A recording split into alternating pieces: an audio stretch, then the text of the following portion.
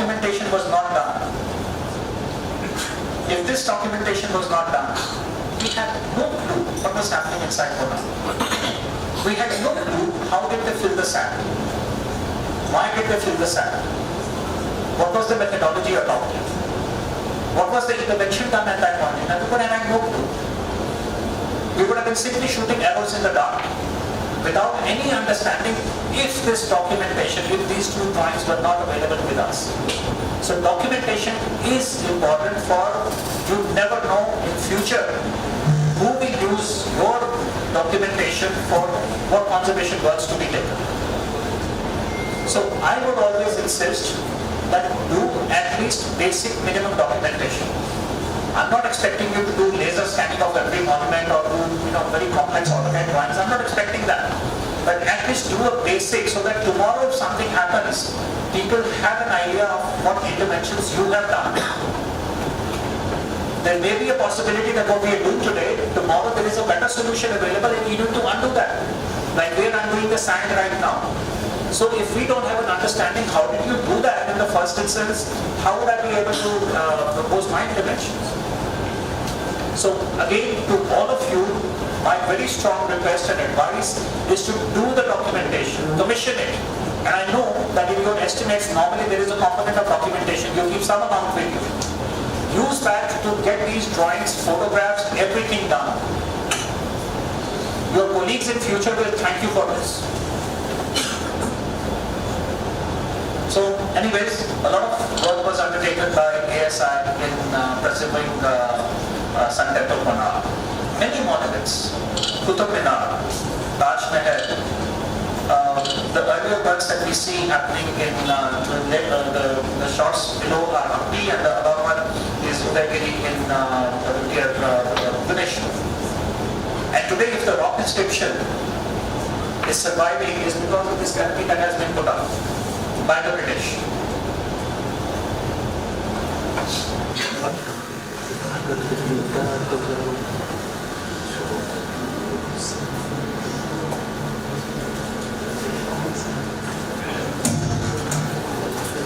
So some of the important, interesting, challenging works that were done by ASI.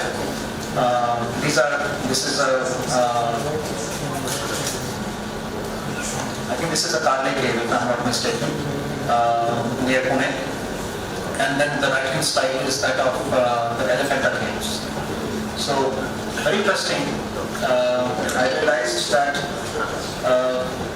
Murugubas Bijapur, which is believed to be the third largest dome in the world after St. Peter's and St. Paul's. This dome was restored. So left-hand side, if I see correctly, where the scaffolding is erected, the top portion is a little flattish. So I was just wondering what is happening on top of it. Of course, there was no other image that I could see, but inside,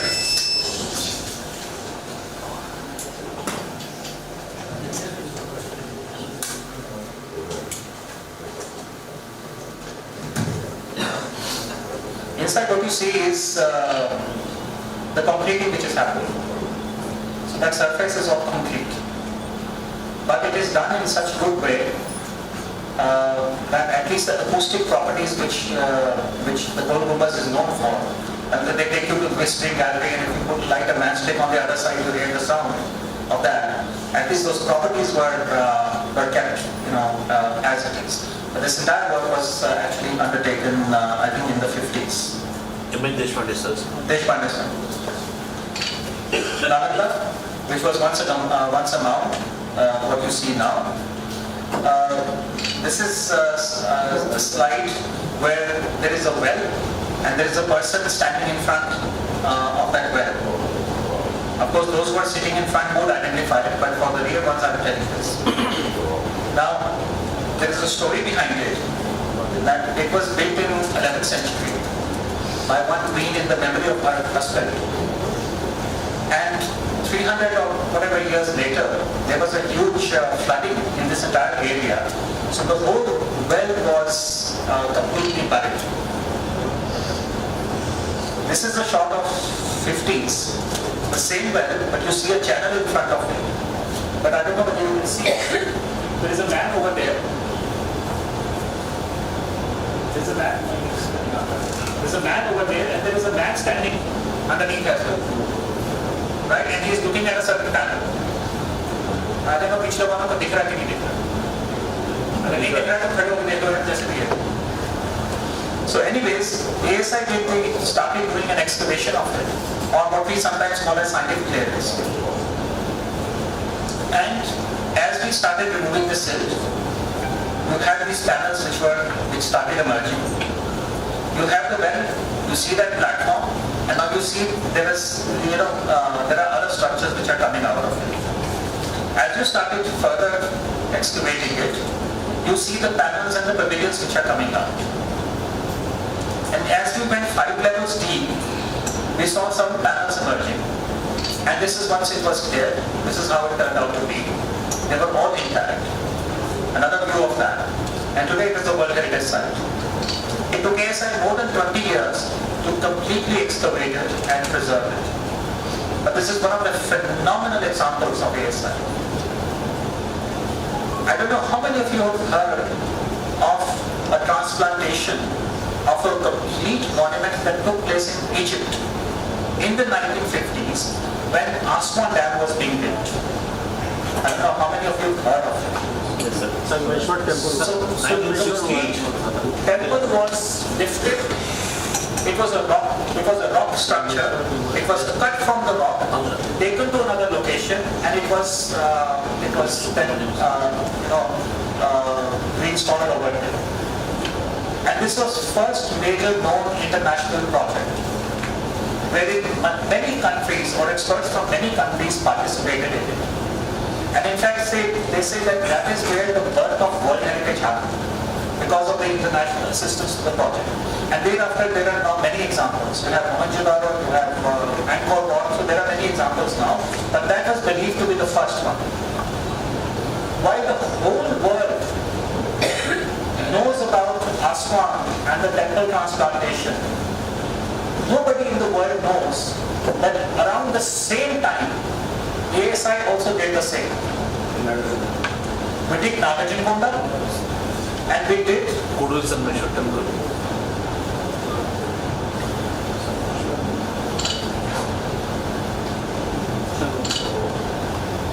I think the front ones will know.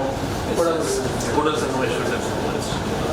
So we also transplanted. Yes, 1968. But unfortunately, our story nobody knows. And I'm sure only the people in front know about it, even the people in the rear also don't know. Alampur also.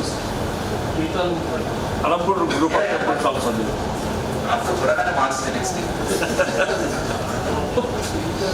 This is a model circulation. Yes, sir. Group of Alampur. I'm only telling you that this is when Aswan was happening, we were doing the same thing, but nobody in the world knows.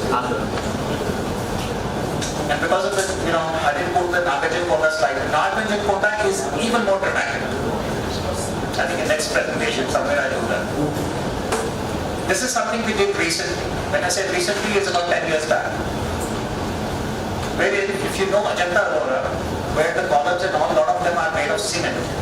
Now we took a policy when we remove that columns, if they are deteriorated, because now the reinforcement is rusted and all those problems are happening, now we're putting back the basalt columns.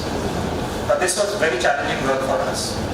So we did it in Cave 10 of the restoration of 4 pillars inside.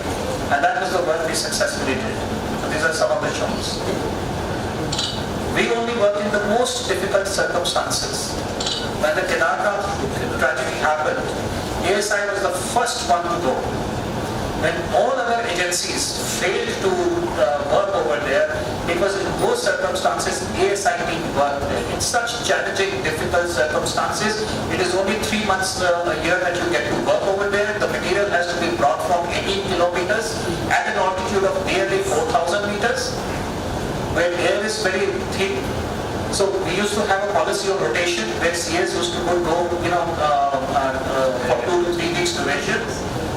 And we managed to do this work, conservation of this work. In Red Fort, the Lahori Gate from where the Prime Minister gives his speech,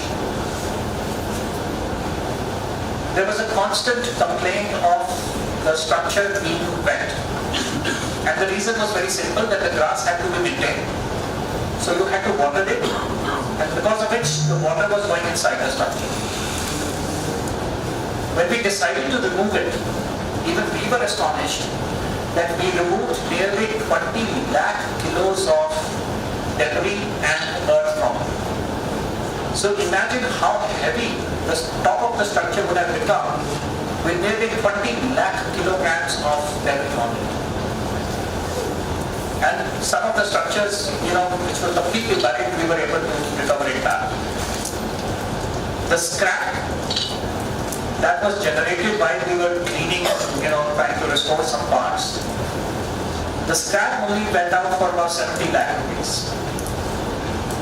Nearly 400 structures were demolished, which were built by the army after 1947, because of which we were able to recover the gardens. We were able to provide facilities for the people by matching their architecture.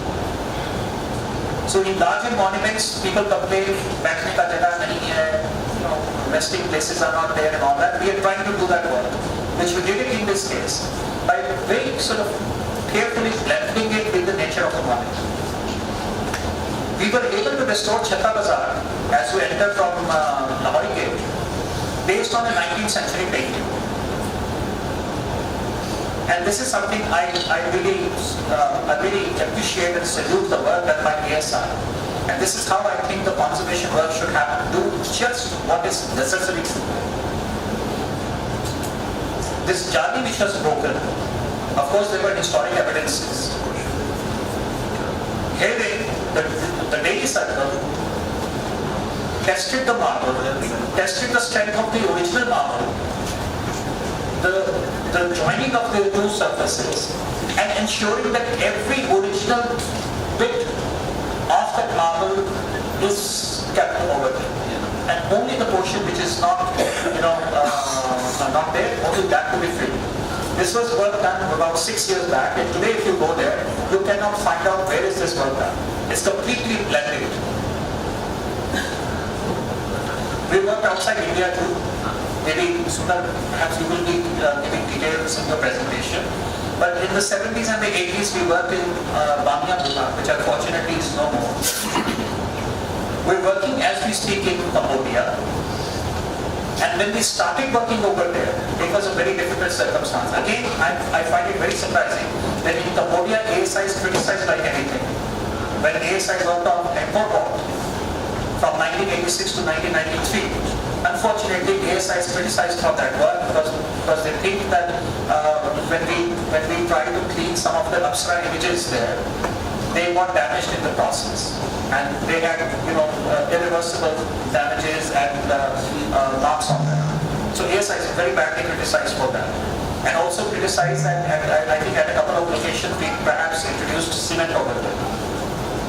But that whole negative perception has been now changed to positive of what we are doing in Kabul.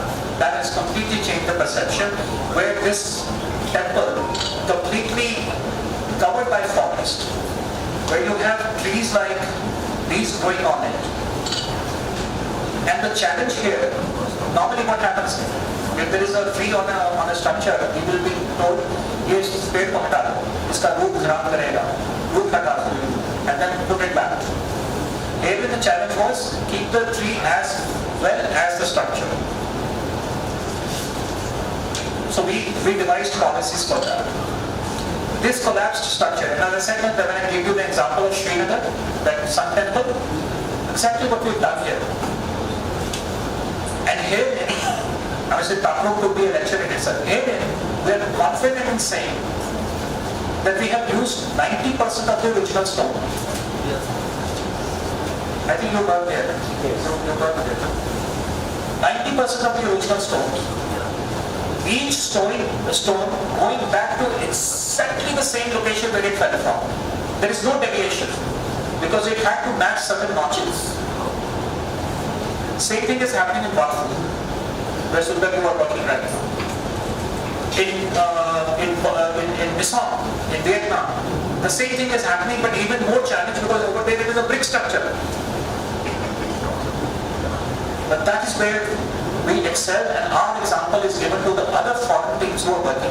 So as I said, the negative of Angkor Wat, we were able to counter with the positive of this example. And the trees that were growing, where I said it becomes multidisciplinary, is that we took help of Forest Research Institute, Dehradun, to help us understand the nature of the tree, how it grows, what is the load on the structure, what is the dynamic movement, what is the age of this tree, how long or how old will it get, how tall will it become, what will be the dead weight. They gave us that understanding to realize the structural solution, and that is the solution that we have given. Completely reversible, the right hand side. Previous one was the previous attempt, which was not successful because there was a lot of termite attack over there. This is a structure which we designed with the help of IIT Madras. Designed in a way that there is not even a single screw. It's simply supporting. And tomorrow if we were to remove this, there will not be even a single slightest of scratch on these surfaces. Architect? Yes. Over there. No, after that. Then before that they done. So that is the work we have done. Most of you are engineers, right? If you are told that there is a beam which is broken in 5 pieces and you put it back as a beam, which is supposed to take a load, I don't think any engineer will say it's a wise thing to do. But that's precisely what we have done over there. We have mended the beams. Of course, we had to do reinforcements and all, but put it back as a structure now. Again, this stock is about 6 or 7 years old, and of course, the structure is still standing. I think I'll become now. Some of the critical points which I think I'll do. These are the amenities and all that we are now working on, and obviously we have to take certain precautions while we are doing it now. And this is what I was saying, that this is what we have started working on, attempting it for the first time after 120 years to remove the sand. This is another work that I think I'm very proud of what S.A. Bhubaneswar at that point in time did, wherein instead of a plain stone, we are restoring it and we are falling one step short, where we are not replicating the details, we are only replicating the profile. And just this much of change that we have done in our approach, everybody who was already criticizing us earlier is now all appreciative of ASI. Just this much change in approach. Hopefully we should do this challenging conservation work of Namanari Stupa also. So we are obviously ready spearheading this project, where we have to not only mend the columns here, the panels here, but we also have to provide a shelter. So this is something that we are now hoping to get funds from the government, and once we get it, this is a task we must do it in another, I think, 2 years' time. And Kiva is spearheading this project in Maidams in Assam, which was declared World Heritage 2 years back. And that is again a mound which was opened by us in 2004 and just left as it is. As a result, the whole mound had completely collapsed, and its whole, the mud had completely flowed down. We never bothered about it, but there now, this is the kind of an approach that we're following. It is done in a way, it exactly looks like how it was, and only provide a little passage underneath. So that work is also happening, and hopefully it should be done before the departs from the side. This one is Bhatnagar, where we exposed 18-meter structure underneath, but now we have to preserve it. So partially filling it, partially consolidating it, and that is work which is going on. So my last slide is just concluding some of the things that I said. It is, and it will be a fundamental responsibility of ASI. We'll have to do it. All of you sitting in the back are the technical arms. You have to support the SA in undertaking the conservation works. The technical, administrative, financial know-how and also is now that you need to understand it's required, but conservation goes far beyond structural interventions now, so you have a very interesting, very responsible role to play. You are actually actually the eyes and the arms of an essay. And mark my words, conservation in 21st century is very different from 20th century. We can't be talking about things which we talked about 40, 50 years back. We are outdated in that case.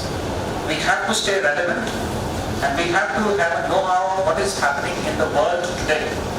We can't be staying like a toad in a well, thinking that this is our world and this is the best world. This is not the best world. We must be aware of how globally conservation works are happening, what kind of approaches are being followed, and where are we standing vis-a-vis them. I'm not saying that we have to follow them, but we must be aware of our approaches, and we have to now handle many more situations that we used to handle. Otherwise, we unfortunately would be lacking. I think it is with these words, I thank you very much. If you have any questions, I would expect that a discussion happens.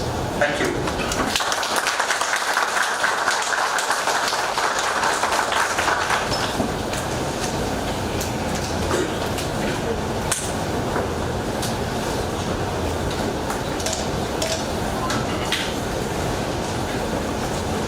Any questions, anything?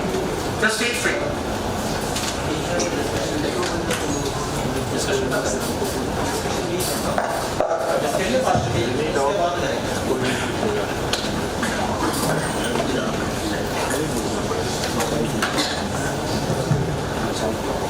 We sincerely thank our Honorable Assistant Director General Sri ThrissurcircleCulture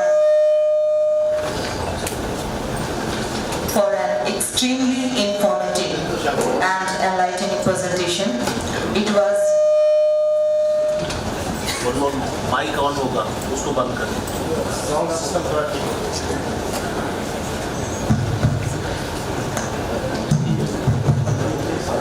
It was highly valuable for us, sir. May I now request our Superintending Archaeologist Thrissur Circle, Sri Vijay Kumar S. Dayaji, to please present a memento to our Honorable Assistant Director General Sri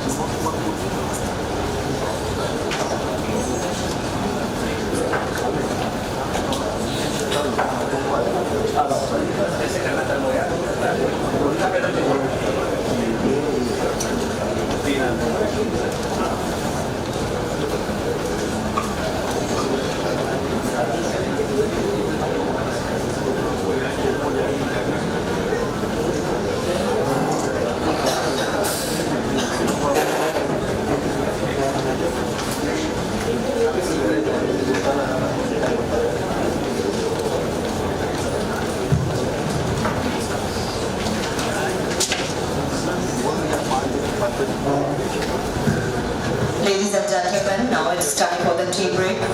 I would like to request all of you to please proceed for a cup of tea. We will resume the session at 12. Thank you.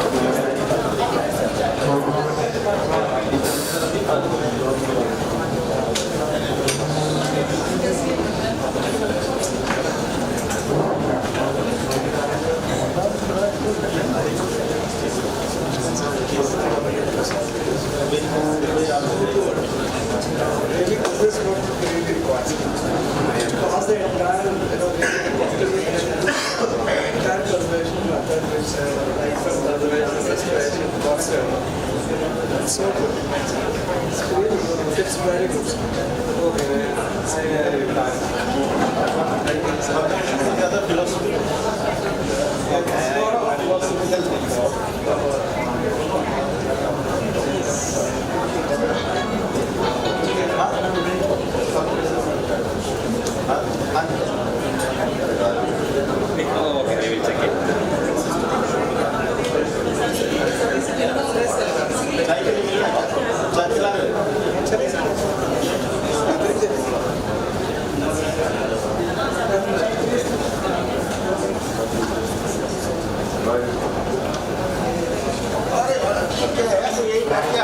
other one to Delhi. That was to be to back.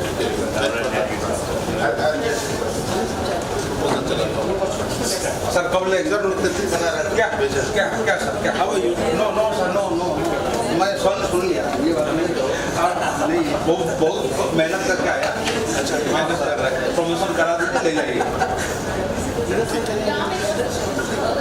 ना बहुत मेहनत करके sir आया अब मैं पीछे इसलिए बैठा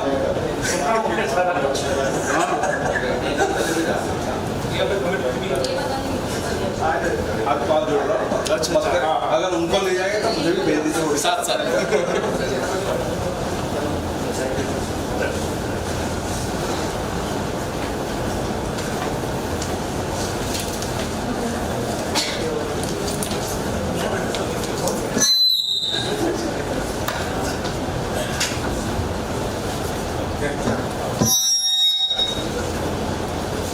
अब ठीक है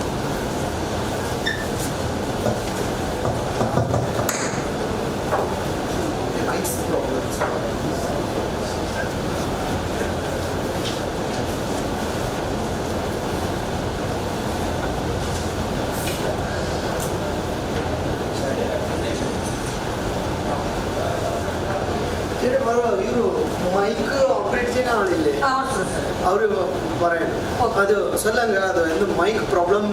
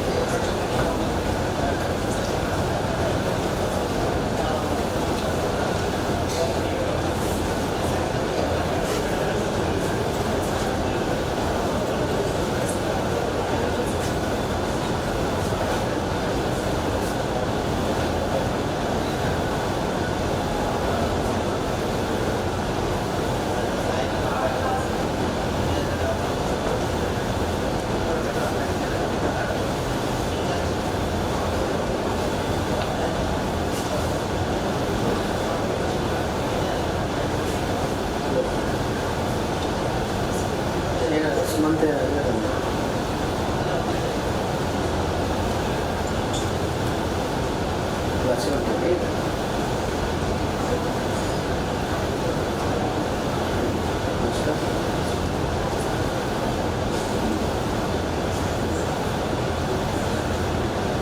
ಹಾಗೆ ಟಿವಿ ಸರಿ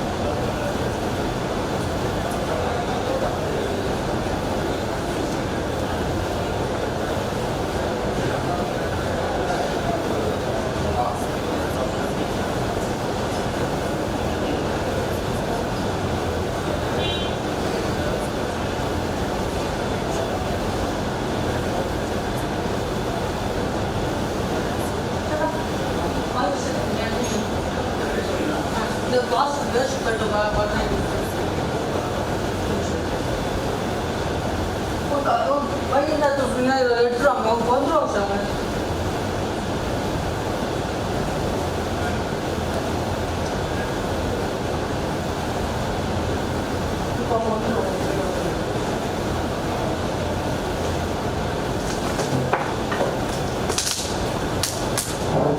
ഇതില്ലേ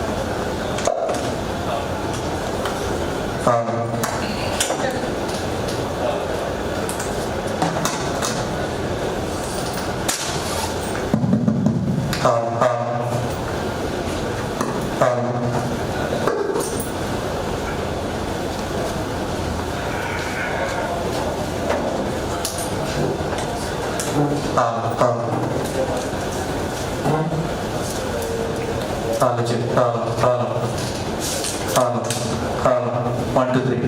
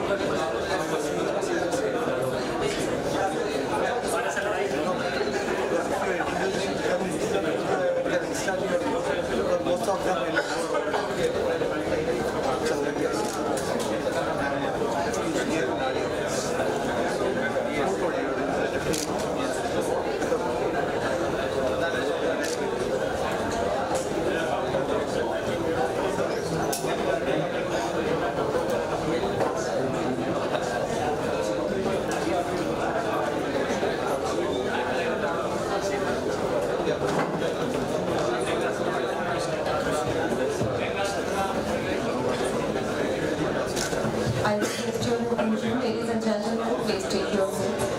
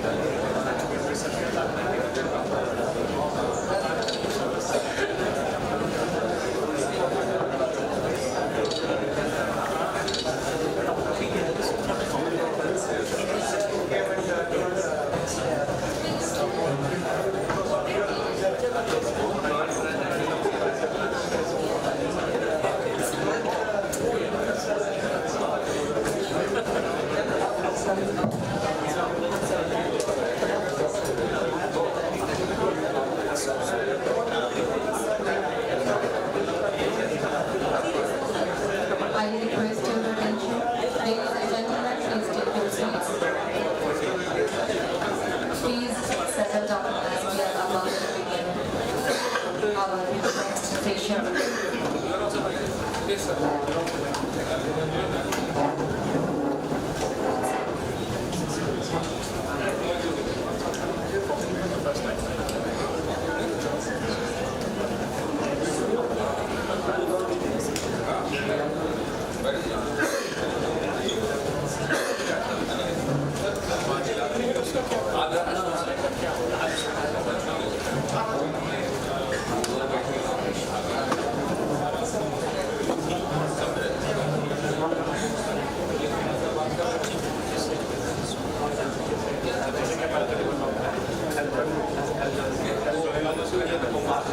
I request all of you to please set it up as we are about to begin our conversation.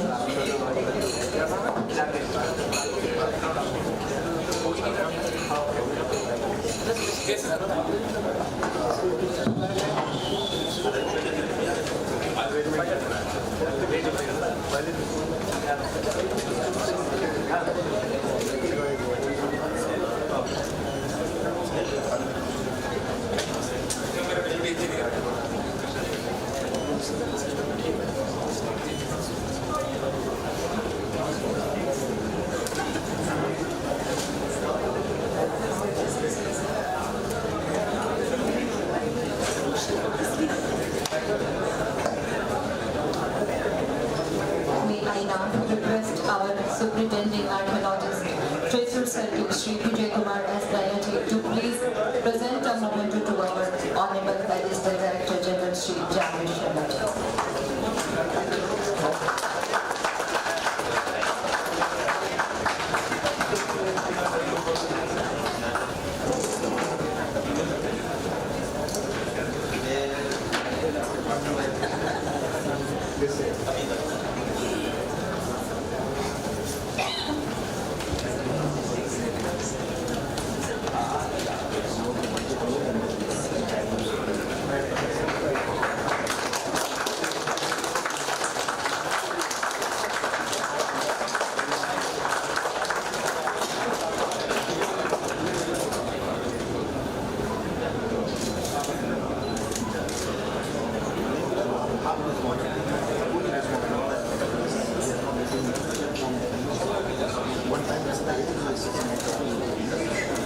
May I now request our Superintending Archaeologist to please present a memento to our respected Director Conservation, Shri Sundar Balji.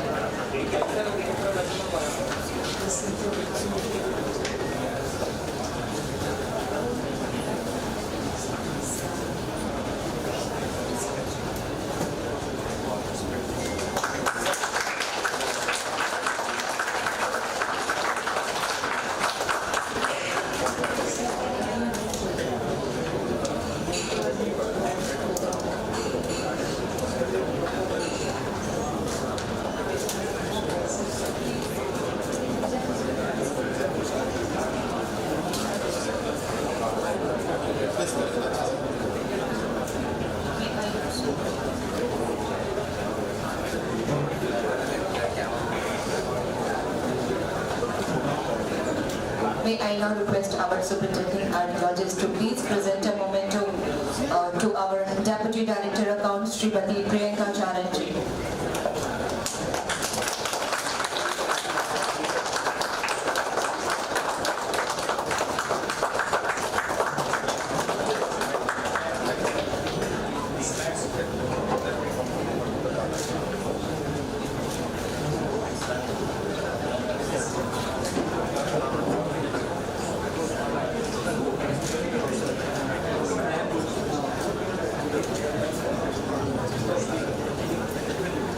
May I request our assessor to please present a memento to Shri Sanjeev Mauryaji, Section Officer.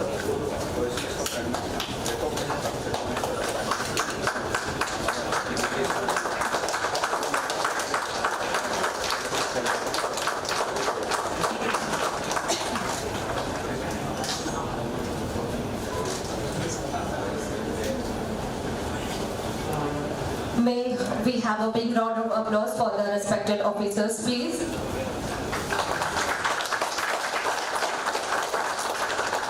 Now, May I request everyone to please gather at the ground floor for a group photographs. After the photograph, kindly take your seats.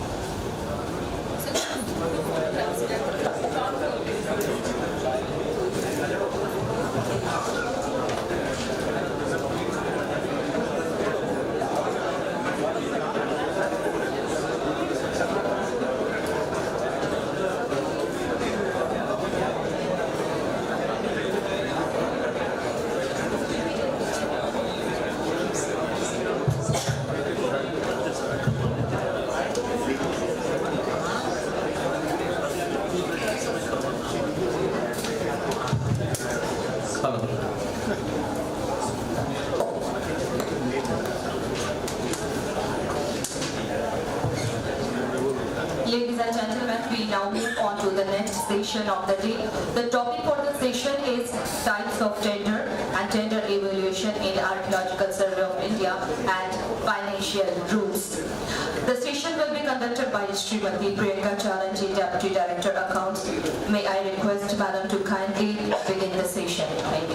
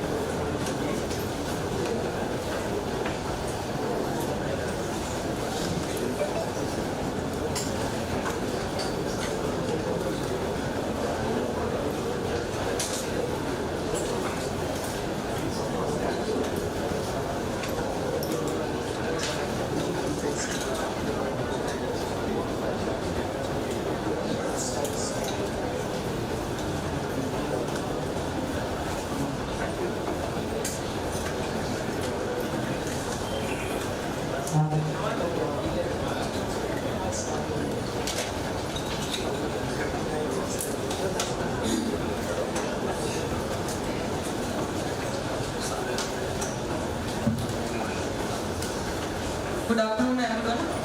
Respected MD, sir, both the directors, SAs present here, senior CAs, those who are newly recruited also, and our engineers.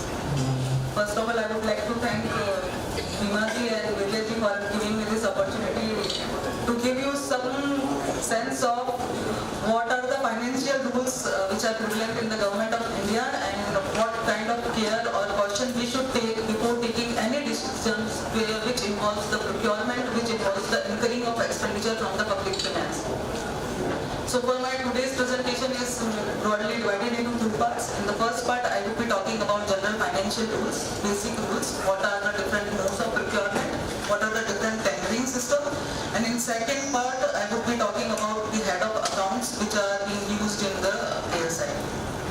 A disclaimer here that this would be going to be a very boring presentation also, because it is this thing I am saying from my experience of last two workshops where I have presented, because you mostly majority of you are CAs and senior CAs. Maybe you are not directly dealing with the procurement part because you are at the field level.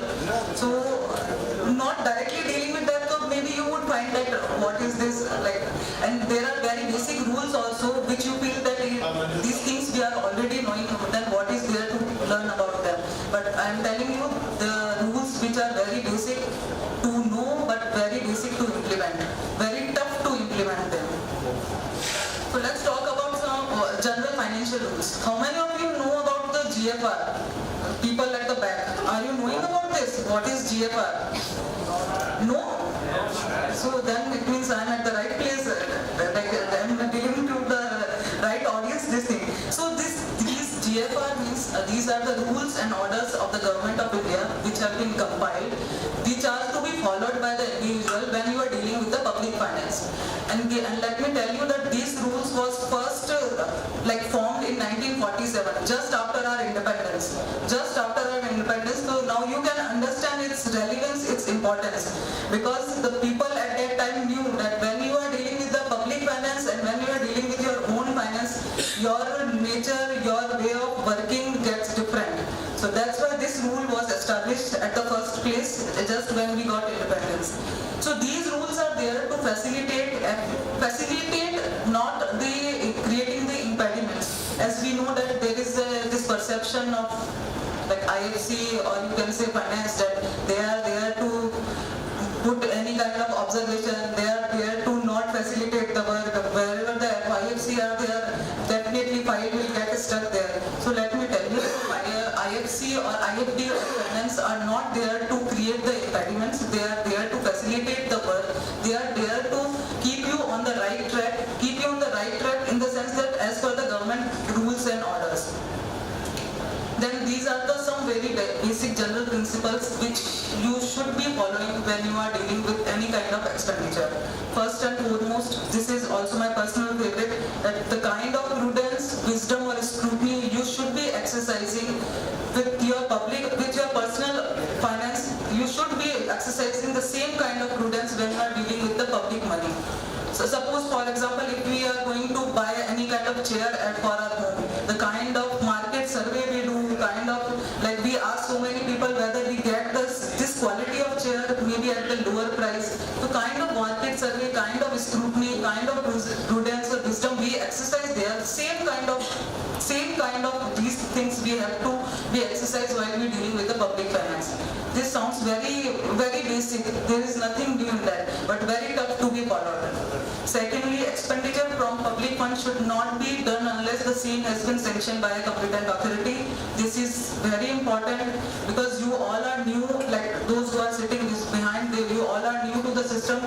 You should know this. You must be following this also, because let me cite you one example from the CBC guidelines where they have cited this real life example. In one of the department, on the order of the HOD, officials have purchased the items, they have done the procurement part, and later on that HOD got retired, a new officer had come in, then he observed when the file put up for his approval, he had denied the approval because of some lacunas in that procurement process. So what happened? Then the officials who all were involved in that process got the disciplinary actions were initiated against them. So it is important that you should take the approval of the competent authority before you go for any kind of expenditure. And you must be knowing who are the competent authority. It is given in the DFPR. Then expenditure does not exceed the budget allocation. The same, if there is no budget, then how will you do? We do the expenditure in this presumption that maybe budget will come, but you should see whether the budget is available or not, then only you should go for the expenditure part. Then expenditure should be incurred for the purpose for which funds have been provided. Means you have got the sanction for procurement of some one thing and you are procuring the other thing. So it should not be done like that. It should be done for the purpose for which it has been sanctioned. And last one, expenditure should not be prima facie more than the occasion demands. When we know that by purchasing 4 or 5 desktops, the system can work, but still we go for purchasing 50 laptops or systems for the office, then we know that this is wrong. Maybe you are following all the procedure while procurement of those 50 systems, but you know that this is against this principle of the GFR, and we should be following this. Now, out of the 60 or 100% of budget of ASI, 60 to 70% of budget goes for one or another kind of procurement of ASI. Rest 30% goes for the salary allowances and other expenditure of the staff. So that's why the procurement is, knowing about the procurement is basic, and basic principles are important because these are the only principles which you will be incorporating in your technical documents when you prepare the technical documents for your procurement things. So first one is right quality. As the name itself says, you should be knowing that what is the quality, what kind of product you want to purchase or what kind of service you want to take. Then, and how will you ensure this? This will be ensured by mentioning the technical specification. You should be knowing the technical specification and mentioning them in the tender document in a well manner is important. Second is right quantity. Again the same thing. Purchasing too much of quantity at a time or too lesser quantity at a time may cost the government or exchequer too much. So like same way, maybe you would purchase around 50 to 100 of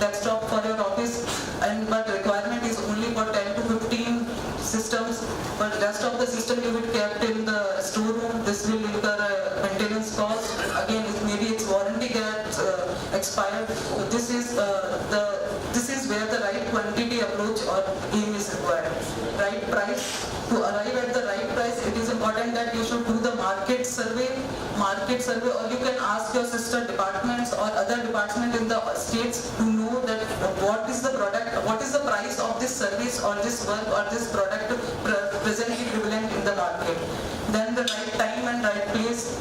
Same thing, purchasing at the right time, not too early, not too late, at the right place. Means if requirement is at the Delhi, then you should not purchase for the other place. And the last one is the right source. This source is for the suppliers. Means you should be knowing that the suppliers is well aware, he has the technical capacity, he has the financial capacity to provide the products or the services or the works which you are required. So here right source is there. Then comes the fundamental principles of public procurement. There are 5 fundamental principles. These principles one must incorporate while making any tender documents and also while evaluating the tender documents. First one is transparency principles. As the name suggests itself, transparency, it means you should be transparent since your initiation of preparation of tender documents till the final result. You should be transparent at every stage, and this is important to bring in fairness, equality and competition in the whole of the tender process and the whole of the procurement process. Suppose if you are for preparation of when you prepare the bid and you want that all other many people should participate in that tender process, then it is important that you should widely publicize it so that there would be a more of competition. Then you should give sufficient time to the bidder or the prospective bidders to participate in that. There is a minimum time of 21 days which is required to be given before the bid submission. It can be reduced as per the urgency also, but minimum 21 days is important. If you see that not much bidders have participated, then you can increase this time also. So why this thing is there? This is there to bring in more competition, to bring in more equality and fairness in the procurement process. Why are we talking about all this? Because it involves the public finance, public fund is there. So whatever you are incurring any expenditure from that, it should be followed by all rules and regulations, and it should be very careful. Then after publishing the bid online and giving the sufficient time to the bidders, then when you evaluate the bids, then also its result should be published online so that the bidder should be knowing that why he got rejected or why he got selected, why other got selected. These 2 things are important so that they are aware that why they were rejected, why they were not allowed to be on to the next stage. Then after the result, after the financial bid opening, again the result should be published online and sufficient time should be given to the bidders to give their representation also. So you are getting a point that from initiation to till the end, we are giving enough time to all the bidders to give their presentation, to know why they got rejected. So this, at least this created sense of trust in them also that yes, we are following the right process. Maybe they are not capable or enough to get this tender. And again, presently the GEM portal and CPP portal are there where you can publish. We should publish our bids, tender documents to invite the bidders to participate. Then comes the professionalism principle. This is again the aim which I had talked about, the 5 aim, how to achieve that aim, how to know about the right quality, right quantity, right time and place, right source. For this principle is important, professionalism. So one should be professional enough. And how will one be professional? Because when you get into the service, we don't get this kind of training in the starting. That how to prepare bid and what time should be given. As sir was saying also in the morning that we were it has been seen that mostly are not aware about the financial rules. So in the starting we have not been given such kind of training. So it is important to being a professional, we need to give suitable training and certification to the people, officials who are directly dealing with the procurement part. And one more thing, being professional also means that what kind of methodology we should adopt for our procurement process. Suppose we are going to hire some consultants. If we take this example, consultants, maybe we would, the best way would be that let's go for the bidder who are giving the least cost, who are providing this this service in the least cost, like in a lower price. But we should be knowing that here our aim is not the lower cost only. Here our aim is that the staff or consultants which he is going to provide, they should have some technical knowledge also. So there we go for the QCBS method, quality come cost based selection method. So which method to adopt is also a part of the professionalism, which we should be aware about this before making any kind of procurement. Then come broader obligation principle. Say we are like this is that we as a ASI our main aim is the conservation of monuments along with the other aims of museums, excavation part and other things also. But we are not just bounded by that objective. Our objective is broader. Our broader obligation objective in the sense that other programs or social policies of the government should also be incorporated, should also be followed. Like government's aim is the economic growth, strengthening of local industry, making India, ease of doing business, employment. For this purpose, what we have done, if any one of you have prepared any document, tender document, you must be knowing that there is an options of MSc, if you are allowing the MSc or not, if you are allowing the Make in India component would also be there. So these are there to meet this broader obligation principle in a general way.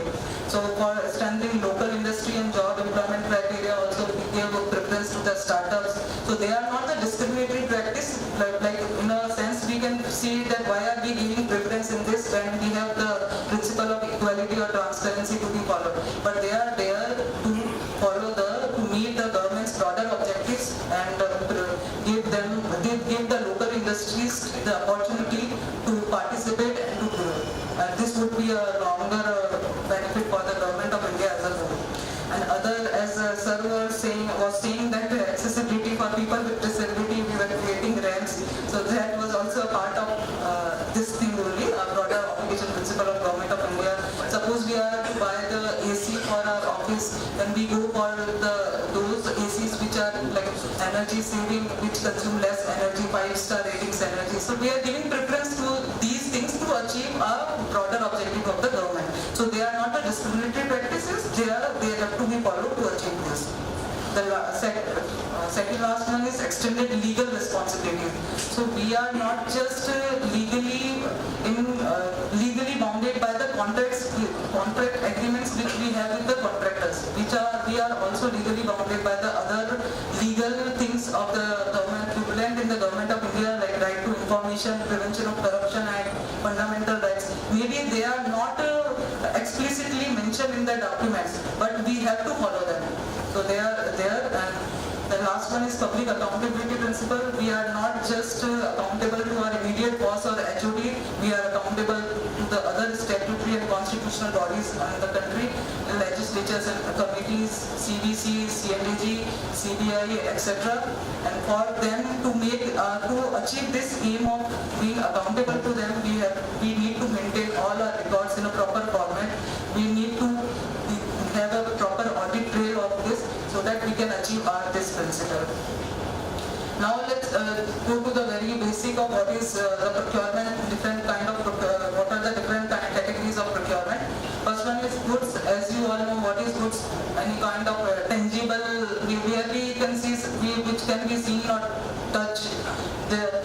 And other intangible products are also the part of goods, like license, patents, softwares, and any incidental services or works on procurement of goods will also be a part of the goods, because the transportation, insurance, installation, commissioning, trading and maintenance of that goods which we have procured would be going to be part of the procurement of goods, not to be the part of the services. Then the second category is services. Services are of two types, consultancy services and non-consultancy services. So basically when this consultancy services came up, this is just for the one-off thing. Like for one project you are taking the help of or guidance of the consultants. So this should not be the routine or repetitive project. But I think nowadays it has become routine and it becomes repetitive. Every year we are hiring the consultants for this thing, but basically the consultancy services are not for that purpose.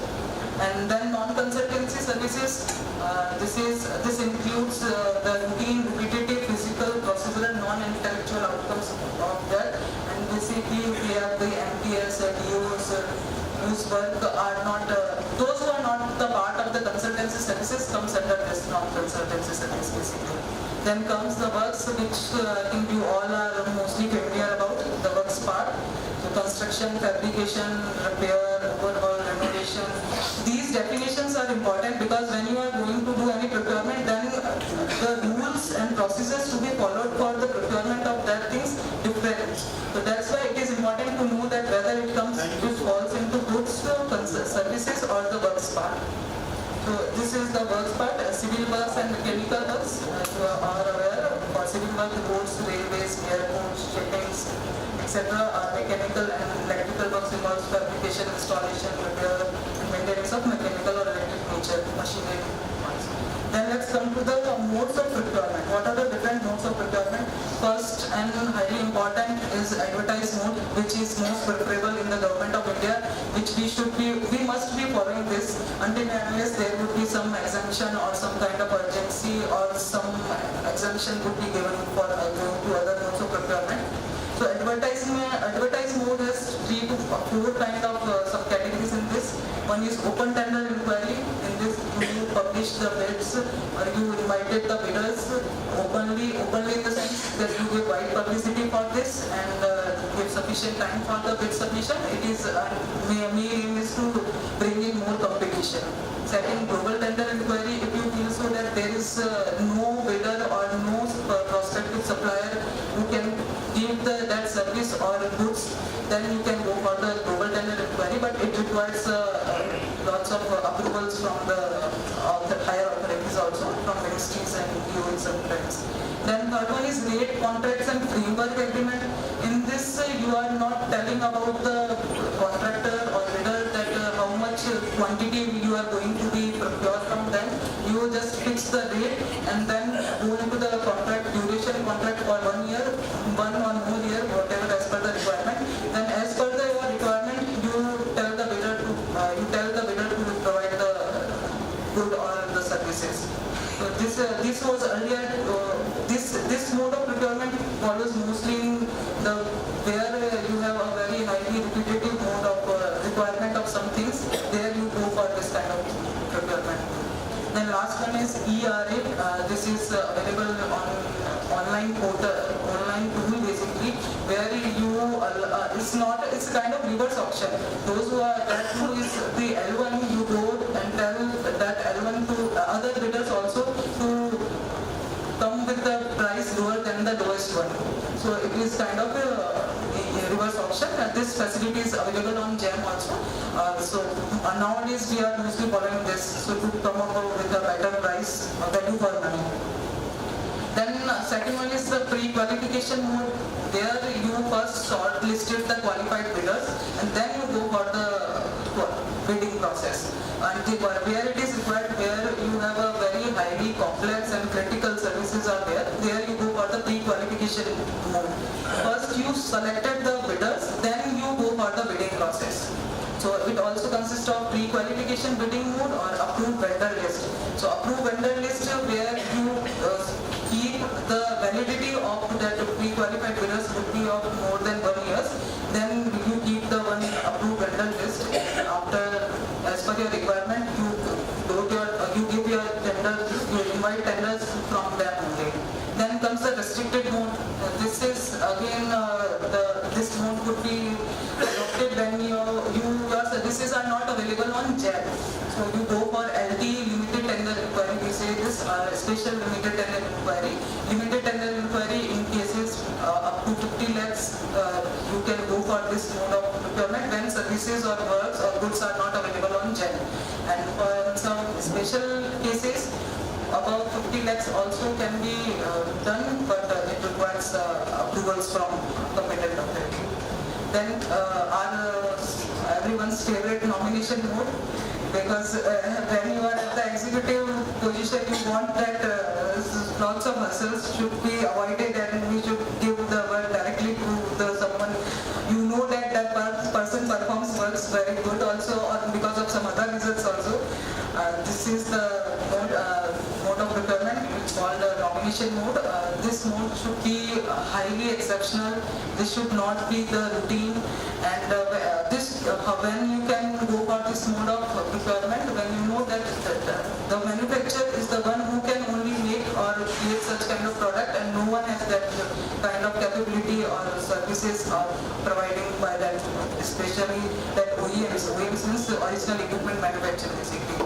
And second one is single tender inquiry without proprietary article certificate also, but this should be followed or resort to when there is some disaster or when there is very high level of urgency where the risk of life and properties are there, then you should go for this kind of mode of procurement. And last one is shopping mode. The name has especially been given shopping mode in the sense that here you are not inviting any quotations. You know the product, you directly go to the market and buy that product. But this should be resorted to when your products or services are not available on JAM. You have to provide the non-availability certificate which should be downloadable from JAM and should be attached in your file and keep in your file also. So here direct procurement without quotation for very petty purchases up to 50,000 rupees. You can go for this mode of procurement. And second one is direct procurement by purchase committee. So LPC, local purchase committee, has been formed for this purpose. It consists of 3 members formed by the HOD. And for 50,000 to 5 lakhs rupees or for any contingency expenses, you can go for this.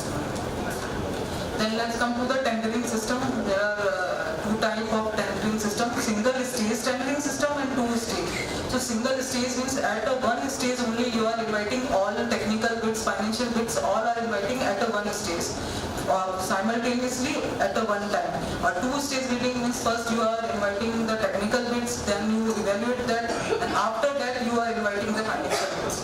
So mostly we are following the single stage tendering system because 2 stage tendering system has this lacuna of creating a cartels or rigging of bids would be there. So mostly we are following the single stage tendering system. Single stage, single envelope, single stage 2 envelope system. I don't know how, have you heard about single stage 2 envelope system, 2 bid system? People at the back, because I know you are not in line with what I am saying. Have you heard about that? No? So it means that you need more detailed lectures and one step by step on all these process. Then only you would, because as sir was saying in morning, there was so much of financial rules violation had happened. Maybe due to the non-awareness, we can give benefit of doubt that maybe due to the non-awareness of those rules and regulations by doing any procurement or any process, these mistakes would have been done. So these are the 2 types of tendering system in the government of India. This is about some GFR rules regarding works. Because most of you are dealing with the procurement of works part. That's why, as a rule 130 about original works, we know what is original works. All new construction, site preparation, addition and alteration to existing works, with special regard to the newly purchased or abandoned buildings. Minor works, it's just adding capital value to the existing assets, and repair works mostly to undertaken to maintain the building and its fixtures. So we are mostly dealing with the minor works and repair works. And Rule 133, one also says that ministerial department can directly execute the works up to the 60 lakhs. And if your work is above 60 lakhs, then it should be done by the CPWD or other public work organization who are expertise in this field. Then what are the procedures to be followed while you are going for the execution of work? As I think sir has already told about the process flow, seen here. Preparation of detailed design and estimates shall receive any sanction of work. Then no work shall be undertaken without administrative approval and expenditure sanctions. These are the things, again I am reiterating that these are the things which we all know, but very difficult when we execute them. Open tenders should be called for the work costing rupees 10 lakh to 60 lakhs. Limited tender can be called for the work up to 10 lakhs. These are there in the GFR, and before commencement of the work, agreement and award of work should be finalized before commencement of work. And payment could be done after the officer in charge give in writing in this format that work has been done as per the requirement or as per the tender documents. So this was all about the basics of the finance, basics of GFR rules and what all were there in the manual for procurements. Now comes to the ASI and finance. We know that ASI is the attached office of, do you know ASI is the attached office of Ministry of Culture? Then it's good to know that you are aware about this part. So there is one IFD, Integrated Finance Division in the Ministry, and here integrated internal finance cell is in the ASI. So why this IFC was established in around 2022 to guide the DG in the financial matter, and it is important because we have the budget of around 200, approx more than 1200 crore something budget. It is important that there should be a one internal finance cell who can guide for any financial things on to the DG. So this was and I was reading also recently in DFPR 2025, which got released last year, that there should be one GO level officer should be nominated for the finance as a finance officer. I don't know in how many circles it is being done, is happening. Is there any finance officer in the circles? Those who are present, essays can reply. It is there. It should be there, so that the mistakes which had happened would not be repeated again. So this is there. I think, sir, ADG sir, you can also take this matter with the admin also. That there should be some finance officer, minimum JO level in each circle, officer circle, to guide the essays and circles regarding finance matter. And along with the GFR, you can also follow AWC, Archaeological Work Code. There also enough is given about the financial things. So while referring the GFR, you can also refer AWC for all the financial matters. And this is the budget and expenditure trends in ASI. So can be seen that B has increased every year, but this year's RE figure is quite concerning. So as you sir was also saying in morning that budget constant is always there. Within that limited budget, we have to perform our duties and we have to perform our try to achieve our objectives, whatever we have been given. And this year, if you see the expenditure figure is okay, 73.91, because it is of the whole year side. But worrying factor is that if I go by the circle-wise expenditure of the heads which are important for today's conference, 14,127 and other one is 76. Sir, 14,127 is performing well, but under 40 other one 03176 picture is quite dismal. I think 2-3 circles have not done any expenditure. I would not like calling them right now, but this is because you know that that's why budget has been decreased, because we are not doing the expenditure when the finance wants. That by the third quarter our expenditure should be more than 75%. If you are not, because they see finance mindset is that they work on the figures. They see that you have not done the targeted, you have not achieved the targeted expenditure. It means you don't require the work, and in the remaining period maybe you are not able to, because in last 6-9 months you have not done the expenditure. Then how can we expect that within 3 months you could do the expenditure? That's why this is the one of the reason that this figure, this RE has been decreased this time. So you should be, and one more thing, I would take this leverage of this forum to tell that you should not create the pending liabilities as was created as when I joined. I got to know that there was so much of pending liabilities of 100 crore, approx 100 crore, because now you know that budget is not there. So what new work should not be. I think sir, Paul sir and ADG sir would reflect more light on that part also. But pending liabilities should not be created. As a finance, my suggestion would be this only. and the rest sir would be discussing on this part also. Let's talk about basics for the new recruitees. What are the head of accounts? So our head of account is head of accounts consist of 15 digits. First 4 digits is a 2205. It reflects that what is your major work, like art and culture. Then comes the minor head. If we go by minor head, it is 106. For 106 denotes the ASI.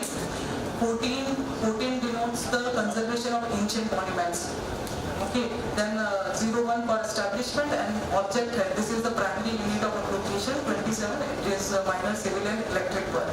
So when we normally talk about 14 and 27 only, we are not worrying about the other part of this 15 digits thing. Then comes the this head of accounts and description. This is like I am telling this also because you should not misclassify your expenditure when you do the booking.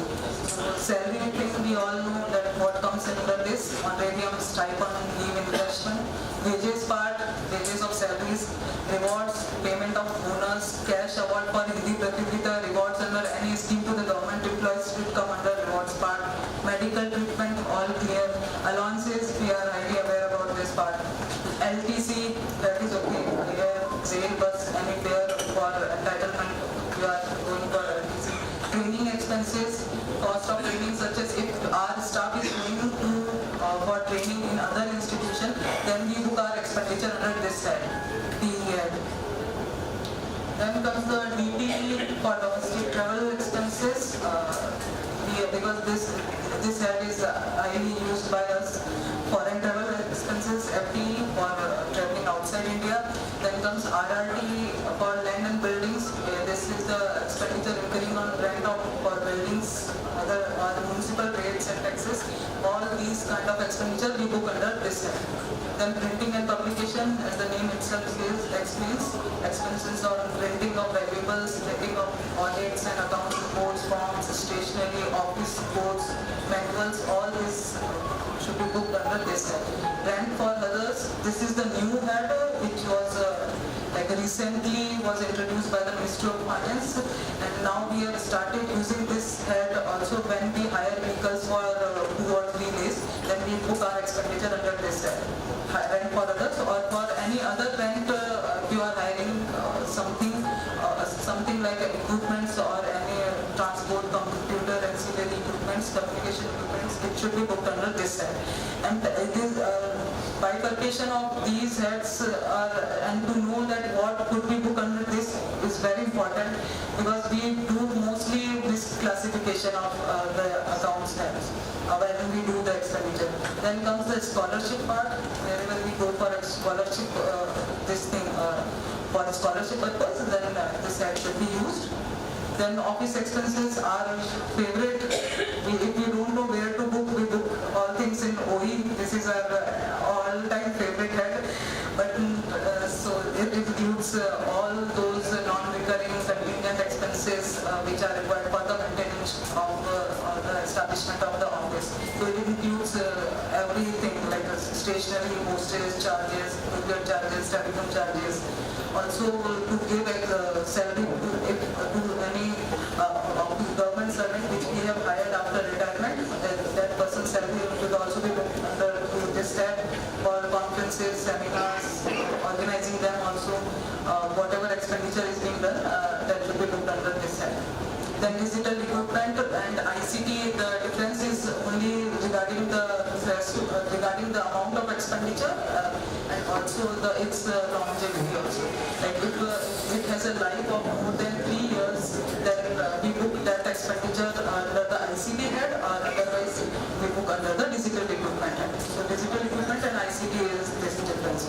Then material and supplies for science branch, I have recently recommended that to book expenditure under this head because it includes lab supplies. So they require most of the equipments for their labs. So this head would be used for this. Fuel and lubricants, petrol, oil and other fuels used for the vehicle. ANP for advertising purpose, I think this ad is also being used recently for so many occasions or so many conducting so many and whatever we have been told by NOC to do, there we are using this ad mostly, A&P. Then comes the professional services. Here we give the salary to our the consultants or the whom we are engaging. Then minor civil and electrical, this is our head 27. So here minor civil and electric work of office building, residential building and other buildings. Whatever expenditure we are doing for that maintenance, book under this. Repair and maintenance, all kind of AMCs we do for ACs or any other equipments in our office, we book expenditure under 29 repair and maintenance.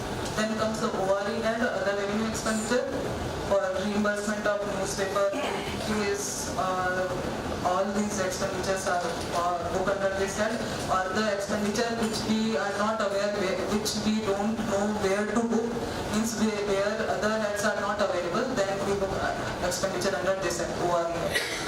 Not to go for OE, you should book that under ORE head. Then motor vehicle purchasing, these all are the capital right now, procurement of motor vehicle like buses, cars, or office vehicle also, machinery and equipment, the same which have the life of more than 3 years, which have been purchased for more than 1 lakh rupees, to be booked under machinery and equipment. ICT, I have already talked about this. Building and structure, new building, creation of new building and other structures to be booked under this set. Furniture and fixtures, same, it is kind of an asset for the government, asset for our office, so that's why it's booked under the separate head. Upgradation, procurement of heritage assets, this head was also last financial year was introduced, last 3 financial year was introduced. So it is also, it's a capital head, so whatever is like increasing the life of the asset or adding any value to the existing assets, we book under this head. Other fixed assets, for library books purchases, this had to be used. And last one is land for office and buildings. I know there are so many of heads, but you are in the government system. You have no other choice. You have to know all these heads. So better early you are aware about them, that is good for people. And these are the differences for our existing conservation heads, 3176 and 14127, which are being used for the conservation purpose. 76 head is for the capital expenditure and 14127 revenue expenditure. So we have included a provision for public amenities, construction of any boundary walls, pathways, illumination, CCTVs, purchase, all this under capital head, and the rest of our structural core conservation work, horticulture activities, scientific preservation, labor payment for upkeep of monuments, electricity bills, or any other routine maintenance to be booked under 14127. So this is all just the basic principle. Any question?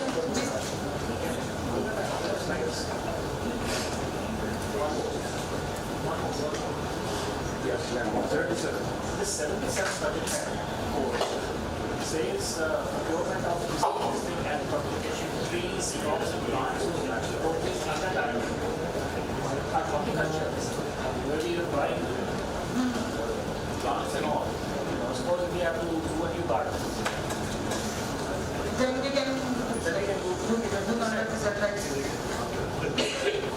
crops and plants. Maintenance of a garden would be under The sodiums, a new garden if has to be established under would be under this. other pieces. Yes, sir. Yes, sir. Yes, sir.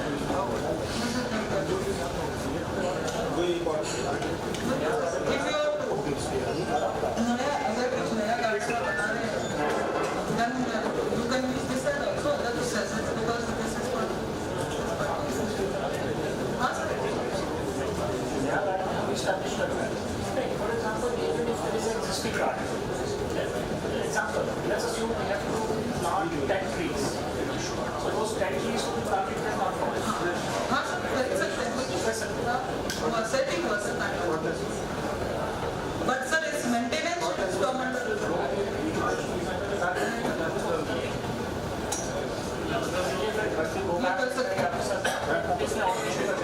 right sir.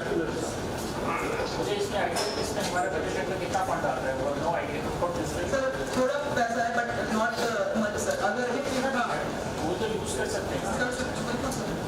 From next financial year onwards sir, we can also utilize this.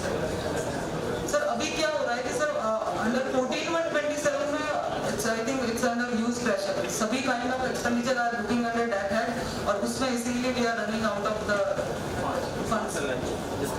So if we diversify our heads, then maybe sir we could save some money for our core conservation work to get the 14/27. I was told us that the discussion is after this day. Okay, sir.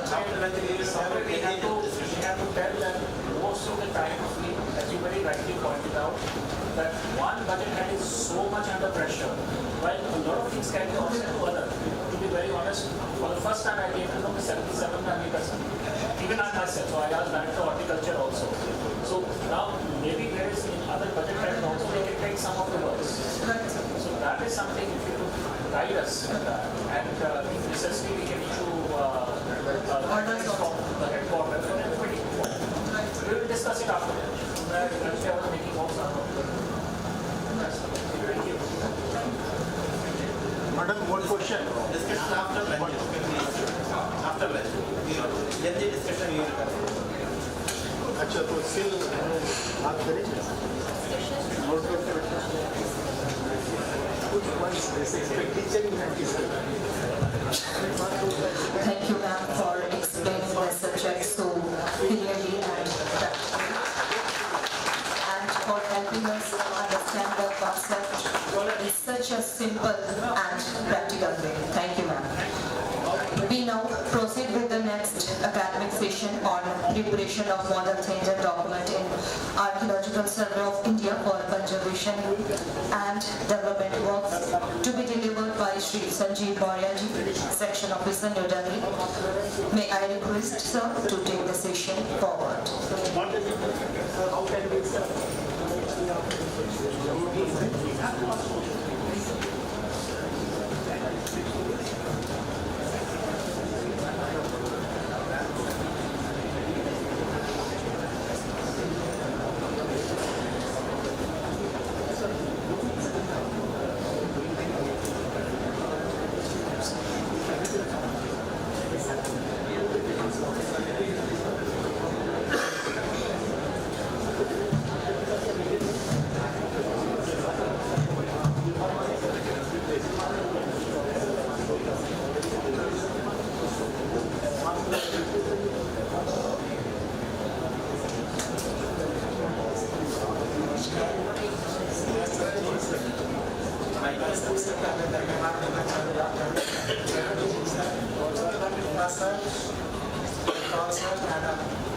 मुझे मौका दिया मैं आपको कुछ चीज़ें बताता हूँ. मैं आपने तो वैसे ही सब कुछ डिटेल में बता दिया है. मैं जस्ट बुलेट पॉइंट बता रहा हूँ कि टाइप्स ऑफ टेंडर है, प्रोसेस कैसे CPP पोर्टल पे how process the tender, how to fill upload the tender format. First is the types of tender as per GFR. First bullet point that GFR use and right public procurement. Next one the different tender type used based on value and situation. Source, transparency and completions. Next one the overview of tender types. The open tender inquiry, the limited tender inquiry, single tender of the property articles, and two-stage bidding. Next one the open tender inquiry is the most preferred method. Advertise publicity of CPP portal, open to all eligible bidders, ensures maximum completions. And when OT is used, high value procurement, when wide competition is required, default method as per GFR.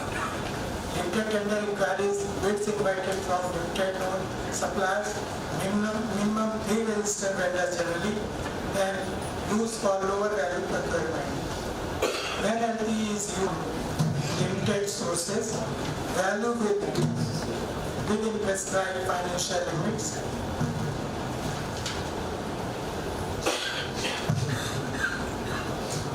and single tender of the proprietary tender means only one supplier is endorsed, also called property article certificate tender, requires proper justification and approval.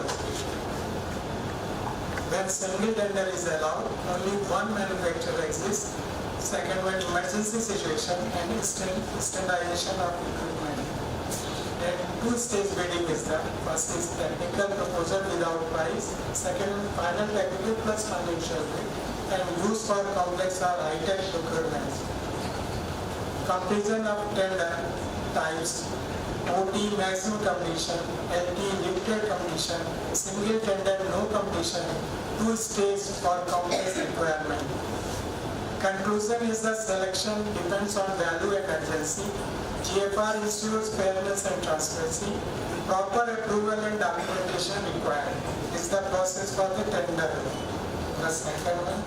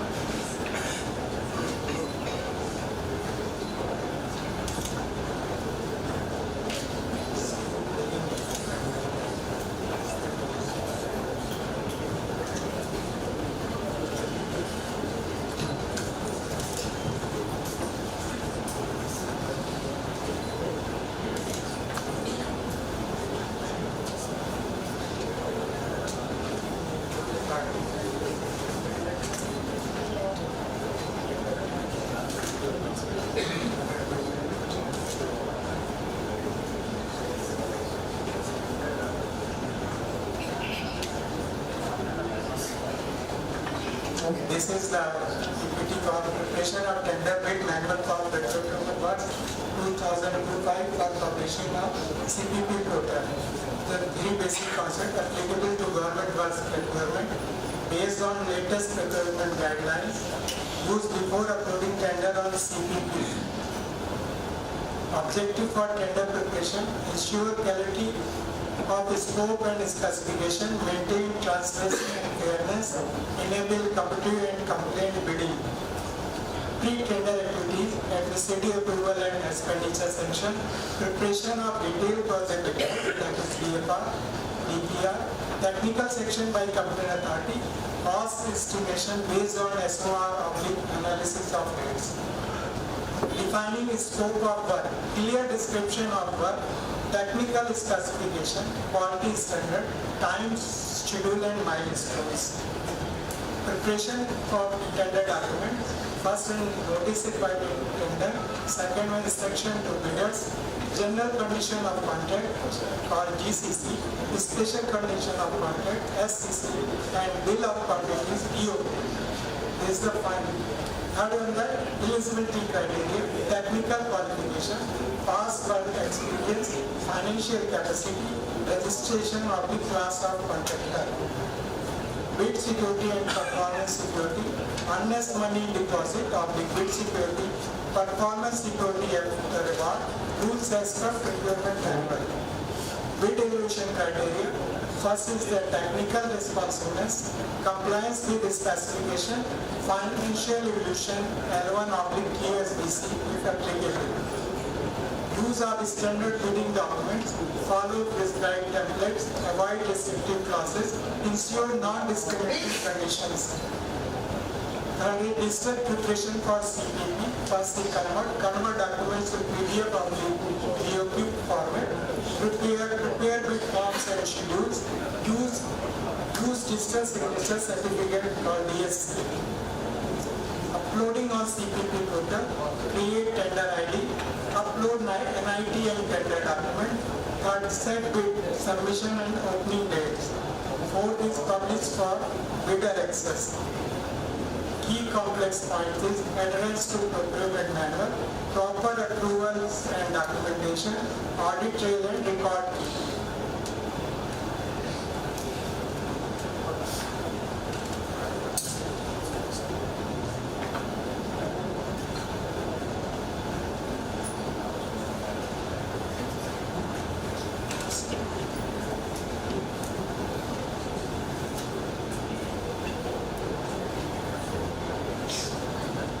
This is the slide for Central Public Procurement Portal. This is a login port with ID and password. After this, this window is open and the third is column create tender and tender list.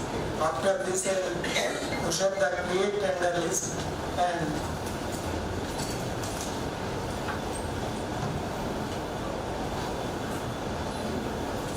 first the tender reference number is your file number, tender type is the open tender link, and form of contact is words, number of covers is 2, tender categories is the goods, words or services which may be selected, number of bidders is 2/3, in 3/3 and 4/3 as you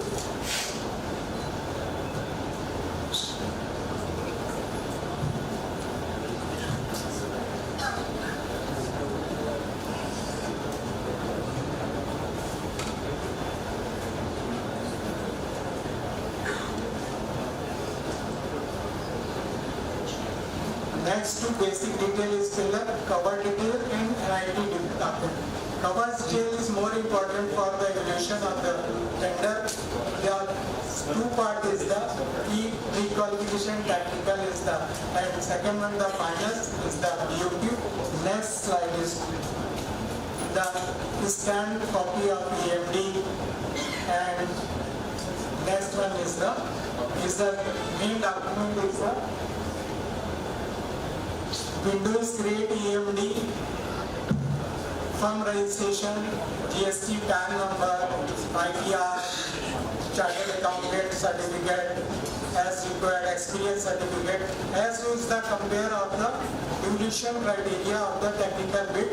All windows will be created and bound to be, every paper should be submitted in this column. It is the very necessary for the technical evaluation for yours. Next one is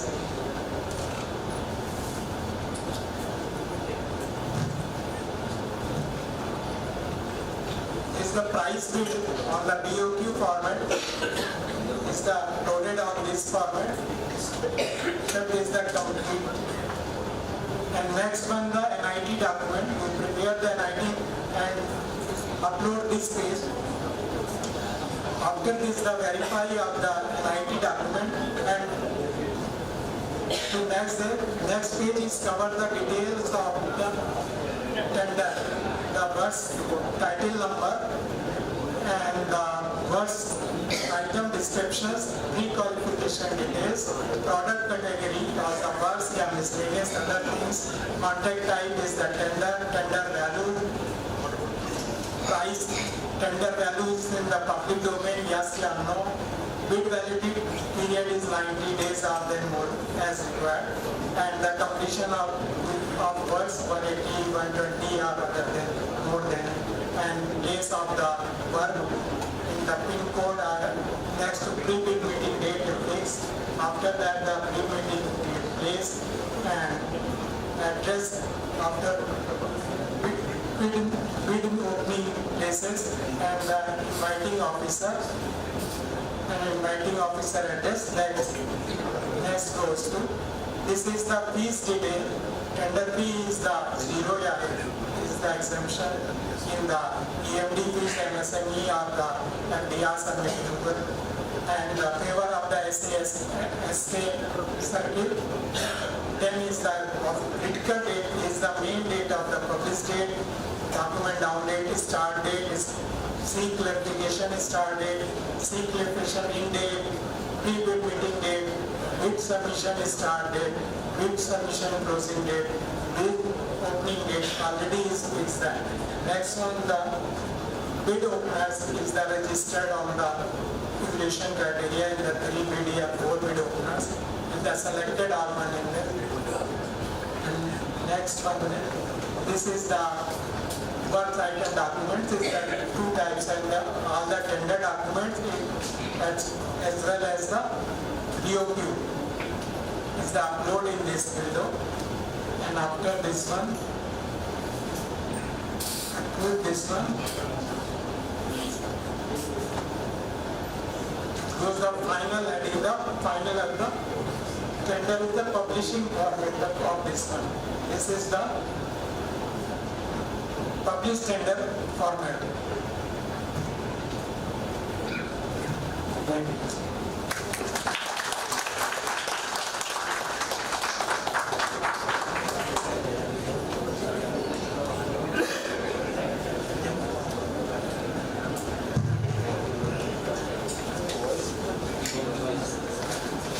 Thank you, sir, for the insightful and well-structured presentation. Your clear explanation of the subjects have greatly enhanced our understanding. Ladies and gentlemen, now it's time for the lunch break. May I request all of you to please proceed for the lunch. We will resume the session at 2:15. Thank you.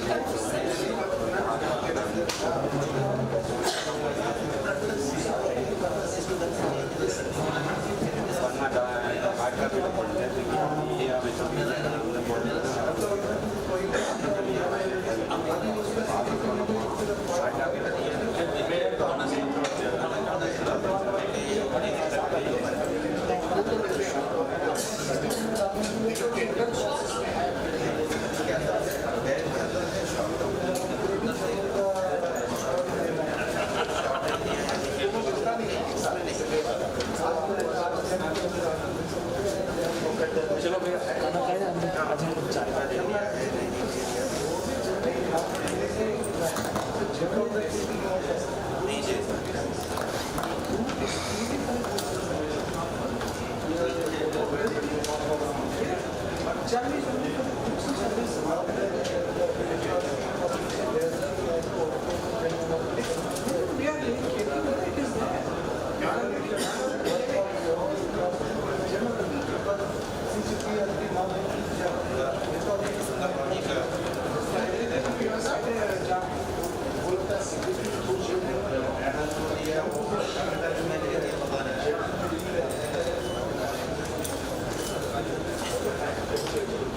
बाकी तो clear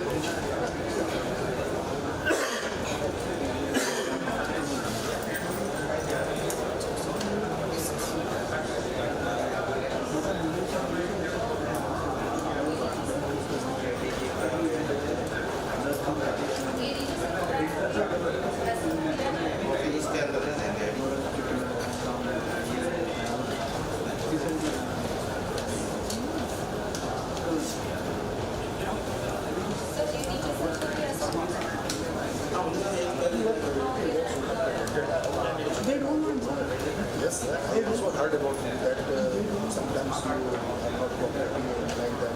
But I ask why it happens? It is the thing. Why? क्यों नहीं suit हो पाए? उसके लिए तो जो इंजीनियर है वो देखेंगे सर। इसमें चेयरमैन तो चेयरमैन से बना कर रखा है। चेयरमैन है बट आप उसको ओपी करें तो करना चाहता है। जब हम रहे थे वो ले रहे थे तो कम से कम तो वो जब रहे तब आप टूर पे मत रहिए। वो में रहना जरूरी है लेकिन वो लोग डिले कर रहे हैं। टूर पहले देखो बाद में हम देखें क्योंकि चेयरमैन को उसके सामने हमने देखा अगर मार्केटिंग कोई अगर आप पे ट्रस्ट करता है तो ही विल मेक सिग्नेचर। मैं तो अक्सर नहीं रहता आपको बोल रहा था इसमें तो आचार्य थी हम लोग भी नहीं किए और दूसरी कहीं डिसीजन ना हो पाया इनके स्वर होते हम लोग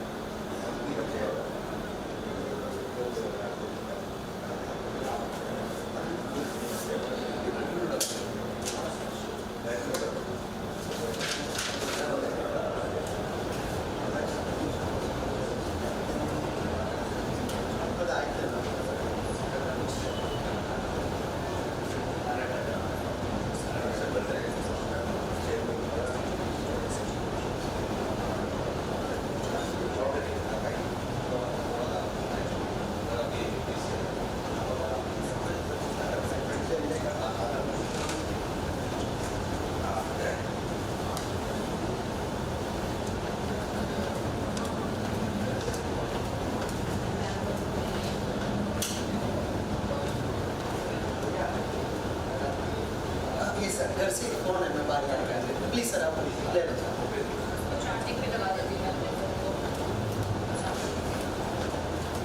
मैंने आपको व्हाट्सएप का नंबर सेंड कर दिया है जब आप फ्री हो तो आप मुझे सेंड कर दीजिए मैम यही है सर 9499 है ना हाँ कल का फंक्शन का भेज दीजिएगा और मेरा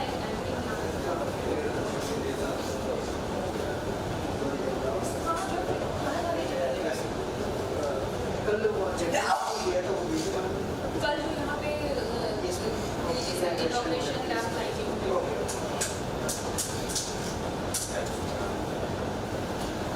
हम लोग जिस बस से आए थे आप उस बस में नहीं थे ना हम लोग का जो वो बस था वो किसको बस था वो अरे क्या मस्त डांस किया हम लोग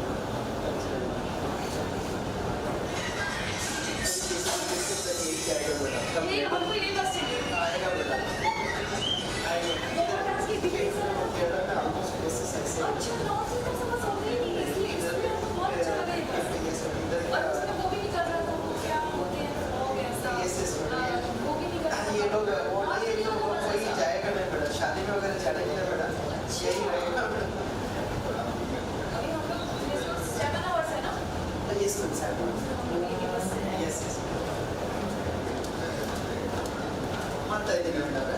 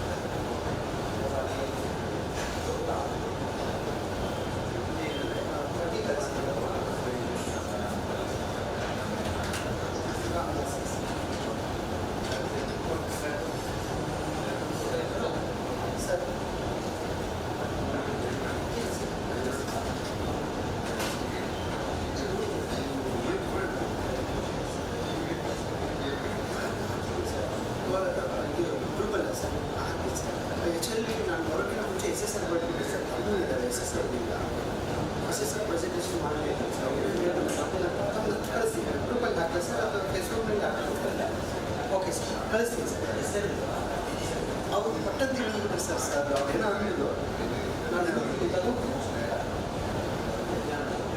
ನೋಡ್ತೀನಿ ಸರ್ ಓಕೆ ನಾನು ಬರೋದ್ರಲ್ಲೇ ಸರ್ ಎಸ್ ಸರ್ ಎಸ್ ಅದು ಆಯಿತು ಮೇಡಮ್ ಹಾಂ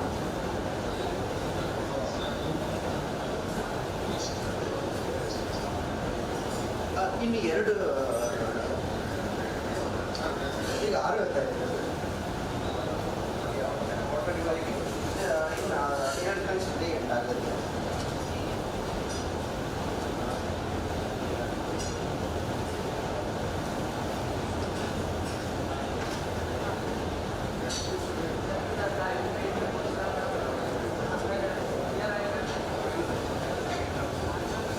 ಕಳಿಸಿದ್ರೆ 2 ಕಳಿಸಿದ್ರೆ ಅಷ್ಟೇ ಟೈಮಿಂಗ್ ಲಿಮಿಟೆಡ್ ಇರುತ್ತೆ ಅದು ಇದಕ್ಕೆ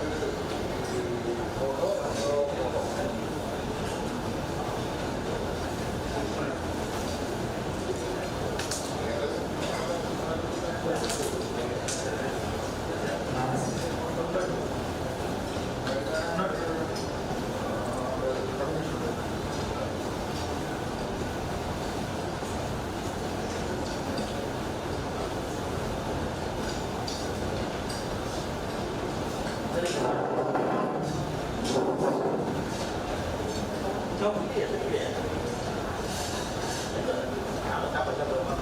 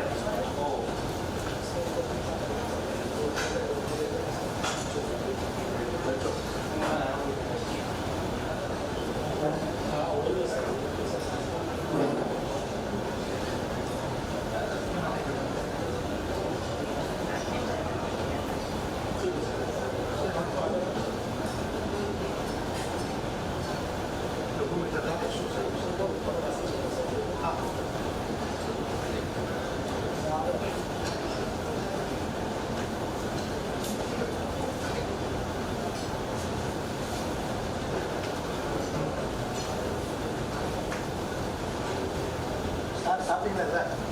சாப்பிட்டேன். சரி.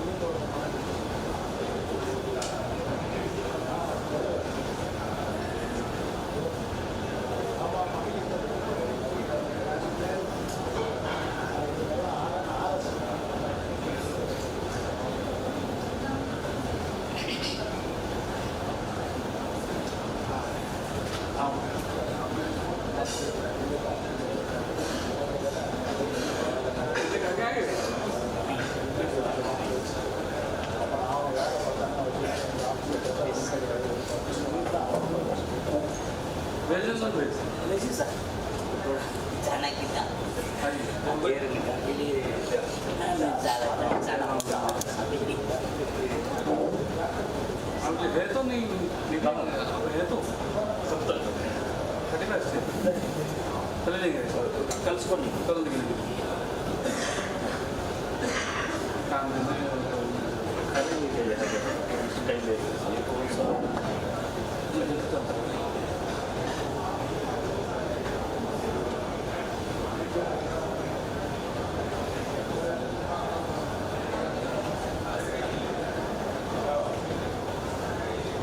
लोग आ गए पूरा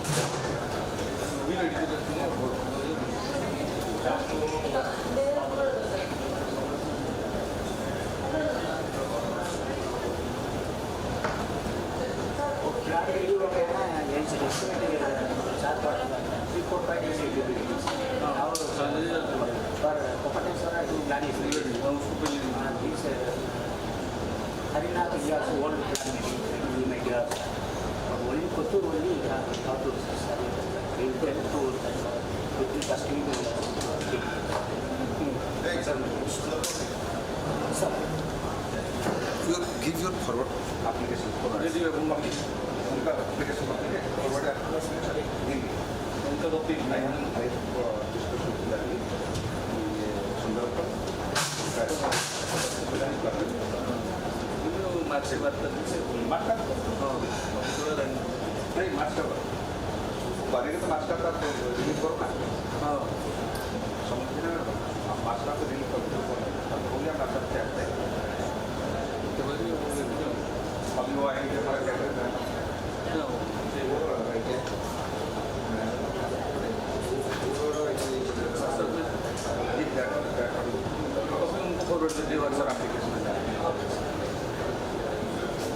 व्हाट्सएप करते हैं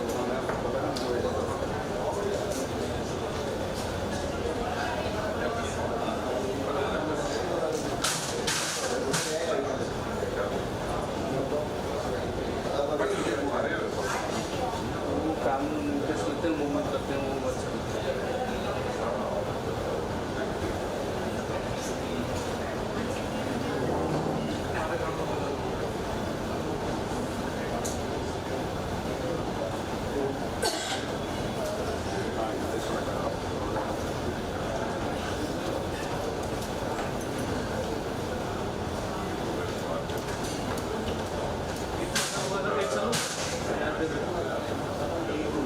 8 months.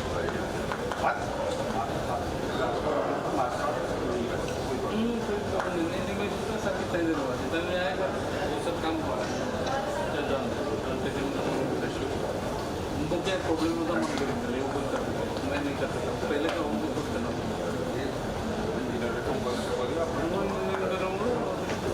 वो खुद जैसे डायरेक्ट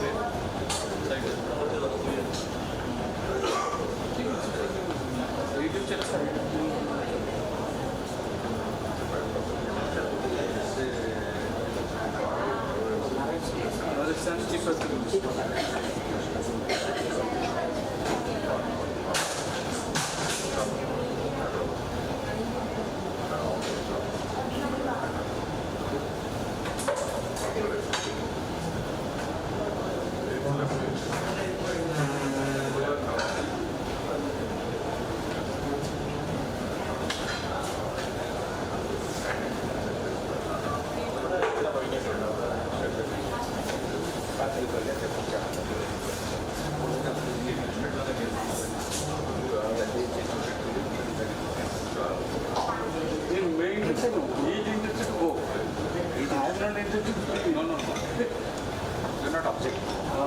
नहीं ऑब्जेक्ट इसलिए नहीं कर रहा हूँ वो एक्शन प्रॉब्लम हाँ नहीं तो मैं उनको छोड़ना नहीं चाहता मैं गुड बात करता हूँ second step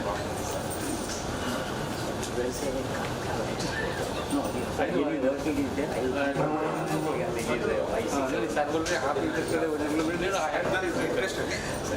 due to obligation है सर ये अच्छा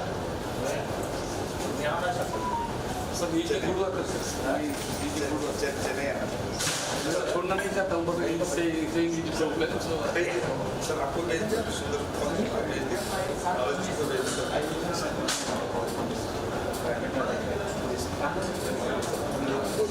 वहाँ क्या होगा बस है सर अच्छे तीन हमारे पास नहीं है सर हमारे पास एक बच्चे और एक बच्चे हैंडीकैप है ठीक है ना वो बेच इसलिए तो यहाँ आए चलो आए इसलिए थोड़ा सा अगर प्रश्न करना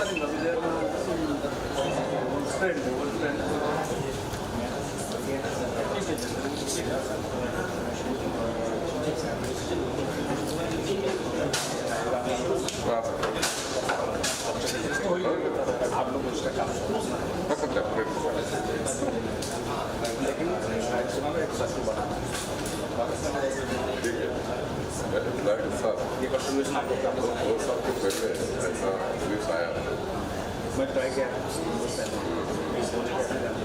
उसके लिए बोला था पता कोई बोला था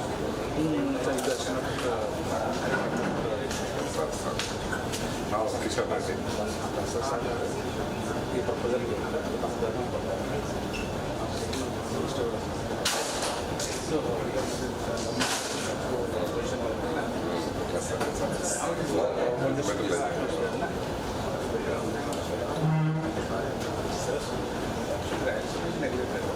सही बताया तो सही है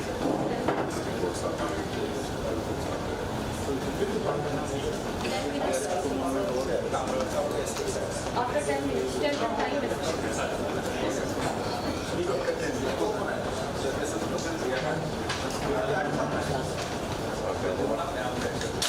उनका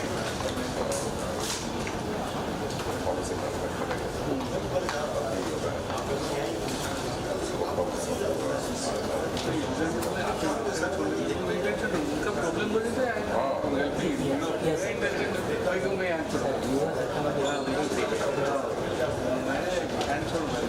उनका रिक्वेस्ट है पर्सनल हम छोड़ना चाहते हैं, नहीं तो अदरवाइज मैं ऐसा क्यों छोड़ूंगा।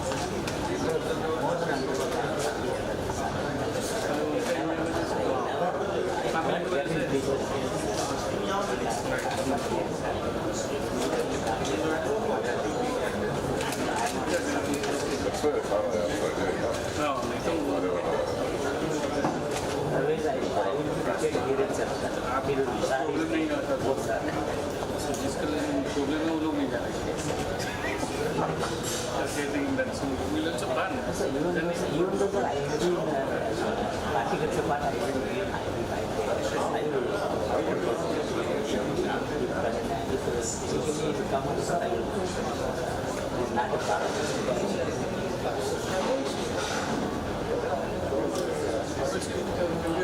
आज में तो कल जाना है।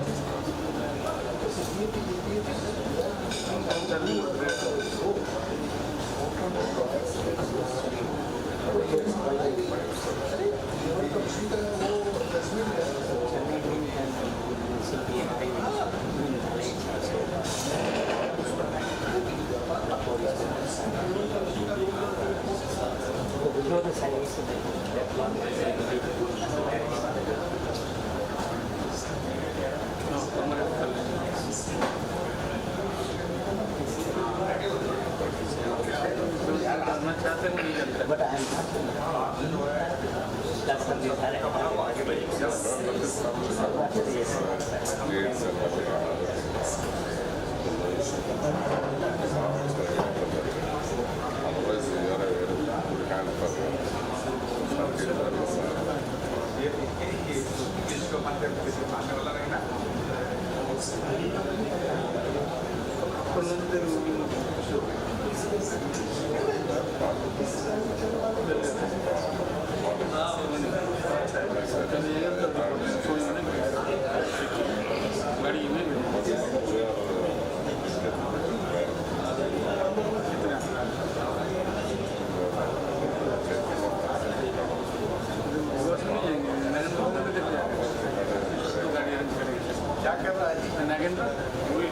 खाली मोबाइल देखते हो आँख को जाने के प्रॉब्लम होता है आज भी कुछ लोग बहुत समझ रहे हैं आपके ट्रेन में ट्रेन कर लो कितने का लगेगा 6 आवर्स दूर रास्ता है। ठीक है बहुत सारे दिन कर रहे हैं लेकिन जो ट्रेन में जाएगा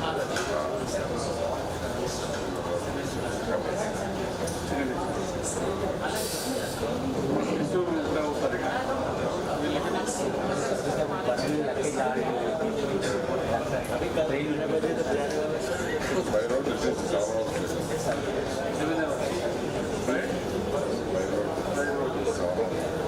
और कुछ देखना चाहे तो हमारे 2 घंटा 3 घंटा कल कुछ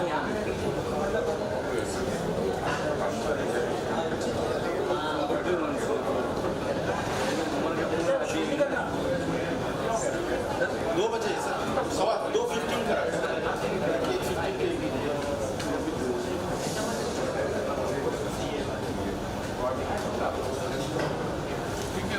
हम रखते हैं और कोई हमारा इतना नहीं होता इतना गया और एक जाने से जाके जाएंगे इतने तो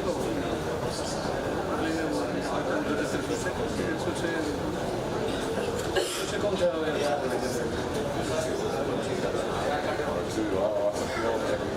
अच्छा गाँव सुबह से करेंगे 31 को टाइम तैयारी करना पड़ेगा फिर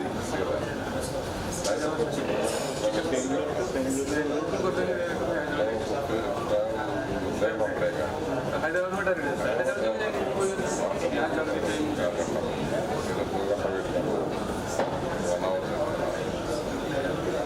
सुबह फ्लाइट है सुबह फ्लाइट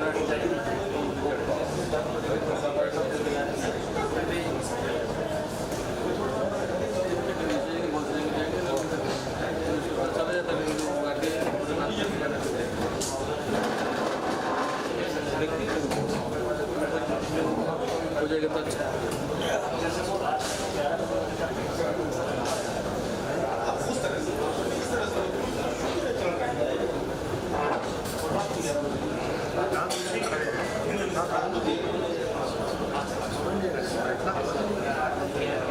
जितना भी मौका मिल जाए खड़ा रहो। बड़ा ऐसे में 8 घंटा खड़ी तो रहते हैं, 8-9 घंटे बैठते उम्र नहीं है, उम्र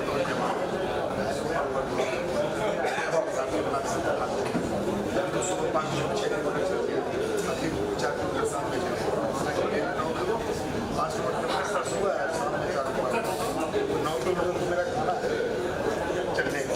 अभी तो ऐसे पेशेंट तो जवान है, जवान टक्कर नहीं दे सकता कोई जवान, छोड़ना नहीं पड़ेगा, आपको सोचना पड़ेगा।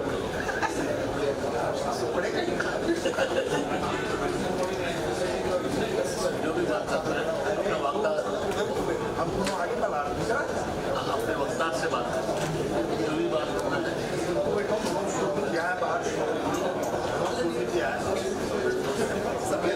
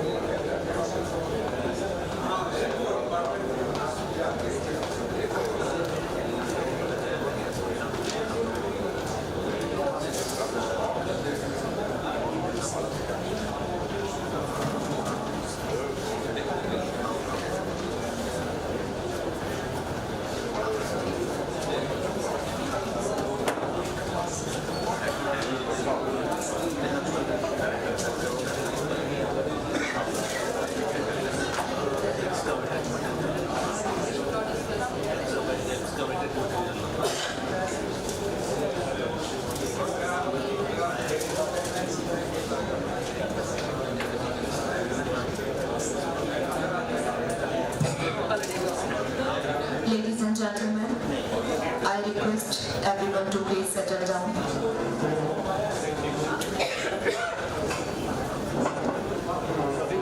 I request everyone to please settle down.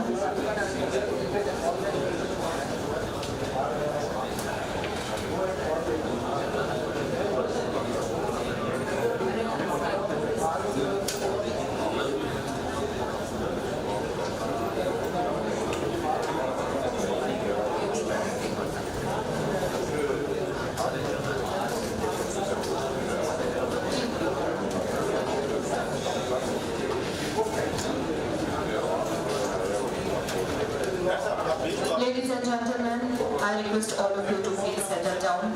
We are about to begin our session. May I request everyone to please take your seats and settle down.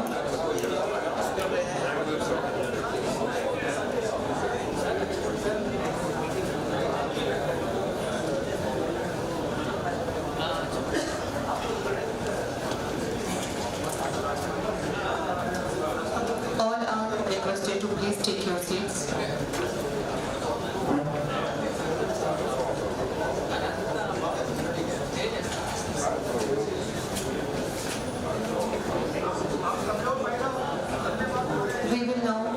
resume our afternoon session.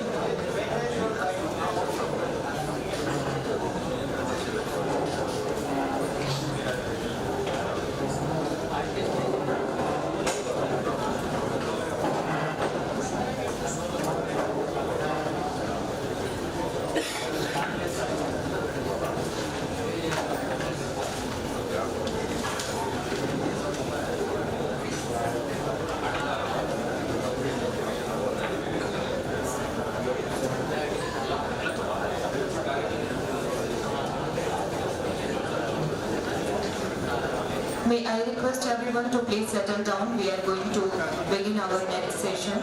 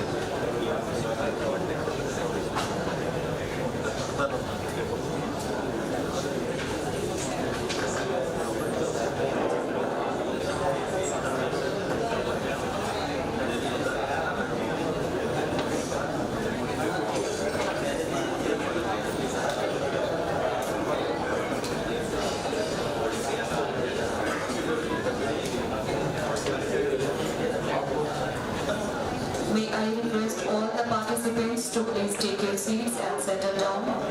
We are going to begin our afternoon session.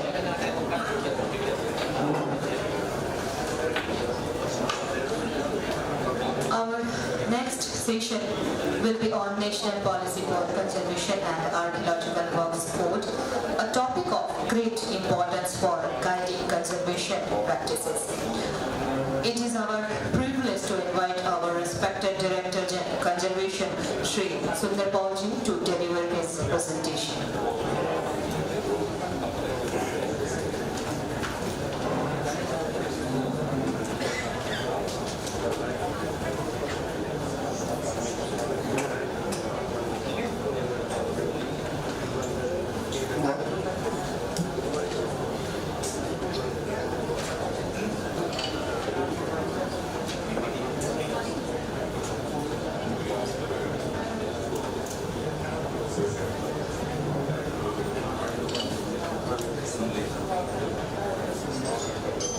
Good afternoon, everyone, respected additional DG conservation sir, and all the officers, all officers,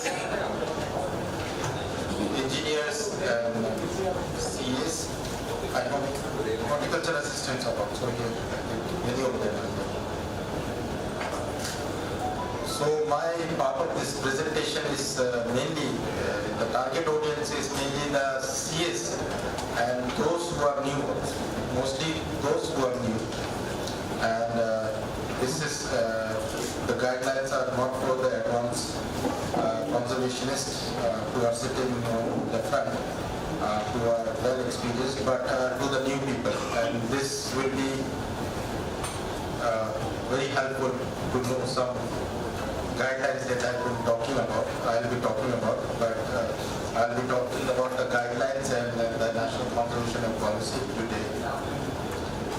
So I think everybody is settling down. I think some people are having lunch still. So please tell everybody to come fast so that they can be benefited with the lecture which is being presented. So I just came to know that many of the CAs are new, many CAs are senior CAs who have joined in the recent past, maybe last 1 year, who are new to the department. And this type of workshop is being organized. It has started, luckily this has started this year on the initiative of our ADG Conservation and Director General Sir. And we have conducted such one workshop in Delhi and in Western region and one in Eastern region and this is in the southern region. Now the remaining one is the central region. So by doing this, I think we would be imparting sharing lots of knowledges, and also people are sharing about the work they have done and the experiences they have. So conservation, the word itself, as it says, it is to conserve. And there are lots of technicalities and philosophies behind it. It's sometimes not very simple, and sometimes we feel it very simple. So Janvi sir has spoken about it by and large. He has touched many points, much on the major issues. But I'll go somewhat little basics into it. Basics like where the conservation assistant should know, some new engineers should know. And there are people, senior like me, sitting here in this hall, who really know a lot and who have been and seen all the changes in conservation. Earlier we used to make estimates on paper, and we used to go from monument to monuments and taking measurements with our own hands, and we always used to go with senior SS who were there at that time, known senior people, archaeologists, including Dr. Melissa. And they used to teach us like students, children. And this year, last 2-3 years, I was very surprised to know that some of the CA, make estimates sitting at their offices using applications and taking measurements from Google Maps. So this was very surprising for me. And they don't even bother to go to the site.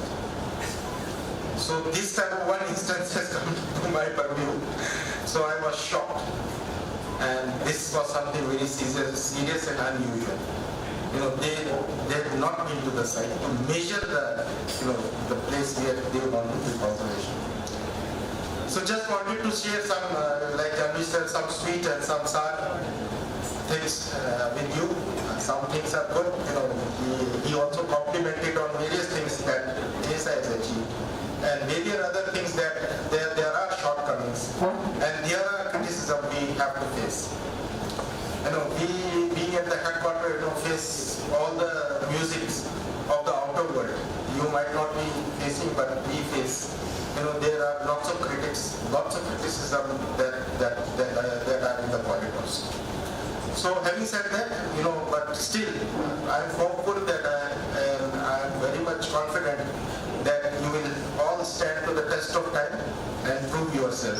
I'm very much confident because I know this department and I'm very loyal to this office, and I've seen the way we work, and we'll definitely will succeed. And what you need is the best direction, best guidance, and the new SS will, of course, achieve better results in the days to come. So I'll start some small topics which will be very helpful to the new people. So we have shortage of time. Of course, it's post-lunch session, and most of you must be sleepy. And I'll make sure that anybody of you won't sleep, and please be attentive. Sometimes I'll be a little interactive in this session. So I'll just start from the first slide. This is guideline for conservation. So after that, this slide, I will always show that this is what, in the conservation manual, this is the first page. What it says, the aim of conservation is not to reproduce what has been lost, defaced, or destroyed, but to save what is left from further injury or decay, and to preserve it as a national heritage. So this was way back in 1923. So this was much ahead of time, before all the conventions, all the charters that had happened throughout the world. So ASI, it's 1961 department. It has been working since then. So John Marshall during those times had this vision. So aim of the conservation is to conserve, not to reproduce. So the best thing would be to conserve and not to reproduce.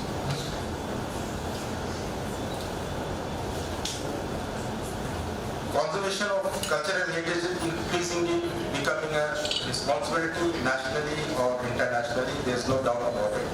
Some basic principles guiding the preservation and restoration of ancient buildings were defined for the first time in Athens Charter in 1931.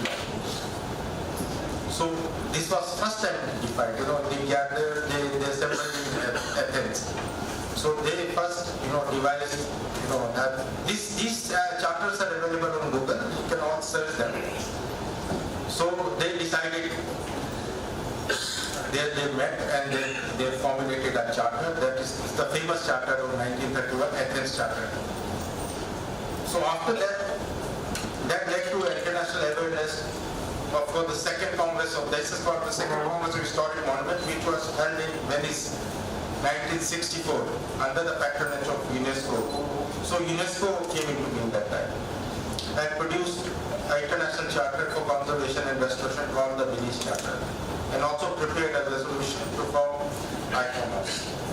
So you all know ICOMOS, that was in 1966. This was opportune time after the two decades of post-war development that obscured the cultural identity of the European countries with cement, steel structures. So you all know now that this awareness was more of a concern after the post-war scenario, World War II. So you must all know that when was World War II, when happened? Do you know when World War II started and finished? 1939 to 1945. On the back bench, not the front one. 1939. Yeah, 1939 to 45. So that was very devastating, and the European, especially in the European countries, lots of historic buildings, and the people were concerned. Europeans are very sensitive toward that. So they all gathered and they adopted this charter called the Venice Charter, and then UNESCO came into it. Because United Nations, when did United Nations came? 1945. So then therefore UNESCO is there. What was there before 1945? Before United Nations? League of Nations were there. There was League of Nations because then after the World War, they couldn't control World War II, so they threw away League of Nations and formed United Nations in 1945. So UNESCO played an active role thereafter. So this was the time post-war, everything was devastated and people were very much concerned. So they adopted a charter called Venice Charter. So especially the European countries, you all know what happened. Venice Charter became the basic reference for modern architectural conservation doctrine, responding to the 5th General Assembly of ICOMOS held in Moscow 1987 and Australian ICOMOS 1981 adopted another charter for conservation of places of significance known as Buddha Charter. So Buddha Charter, after Venice Charter, it was thought that all countries would have specific and different type of problem. They will all therefore make different charters as suitable for their country. So Australia did one that was called the Buddha Charter. So I'll go back to the basics. So what is a historic building? So we call it majorly a monument. We all call monument, we don't call historic building. But in many other countries they call it historic buildings. It's one that gives us a sense of wonder. It makes us want to know more about it. So आजकल एक और there is something else. Wonder कुछ और भी होते हैं आजकल के लड़के. क्या बोलते हैं? We have a slang word for that. Wow. The wow factor. The historic building should have a wow factor. जो देखते हैं ना, पहली बार before joining this side में ताजमहल गया था. तो after that door में अंदर पहुँचते मुझे भी लगा wow जैसे ताजमहल दिखा. तो this historic building should have this effect. Wow वाला. Wow बोलते ना आजकल लड़के बच्चे सारे बोलते हैं wow. So you should have that. And it has architectural, aesthetic, historical, archaeological, economical, social, and even political, spiritual, symbolic values. It has got all the values. Her building building का historic building जो उसको हम monument कहते हैं, it has got all this value, नहीं तो कोई either of the value. But the first impact is always emotional in it. People like all monuments have emotional value और attachments बहुत है historic buildings का. तो अब monument तो ऐसा है कि उसमें आपकी definition में it should have survived all the vagaries of time for at least 100 years of usefulness. तो 100 साल होने के बाद हमारे आर्कियोलॉजिस्ट साहब क्या करते हैं, when we go all around, फिर उसको क्वालिफाई होता है, नहीं देखते हैं कि वो मोन्यूमेंट बनता है. We all deal with protected monuments, isn't it? बाकी तो मोन्यूमेंट की तरफ हम देखते ही नहीं हैं. So all the protected monuments that which they are of course 100 तो है ही है, but to conserve what is left, what to preserve what is left. So there must be causes of decay. ठीक है, ऐसे ही तो खत्म नहीं हो जाएगा मोन्यूमेंट. ऐसे हमेशा everything in this world is a finite time. जिसे जानी सर ने बोला, हमेशा हर चीज खत्म हो जाता है. हम भी बढ़ेंगे, बड़े होंगे, छोटे से बड़े होंगे, फिर हम खत्म हो जाते हैं. इसी तरह every building, the moment it comes, उसका countdown शुरू हो जाता है. So you are dealing with such monuments which are 100, 200, 500, maybe 1000 years old, more than 1000 years old monuments probably. But they have stood the test of time, vagaries of time, season change हुए, बरसात ऐसा आया, but they are still there. But उसमें erosion and decay always occur. So the major causes of decay में तो mainly I counted for two parts, causes of decay. That is, one is natural, one is made. तो पीछे से पूछते हैं किसी से कि can anybody highlight the causes of decay? Anybody from the back? आप बताइए, what are the causes of decay? वो माइक दीजिए हम देना है. सब सो गए माइक.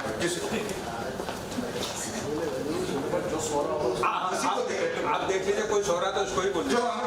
कोई सो रहा है बताओ. नहीं, don't shy away. यार आप लोगों ने तो आगे बढ़ के करना, तो आप ही बताओगे फिर क्या करोगे. अरे जो भी है तो कुछ तो बोलो. वो तो मैं लिस्ट करूंगा. सर अभी रैंडम दे देते हैं, इससे आगे वो सोच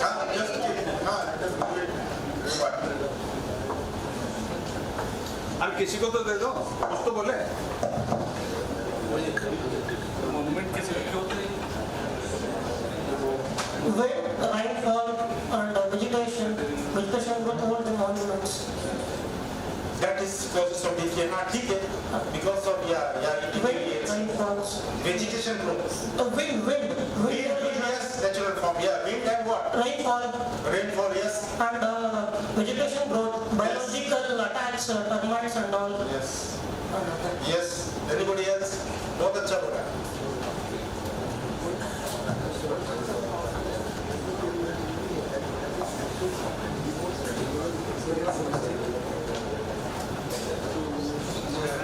पानी की वजह से अगर हो रहा है तो उससे भी हो जाता है सर. सनती में हमने देखा था कि वहाँ पे पानी का जो बहाव था, उससे वजह से हमारा पूरा साइड हुआ हो गया था सर, बीच से खराब हो गया. कहाँ पे? सनती पे. तो और हम्पी में भी ऐसा ही सर, वेदर इफेक्ट से हमारा पूरा पत्थर जो है उसको ऊपर का ये निकल रहा है सर, निकल रहा है ऊपर का. हम्पी में ये अर्थक्वेक का क्या बोला आपने? हम्पी में सर जो पत्थर जो वेदरिंग इफेक्ट से होता है. यस. तो वो विंड के कारण हो रहा है क्या, बारिश के कारण?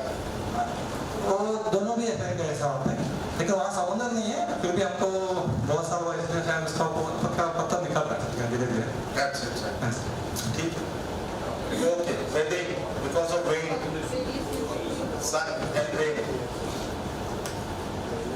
crowd and tourists. Yes, overcrowding. Yes. Anybody else? Popular reaction. Yeah, that's seepage. Yes. Weathering का weather का rain के कारण seepage होता है. Yes.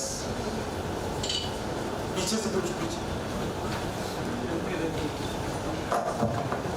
Due to lack of regular maintenance, sir. Yes, neglect. Lack of maintenance is neglect. Yes, yes, dampness, sir. dampness वही ना. And natural calamities also. Calamity में what are the calamities? Like tufan, heavy rain, yes. and cloud burst. Yes, cloud burst. ठीक है. अभी आपने recent देखा होगा last year हमारे मोन्यूमेंट था पांचवक्रा मंडी में ब्यास रिवर में बीचों बीच पानी छत तक आया था. देखा होगा आप लोगों ने. Flash flood is one reason. एक तो नेचुरल और मैन मेड कॉज वो दोनों को आप हाईलाइट करिए.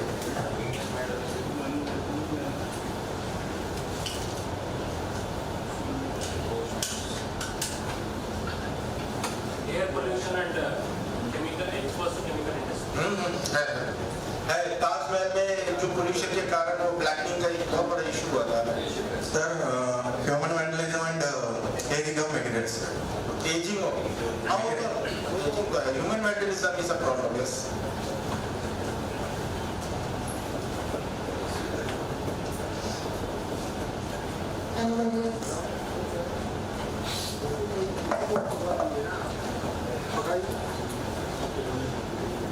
नया लड़के को बोले जितना नया है सबको बोलिए ना बोलने के लिए. बहुत ही नया तो नहीं बोलेंगे. बताओ. Don't shy. By action of man, by touching the monument. By action of touching the moment. हाँ ठीक है. ग्रेफिटी वगैरह बनाते हैं ना. Human vandalism. सोनू लाल मोनू. Human vandalism.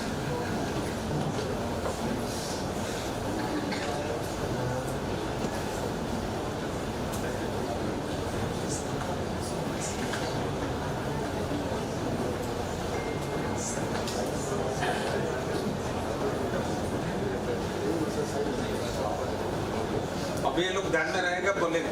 हाँ अभी बोलेगा. कुछ है बोलो. अभी और क्वेश्चन आएंगे. माइक काम नहीं कर रहा. ऑफ हो गया क्या? ऑफ हो गया वो. अच्छा डिस्टेंस हो गया ना.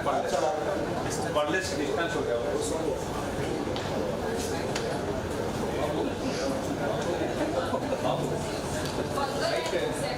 Fungal and insects. हाँ ये तो किसी ने बोला. फंगस और बायोलॉजिकल. काम नहीं कर रहा.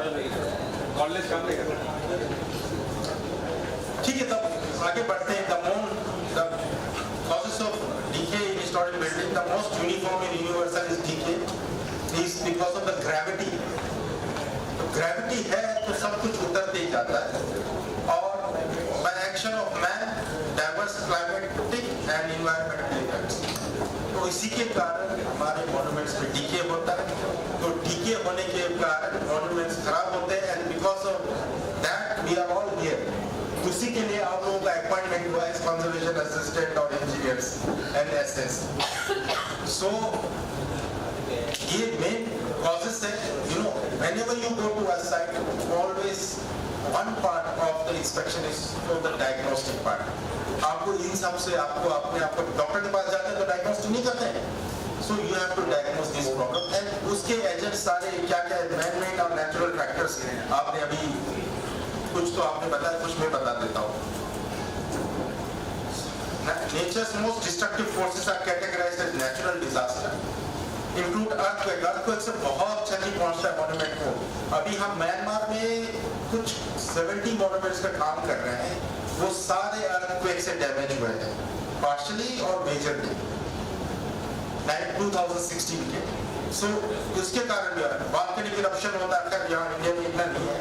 Hurricanes, flood, landslide, fire caused by lightning अभी lightning नहीं बोला. And so forth. Then through human history they have been spectacularly destructive effect on cultural property. इन चीजों ने हमारे हिस्ट्री में सारे historic properties को डैमेज किया. All these agents fall under the general heading of climatic change. Climate is the consequences of many factors such as radiation, temperature, moisture in many forms. Vapor भी होता है, cloud, rain, ice. कुछ जगहों पे तो ice जमता है. There are in Himalayas monument पे ice भी जम जाता है. ऊपर बर्फ पड़े रहते हैं. रहता है बहुत दिनों तक एंड देट पर्कुलेट अभी जानी सर ने जो ताबू का देखा था ऊपर पानी लेते हैं they sometimes you know percolate inside the monument wall से फ्रेस्कोस काफी डैमेज होते हैं ग्राउंड वाटर भी है कुछ चीजों में आपको ना ग्राउंड वाटर रेस होता है बहुत जगहों पे जो जहाँ ग्राउंड वाटर लो था now the ground water has raised और उससे काफी वो कैपिलरी एक्शन से डैमेज आया somebody has told damage wind sun and all human factors है now it's the human factor that causes the decay neglect सबसे बड़ा है neglect अभी सर ने जैसे बोला इस हॉल को आज हम बंद करके चले जाएंगे और एक साल के बाद बराबर आएंगे तो वही वाला है neglect सबसे बड़ा फैक्टर है ignorance are possibly the major cause of destruction by man coupled with vandalism and fire it should be noted that incident of arson is increasing putting historic building at even greater risk अब arson और vandalism भी होने लग गया apart from उसके आग और उसके कारण ठीक है नेग्लेक्टेड आर्सन और इसका एक हमारे पास एक रिसेंट उदाहरण है क्या हुआ था पता है आपको लाल किले में 2 साल पहले मिलिटेंट घुस गए हाँ मिलिटेंट तो घुस गए बहुत पहले घुसा मिलिटेंट उसके बाद रिसेंट फ्लड थोड़ा आया उससे पहले लाल किले का एग्जाम्पल आपको याद होगा किसान वाला प्रोटेस्ट कितना नुकसान करा है अब हर जगह जाके मोन्यूमेंट को ही क्षति पहुंचाते हैं लोग अब एक ऐसा ट्रेंड बन गया है so this are you know major causes of decay फिर उसका करीबन हमें करोड़ों का नुकसान हुआ वो सारा सीएसआई का वो सब भी तोड़ दिया था X ray machine and everything so अभी ऐसा होने लगा है now the word conservation Hindi में संरक्षण कहते हैं ठीक है conservation is the action to prevent decay it embraces all acts that prolong the life of our culture तो कंजर्वेशन में क्या क्या होता है कंजर्वेशन किसे कहते हैं आपका क्या समझ है मैं पीछे से पूछता हूँ किसी को माइक दे दो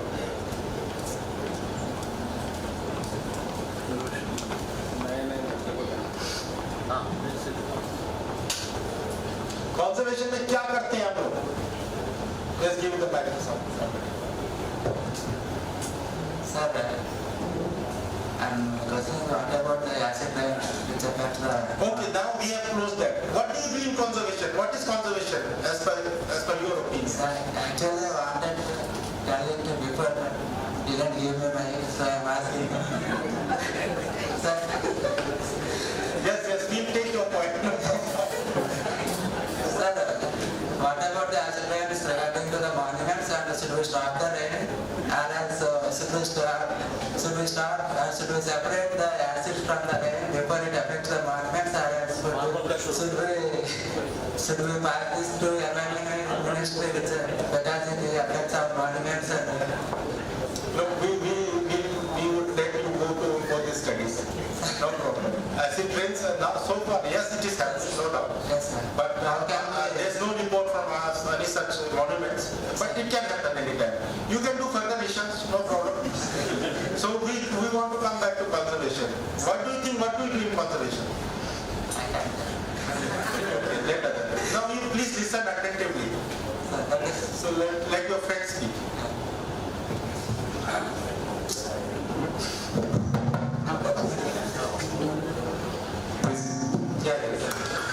What is conservation? You tell me. Preserving the strong historical monuments. Switch it on.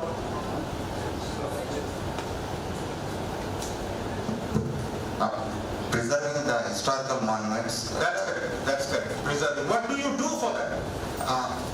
We don't disturb first thing. First, we don't disturb. Then, if you disturb, what you disturb? If we disturb, we will disturb our culture, like cultural heritage. But we just repair it. Repair it. Yes. Repair is one word. Yes. Repair is a word of in conservation. Let someone else speak. Thank you. Let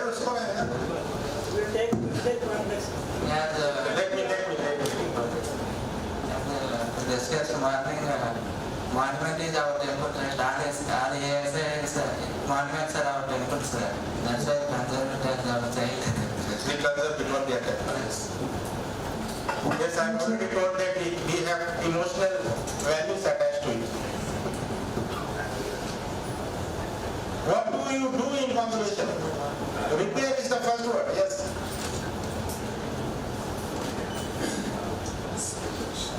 इसको तो पकड़ा दो.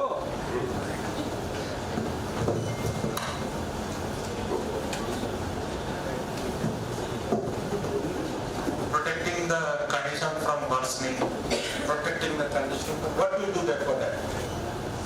For example, if it is weathering, put on a coating water, weather resistant coating. Okay, that comes under preservation. Yes. Preservation, repair. Maintain the authenticity of the monument. Maintenance. Authenticity is a different word. So maintenance is a part of conservation. Yes.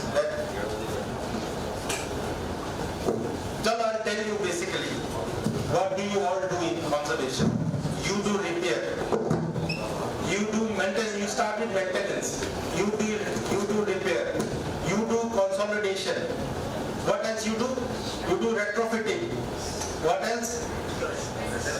Restoration, yes. Restoration, yes.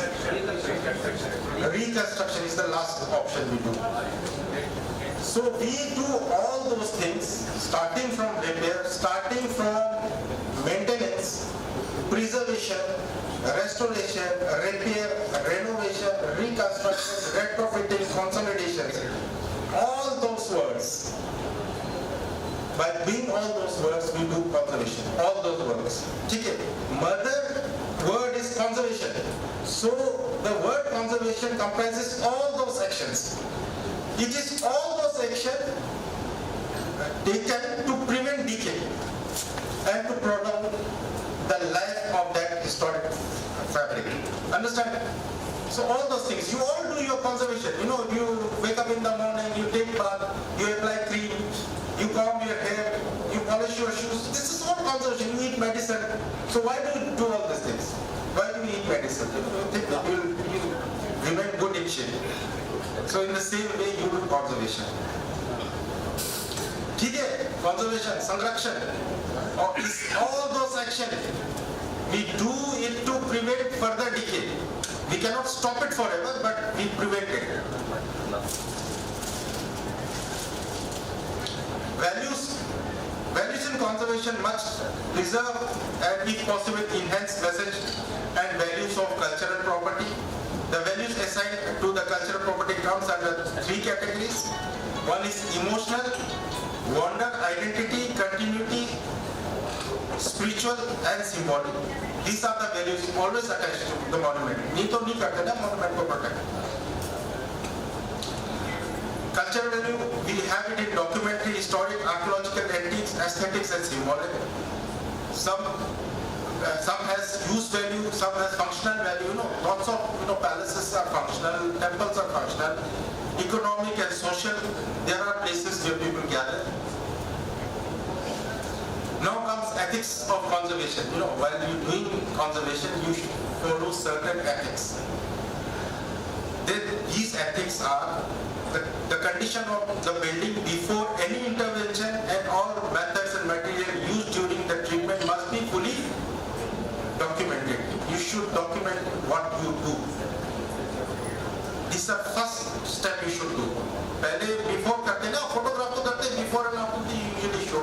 मेरे इसमें ज़्यादा photo नहीं, so it's not boring जरूर है, but the condition of building before any intervention should be documented, and whatever you do should be documented after that. Historic evidences must not be destroyed or falsified or removed. ठीक है? Nobody should. अब उठा के फेंक देगा, brick मिल गया, ये फेंक दिया, बना, falsify कुछ part था ही नहीं structure का, then you again do it. फिर क्या होता है कि at a later stage 20 साल, 50 साल, 100 साल बाद कोई आता है तो वो सोचता है ये monument का part ही होगा. So you avoid doing all this.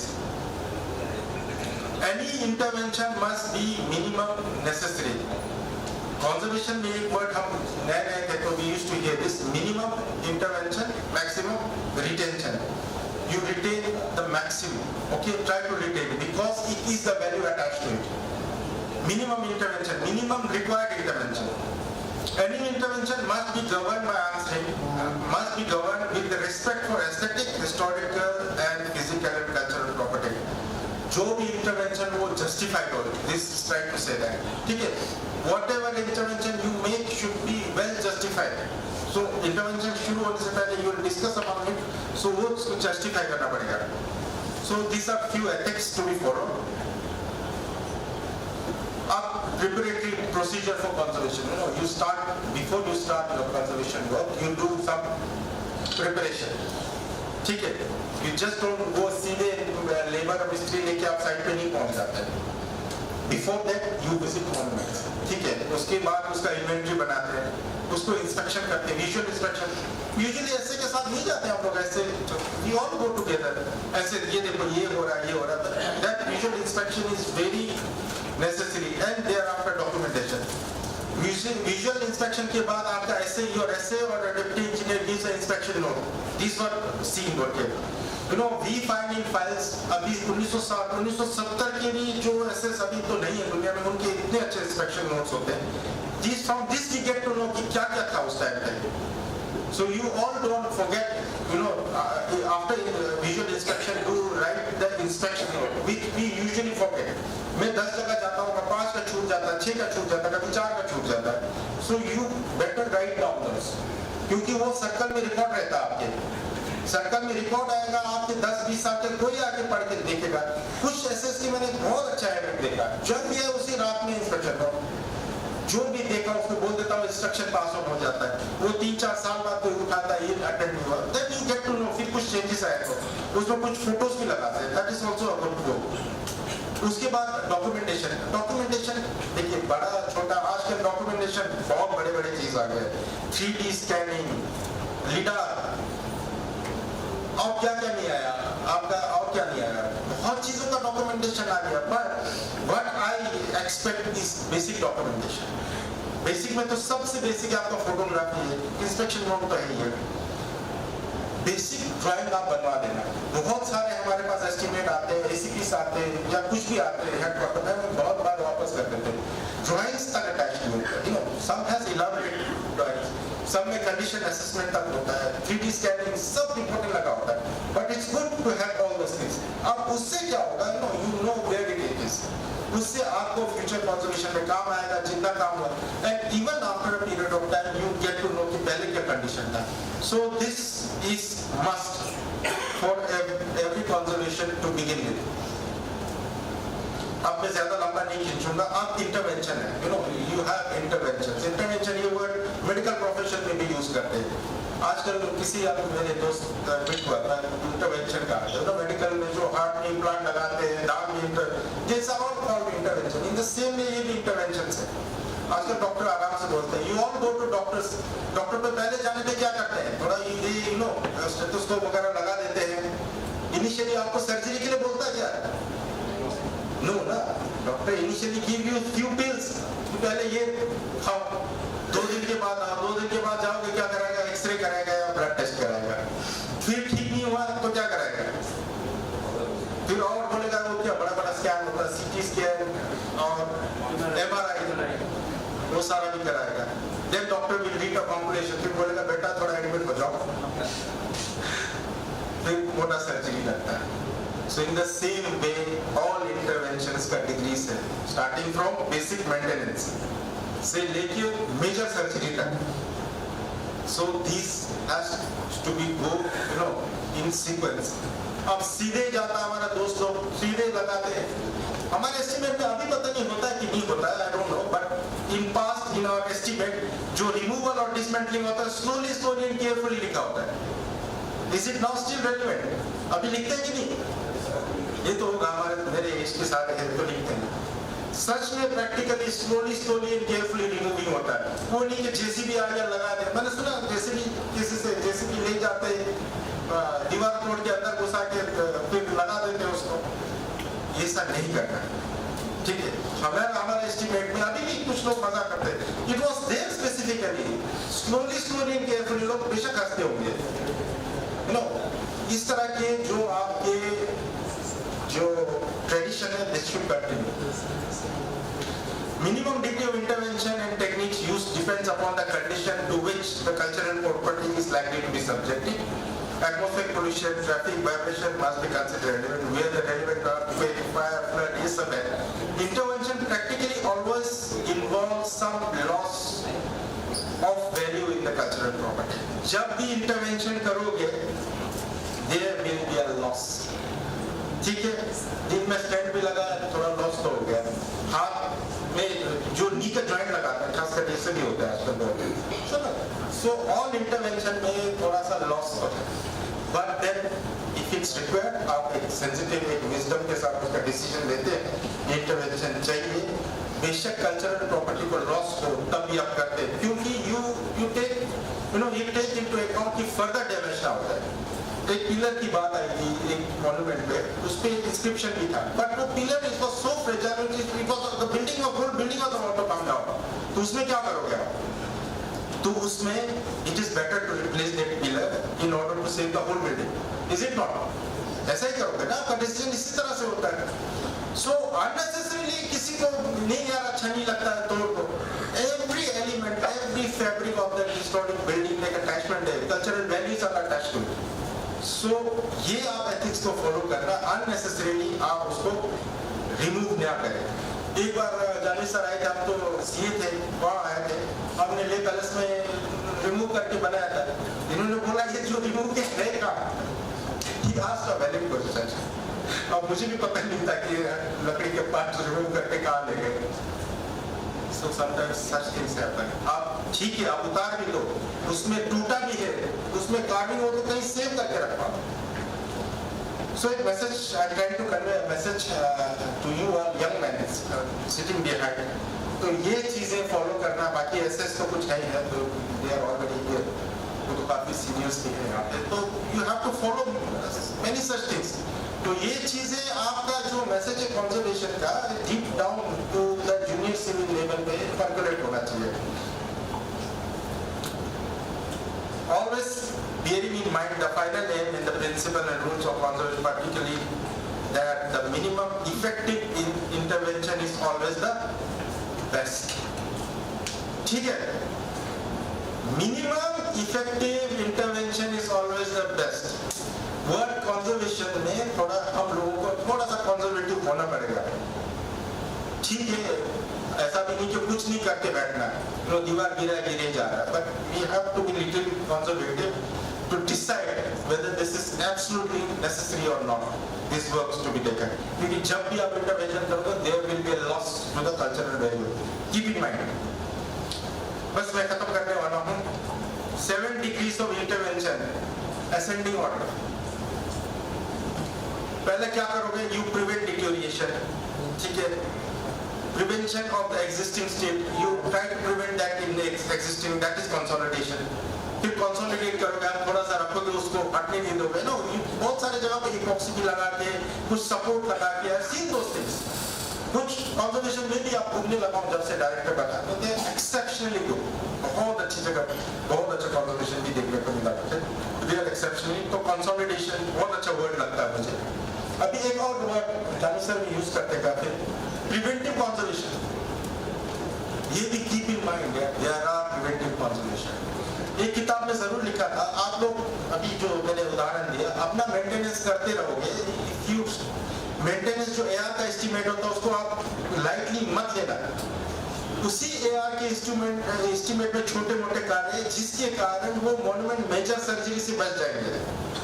आप उसको नेग्लेक्ट करेंगे सालों साल, फिर बोलेंगे नहीं यार अब तो पूरा खोल के उतार के बनाएंगे.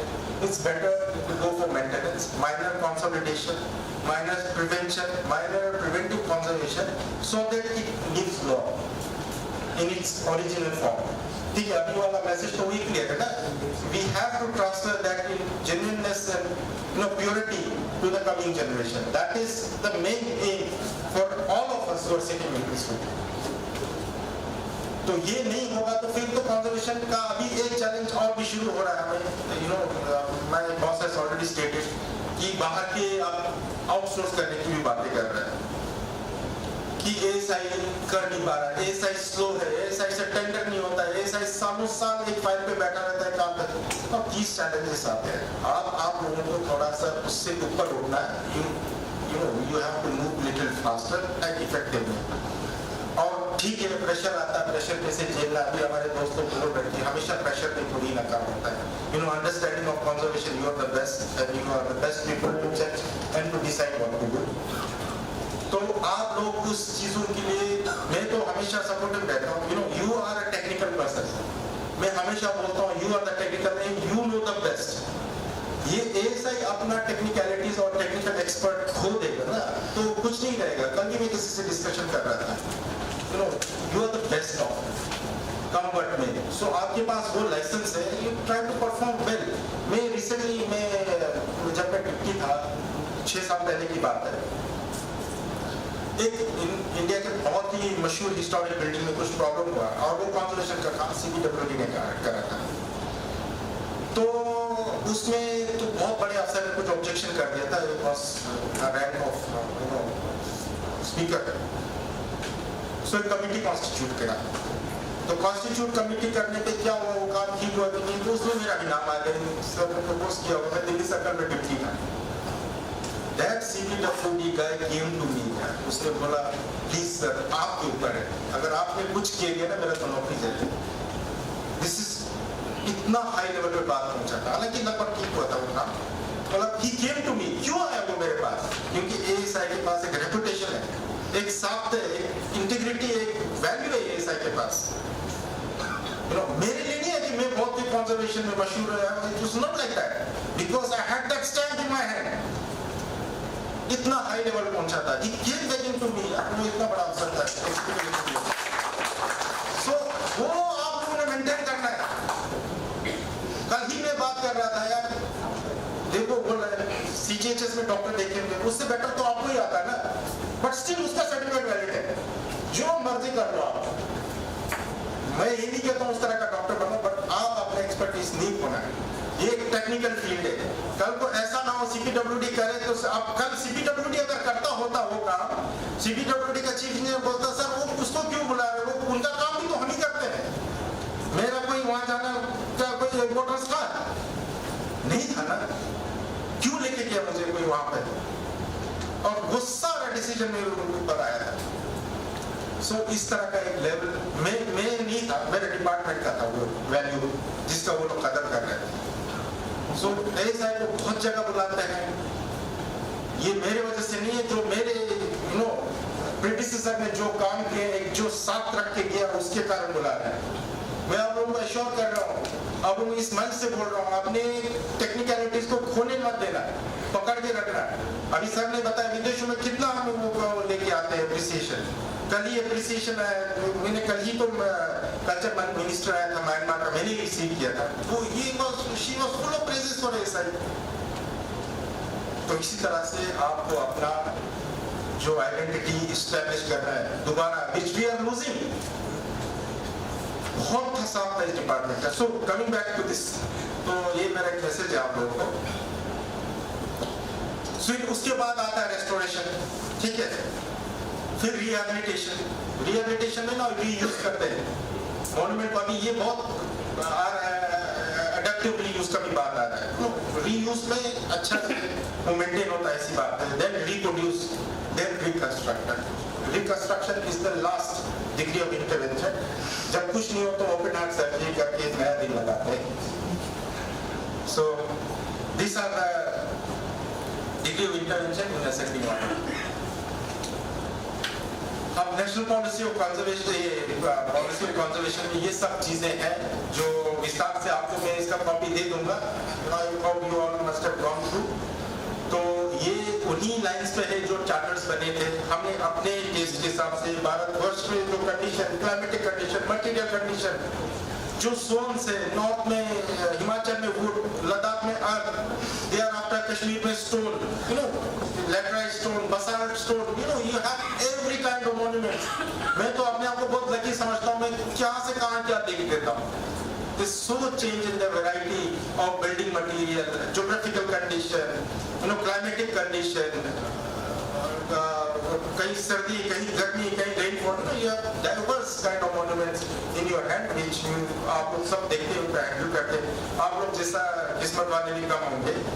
एक हमारे सेक्रेटरी कल्चर थी, लद्दाख आई थी एक बार विजिट में, तो एक बहुत बड़े कॉन्ग्रेगेशन को एड्रेस कर रहे थे। मुझे उनका वर्ड अभी भी याद है। उन्होंने बोला कि वी आर सो प्राउड कि इंडिया जैसा कंट्री में ASI जैसा ऑर्गेनाइजेशन है। बहुत सारे कंट्री में ऐसा ऑर्गेनाइजेशन नहीं है, and we should feel proud about it.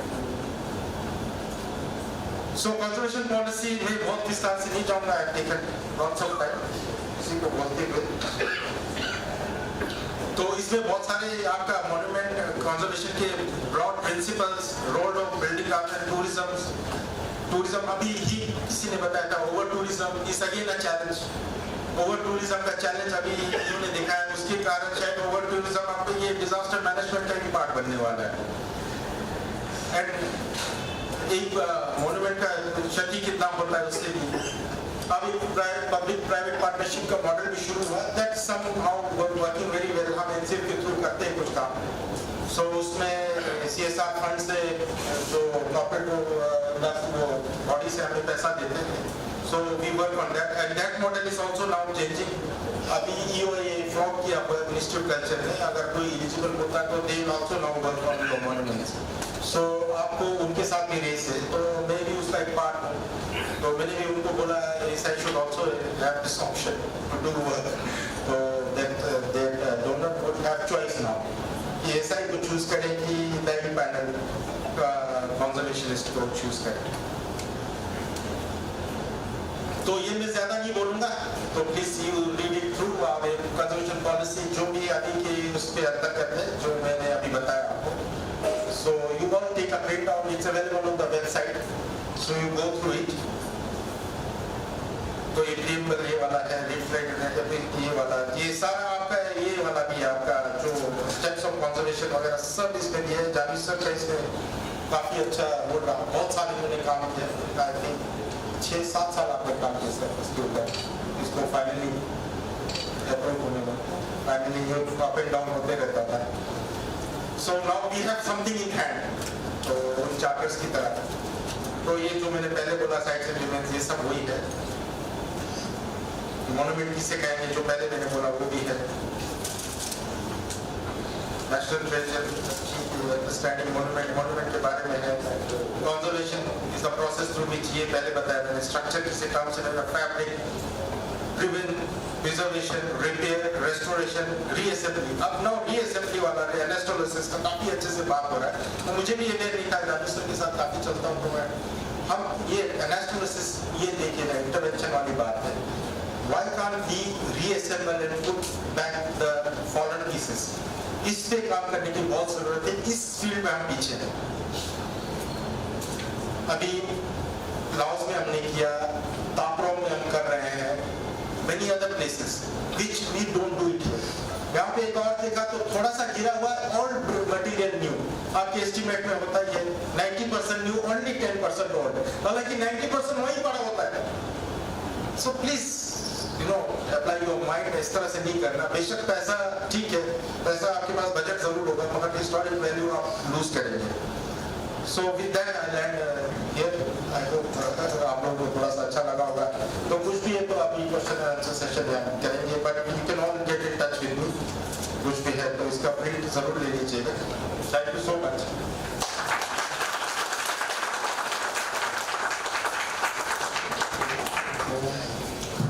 Thank you so much, sir, for your insightful and comprehensive presentation on the topic.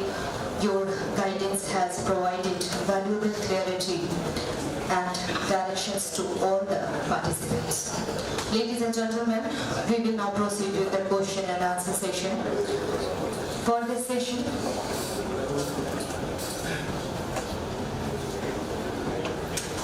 we request the Honorable Assistant Director General Sri Janvi Sharma ji to kindly take the seat on the dais. We cordially invite Director Conservation Sri Sundar Paul ji, Director Conservation Sri Bhima Ajmera ji, Deputy Director Accounts Srimati Priyanka Charan ji. Please join.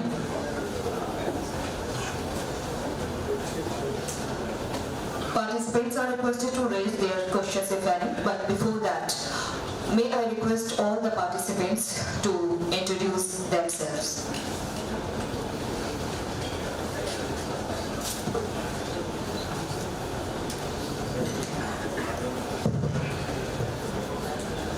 Good evening, my name is Ayush Singh. I am a senior CA at Goa Circle.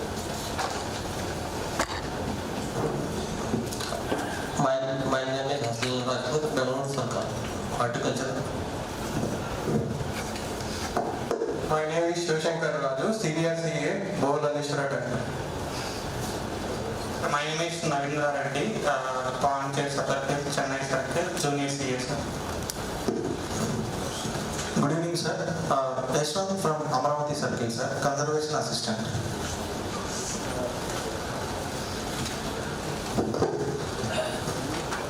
Sir, PV Naresh, horticulture restaurant, Amaravati Circle. My name is Bharatraj, Goa Circle. My name is Vignesh, senior CA, Thrissur Circle. My name is Nandu, senior CA, Thrissur Circle. Shruti, senior CA, Thrissur Circle. Myself, Vinay Kumar Ancham, horticulture assistant, Thrissur Circle. Sir, Yogesh, senior CA, Amaravati Circle. So Srikanth Reddy, senior CA, Goa Circle.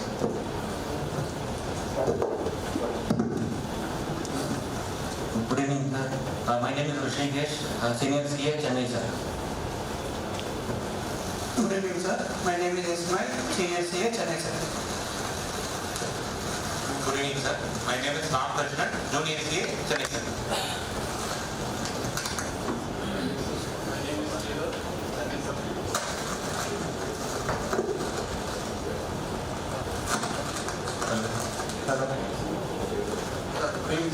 My name is Sridhar, Chennai Circle. Good evening, sir. Gopal Reddy, junior CA, Chennai Circle.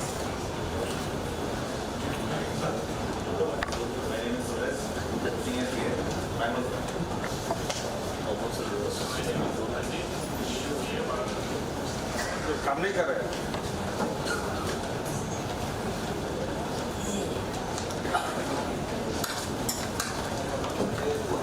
नहीं होगा तो आगे आगे बढ़ना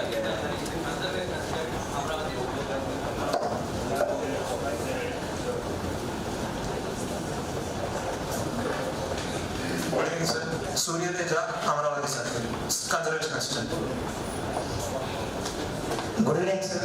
Satish from Amaravati Circle, conservation assistant. Good evening, sir. Bharat Vamshi, conservation assistant, Amaravati Circle, sir. Good evening, sir. My name is KVS Murthy, senior CA, Amaravati Circle. Good evening, sir. Myself, Dhaka Reddy, CA, Amaravati Circle. Good evening, sir. My name is Jivamshida Reddy, horticulture assistant from Goa Circle. Good evening, sir. My name is Janharna, horticulture assistant, Amaravati Circle. Hello, junior CA, Thrissur. Good evening, sir. My name is M.N. Kanda, welcoming horticulture, regional director, sir. Good evening, sir. My name is PV Ramana, horticulture assistant, Amaravati Circle. Good evening, sir. My name is Kiran Babu, junior CA, Bangalore Circle. Good evening, sir. Myself, Sunil Kumar, conservation assistant, Bangalore. Good evening, sir. My name is Gautam, senior conservation assistant, Rajkot Circle. Myself, M. Lokesha from Thrissur Circle. Good evening, sir. Myself, Mahesh Chandode, conservation assistant, Bangalore Circle. Good evening, sir. Myself, Pudit Kumar, conservation assistant from Bangalore Circle. Good evening, sir. My name is Anshul Abraham from Bangalore Circle, working as conservation assistant. Good evening, sir. My name is Amarda, conservation assistant, Bangalore Circle. Good evening, all. My name is Priyadarshini, conservation assistant from Darwa Circle. Good evening, sir. This is Johnson J, senior CA from Harvard Circle. Good evening, sir. My name is Leslie, CA, Harvard Circle. Good evening, sir. My name is Lawrence Prabhakaran, Dharwad Circle, Senior CA. Good evening, sir. My name is Rafiq, Conservation Assistant, Dharwad Circle. Good evening, sir. My name is Muni Reddy, CS. Good evening, sir. Myself, Naveen Kumar, Senior CA from Amaravati side. Good evening, sir. My name is B. Balakrishna Reddy, Conservation Assistant, Amaravati. Good evening, sir. Myself, B. Naveen Kumar, Conservation Assistant, Amaravati side. Good evening, sir. I am Nagendra Kumar, Junior CA from Amaravati side. Good evening, sir. My name is Chandra Teja, Conservation Assistant, Hyderabad side. Good afternoon, sir. My name is Bango, Conservation Assistant from Hyderabad Circle. Good afternoon, sir. U. Venkataya, Conservation Assistant, Hyderabad Circle. Good afternoon, sir. Mallesham, Conservation Assistant, Hyderabad Circle. Good afternoon, sir. Myself, Prashant Reddy, CA, Hampi Circle. Good afternoon, sir. My name is Sunil Kumar, CA, Hampi Circle. Good afternoon, sir. Myself, Sunil Kumar, Senior CA, Bangalore Circle. Good afternoon, sir. Myself, Haisham, Senior CA, Bangalore Circle. Good afternoon, sir. I am Sudhir, Conservation Assistant from Bangalore Circle. Very good afternoon, everyone. I'm Chandan Prakash, Bangalore Circle. Good afternoon, sir. I'm Abhilash, Senior CA from Bangalore Circle. Good afternoon, sir. Myself, Kumar, CA, Hampi Circle. Good afternoon, sir. Myself, Siva, CA, Hampi Circle. Good afternoon, sir. My name is Prashant, CA, Hampi Circle. Sir, myself, Rajendra, Senior CA, Hampi Circle. Good afternoon, sir. Working as a Senior CA in Hampi Circle. My name is Abhijit. नमस्कार sir, मेरा नाम H Ravindra है, Hampi circle से हूँ, CA. Good afternoon, sir.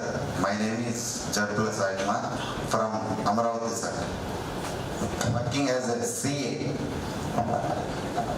Good afternoon, sir and madam. My name is Prasad, Conservation Assistant from Amaravati. Myself, Nilasha Desai, CA from Goa Circle.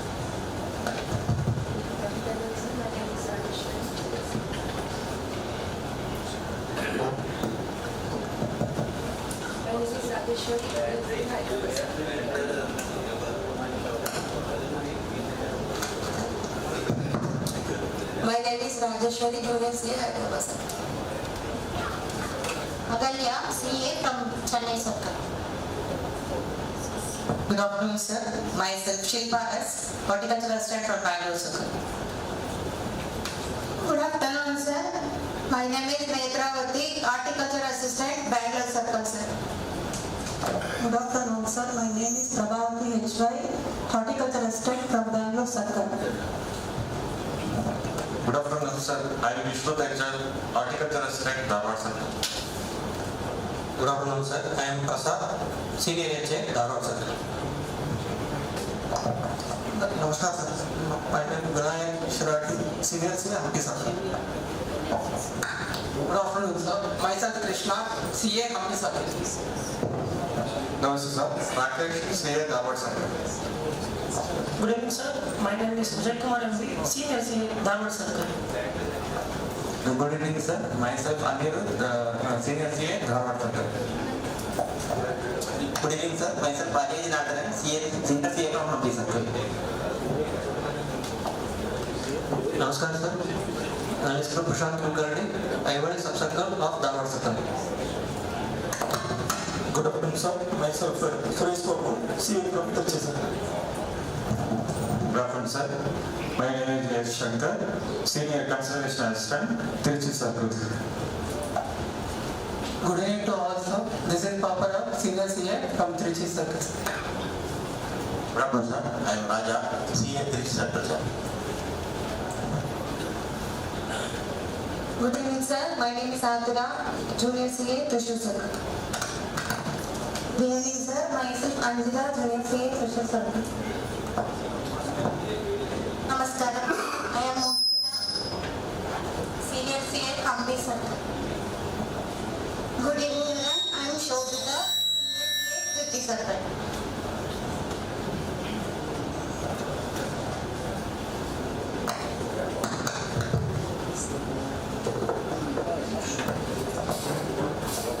Good evening, sir. Myself, Kishore Kumar Reddy, AE Hyderabad. Good evening, sir. I am Praveen Kumar, AE Amravati. Good evening, sir. Myself, Srinivas Rao, AE from Hyderabad Circle. Good evening, sir. Myself, Satya, ASC, Chennai Circle. Good evening, sir. Myself, Panapal VN, CM Ishwar, Chennai Circle, ASC. So good evening, everyone. This is Satya.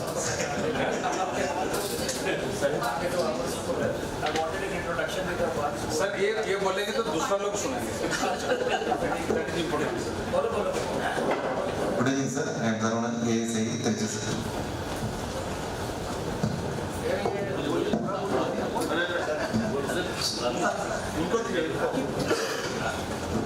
Good evening, sir.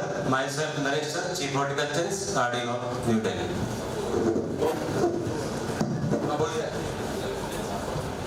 Sushant Chennai circle Subramanyam. नमस्कार sir, commissioner मुझे Dharwad circle ऐसे. Hello, Sujit Nair, Bengaluru circle, DYSA, IC, SA. Thank you.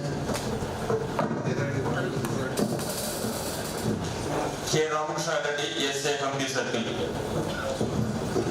Good evening, sir. My name is Bharani Dharan, Chennai Circle, DSA. Hello, sir. I am Umesh T. ASI, Trichy Circle. Namaste, sir. Arun Prasad from ASI, Ambi Circle. Namaskar, sir. Vinod Kumar Reddy, ASI, Ambi Circle. Namaskar, sir. Dr. Srinivas Rao, DYSA, Bangalore Circle. Namaskar, sir. This is Kumar, Deputy Engineer, Hyderabad Circle. Namaste, sir. Namaste, madam. Krishna Chaitanya, DYSA, Hyderabad Circle. Namaste, sir. Namaste, madam. Wan Prakash Sharma, ASA, Amravati Circle. Namaskar, sir. I am Captain DYSA from Dharwad Circle. Sir, my name is Chandrakant, DYSA, RD Office South. Namaskar, sir. My name is Sundaramurthy, Assistant Superintendent Horticulture, Amravati Circle.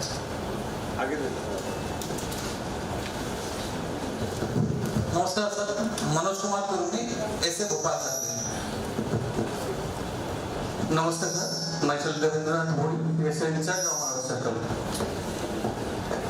नमस्कार sir, एक तिवारी ऐसे Goa circle. Sanjeev AO headquarter.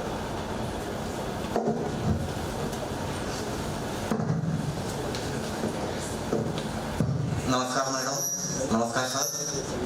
And Namaskar, everybody. I am Kumar Nair, Superintendent Archaeologist, Thrissur. मैंने आप भी बोला आपका. 3 दिन से बोल रहे थे, कुछ पता नहीं. Good afternoon, sir. My name is Ruhi Ranjan. My name is Ruhi Ranjan Nigam, Senior Horticulture Assistant, Headquarters.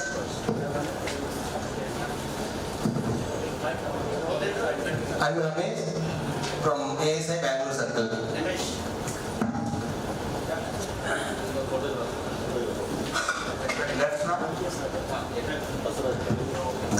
Namaskar, madam. Namaskar, sir. My name is Vijay Anand. As a photo officer from Regional Director South. Thank you.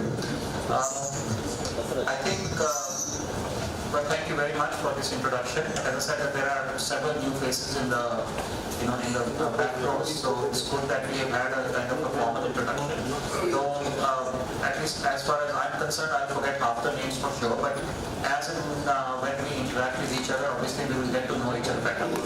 Now, I think the purpose of this session, essentially, since 4 of us are sitting here and rest of you are facing us, we would like you to interact with us we would like you to ask questions. Of course, essays are also welcome to ask questions, but first, I would want those who are sitting in the back, all the CAs, especially the ones who have just joined, to ask us questions. Any doubt that you may have, please ask, and we will try to answer those questions. And in the end, we will have our own concluding remarks. So I would really encourage, in fact, the more you speak, the more you ask, the more you raise your doubts and concerns, the better it will be for us to understand and try to kind of help you in understanding different aspects of conservation, budget, or anything else that you maybe, you want to seek clarification.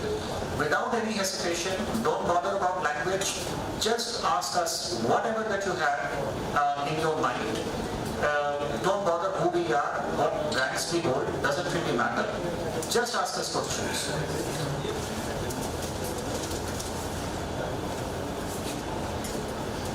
See, if you all stay quiet, it will mean only three things. One, you've understood it all. B, you understood nothing. Or C, you all are sleeping. So interact with us. Good evening. Yeah. My question is, which is the most difficult conservation work you carried out until now? No, this is not a personal thing. No, it's not personal. Like, what are the difficulties you face and how you overcome them? As an officer, I want to know that. And the second question is, who do you want this to be answered by? Sundarpal, any of them? Anyone. Okay. Yes, sir. And the second question is, what are the modern methods that we can use, like nanotechnology or else usage of AI for the betterment of conservation? All right. Let my colleagues answer and then I'll also answer. This Chandan, I know you are asking about what challenging work that we took. There were lots of challenging work at that time. It was then when we were CS and engineers coming from Ladakh. Ladakh is a harsh climatic region where we always find it difficult to arrange material and the working seasons are so limited. And those all works that were conducted there in Ladakh were quite challenging.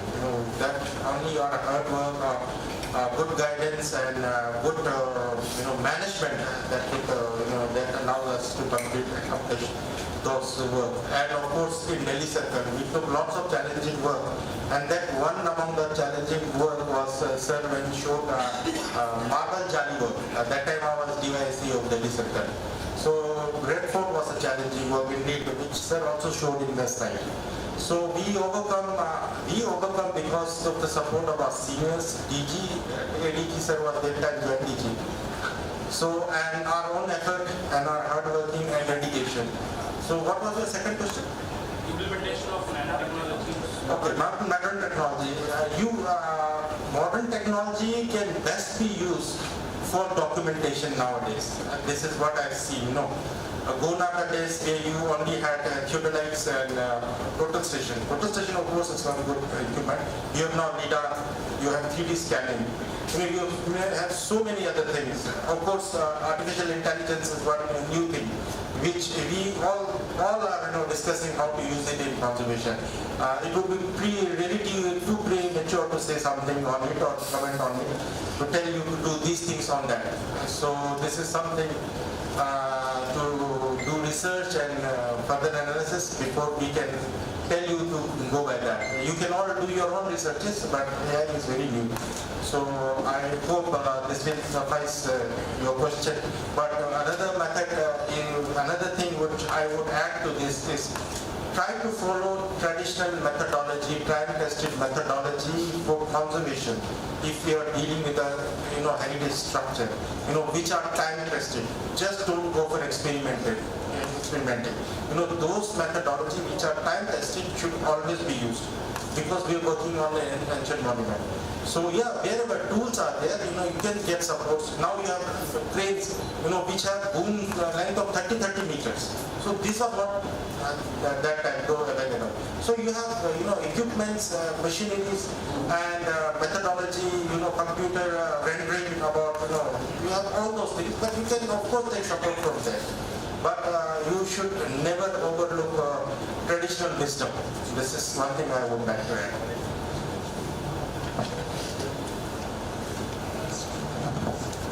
Thank you. Challenging in conservation works. I don't think challenging in the conservation works. I don't feel this is a challenge. This is not a challenge. If you work dedicatedly from the beginning and taking the condition of the monument, and if you go properly, you cannot face the challenge. Challenge even comes, there is a pressure from the higher authorities, then you have to harshly to do the works, then you forget what is the procedure and everything.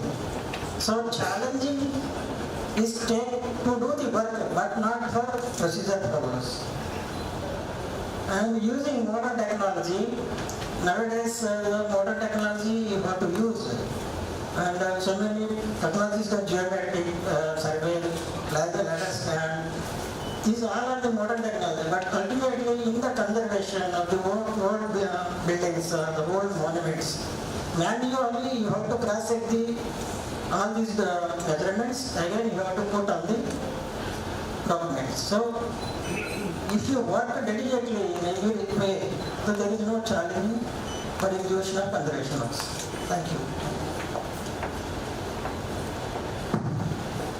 You know, you asked a very interesting question from all of us, and you will notice all three of us will give very different answers, simply because all three of us had very different experiences. He mentioned about certain challenges. For him, challenges didn't exist as long as he was working fine, and he had a full support in all that. And I would have a very different answer to give you. And my personal answer would be is, for me, anything that I did was a challenge in itself.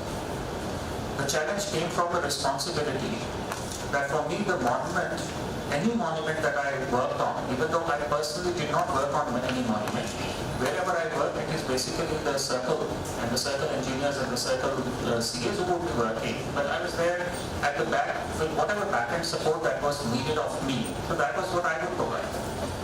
But for me, why everything was so challenging? Because I think, even now, that there is a huge responsibility on me.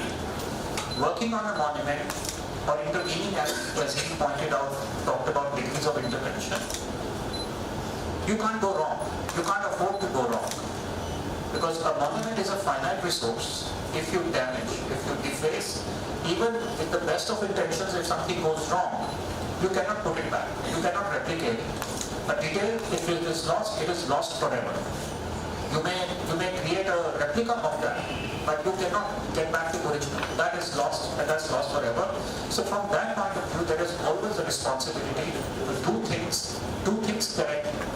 And in most cases that I've realized, wherever there has been a conservation intervention, that you have to be extremely sensitive to the historic or the original material. And this is the point that I had in my slide also. And that is where the whole issue is. It is much easier, and I'm sorry to say that in many instances, I find a very shortcut kind of a thing that anything is going bad, replace it.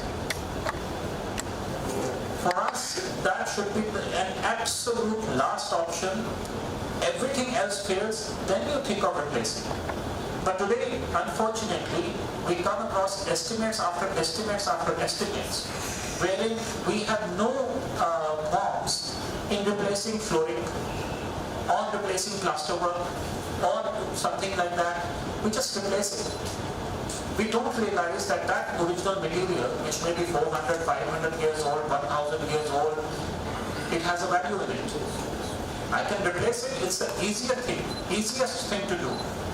But if I start replacing everything, then there is no difference between me and, as Sundar pointed out, between CPWD or PW engineer. So that responsibility comes across as a huge challenge. Of course, there will be some conservation works, wherein the challenges would be in terms of how do you intervene, what kind of technology do you use, and sometimes where in the past many of my colleagues feared to take up that work, is something that we will take, that responsibility. So for me, it's a responsibility to therefore, whether I'm doing a tiny work or a huge work like removing sand from inside the Jagmohan of Kunal or maybe restoring the Gandhi Stupa, everything is a challenge for me. So that's my take on it. And as I said, each of us, even with all the essays that you may hear, they will all give you different answers. You asked about technology, nanotechnology. Sundar is right in mentioning that we are very conservative. And we should be conservative. But as I kept telling you in my presentation, we should also be mindful of what's happening across the world. If you look at certain interventions on World Heritage monuments in Italy, in Greece, in China, in England, in even in what's the name? France, nanotechnology is used. It is used primarily from the point of view of consolidation, from the point of view of, say, if you have joints and you have to fill the joints, from the point of view where you have to have a kind of a veneer to put up for, mitigating, say, pollution. There have been these technologies which have been used in preserving the monuments. We haven't used it. It's a difficult judgment to make whether we should or we should not, because I think at least we should look at that technology and understand, can we effectively use it? Yes, I agree with him to say as much as possible, go in for historic material, go in for the historic details. If there is a lime plaster or a lime mortar concrete or whatever it is of a certain proportion, we must have that understanding and put it back the way it has been. But whether or not to use the technology is a call that needs to be taken case on case basis, after due experimentation, after ensuring that it will not impact negatively the monument. Because I'll tell you one thing, there have been instances in the past where paintings were preserved in a certain way by applying a certain coating on it. With the best of intentions, it was the best solution at that point in time. We're talking about 70s and the 80s. Today we realize that that application has turned the paintings a little yellowish.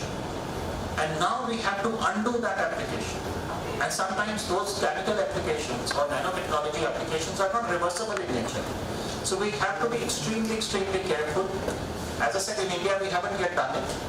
But I'm aware of the fact that world over, this is being practiced, but it is being practiced in a very, very selective way. So that's what I would answer. Anybody else?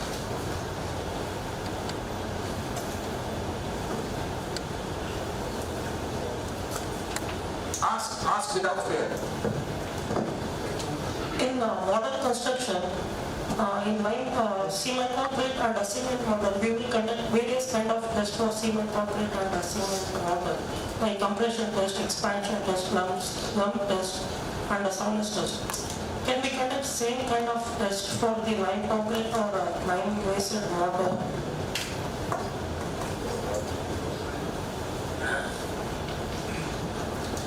That it has the same strength as it was meant to be. So we ask the science branch, they also have some testing methodology. So it's a good idea to do that if you wish to. Yeah, no problem. Another doubt, sir.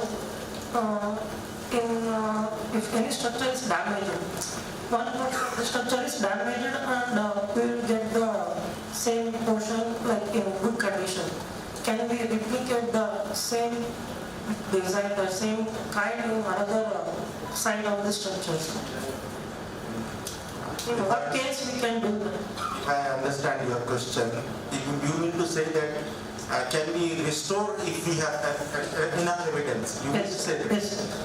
So far, yes, we are restoring in most of the cases if we have, absolute clear evidence of that cultural fabric, of that historic fabric. We don't just let it go down for survival and for aesthetics and for its appearance. We do restoration if we have evidence. So far, we do that. I would add to what Sundar has said. Read Article 5 of the National Conservation Policy. It basically talks about the value-based conservation.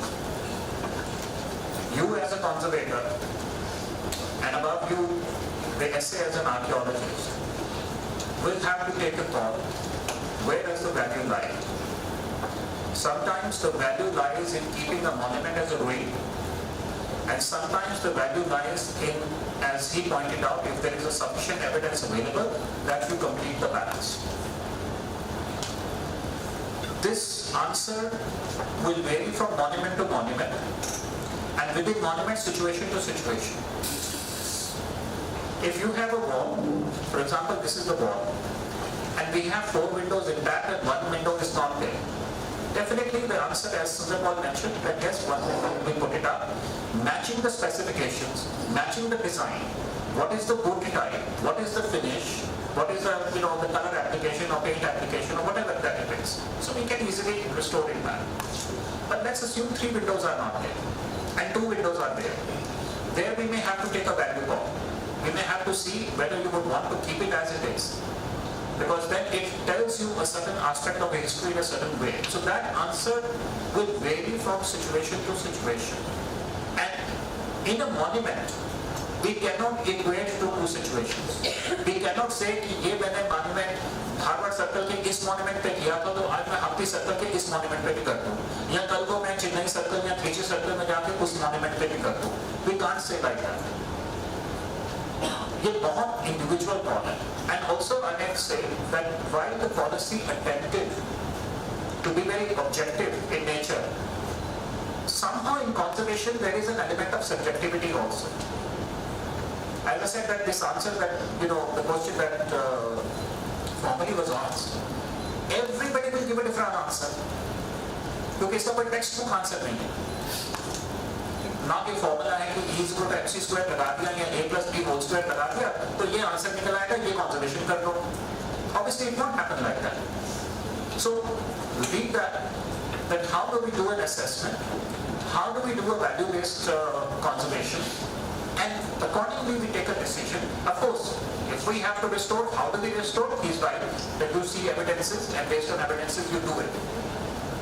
But if you don't want to do it, you may simply preserve it. You will simply leave it as it is.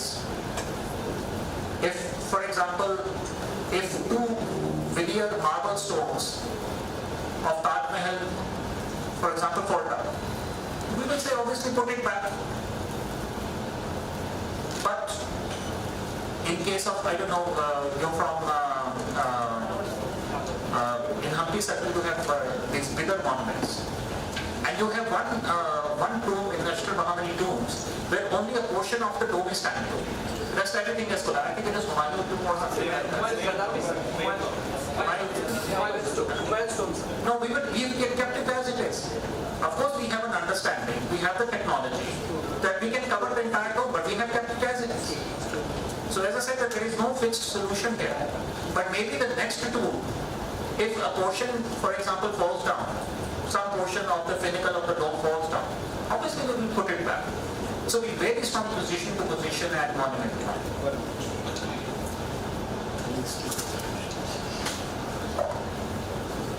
So in case of load test like concrete, you are asking. So obviously you can do the load test of the light concrete also, because you are using in the floor what the vehicles you are running, whether the manual load is there or any vehicles are going there. So as we are doing in the modern works for line cement concrete, we should do this also.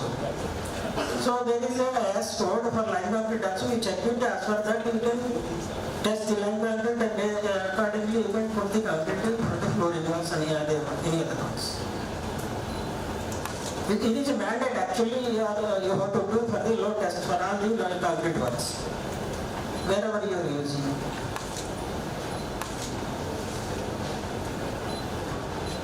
Yeah, while we were having a cup of tea together, a lot of you were, whoever I was sitting with, you had a lot of things to say. Now everybody is quiet. आपका बात में number है, आपका बात में number है, पहले तो पूछे, आपको तो बात में पहले है। Speak up, speak up. यहाँ से भी कोई बोलो ना, राइट से भी, लेफ्ट से। CS first. आप बोलो, जो भी बोलना चाहता है, प्लीज बोलो।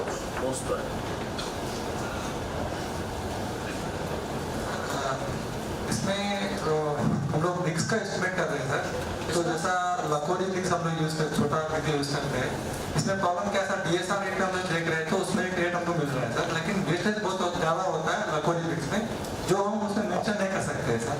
जैसा अभी DSR में उसका एक ही रेट है, हम उसको बेस करके उसको ट्रांसपोर्टेशन डाल रहे हैं, उसका रेट कैसे जो रेट में हमको मिलता नहीं है सर वो मटेरियल, तो वेस्टेज उसमें ऐड कर सकते हैं कि नहीं कर सकते सर? छोटा जो लखोरी ब्रिक है सर, ट्रेडिशनल ब्रिक्स क्या ऐड कर सकते हैं सर? ट्रेडिशनल ब्रिक्स जो है सर, वो जो साइज में बहुत थिकनेस बहुत कम रहता है सर, उसमें वेस्टेज बहुत ज़्यादा होता है सर। हाँ, वेस्टेज बहुत ज़्यादा होता है, जो रेट हमको मिल रहा है वो रेट में हमको मार्केट में मिलता नहीं है सर, तो उसको कैसा करें सर? लखोरी ब्रिक का रेट कहाँ पे मेंशन है? लेकिन हम लोग जो DSR में ब्रिक करके मेंशन है सर, उसी का कैंसिल कर रहे हैं सर। DSR में नहीं हो पाएगा सर, ब्रिक्स में ब्रिक करके मेंशन है सर। देखिए लखोरी ब्रिक में देखो हर चीज़ का आंसर नहीं मिलेगा आपको, आपको मैं एस्टिमेट बनाने नहीं आऊँगा आपके सर्कल में, ठीक है? हम अपने टाइप पे बना ले रहे हैं, यूज योर विजडम। लखोरी ब्रिक पे बहुत जगह काम हो चुका है, ये बड़े बड़े सीनियर इंजीनियर को सबको पता है, उनसे जो अप्रूव ओल्ड एनालिसिस से मंगवा लो, उसमें जितना वेस्टेज है मिल जाएगा, ठीक है? तो ऐसे वैसे छोटे चीज़ों के लिए तो आप अपने से संपर्क कर लो, you can get the answer, you have established analysis for Lakhori, I know that. और दूसरा है आपको यहाँ पे एक 1 + 1 2 तो नहीं बताना है, we won't be having every equal answer, but we want to stick to the broader guidelines. बेशक guidelines है हमारे पास, so we will stick to it. बाकी आप पता लगाना, if you still face difficulty, then you contact me.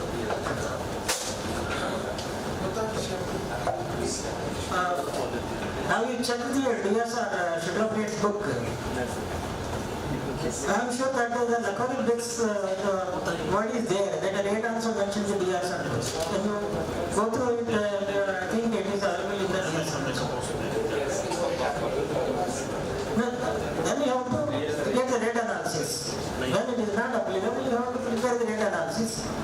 And where the brick is available, and from there you prepare the rate analysis and leave it and leave the And in the DS also they have mentioned the basic rates only, and they have given the all the lead lift details. You cannot put the direct rate in the estimate, and there is no reason. You cannot mention the reason of the direct rate. So suppose the rate is 20 rupees, and you are mentioning 25 rupees. If you are doing the rate analysis, it comes around 15 rupees. 15 is the final. You cannot say this is the 20 and this is 25. The math for the market rate.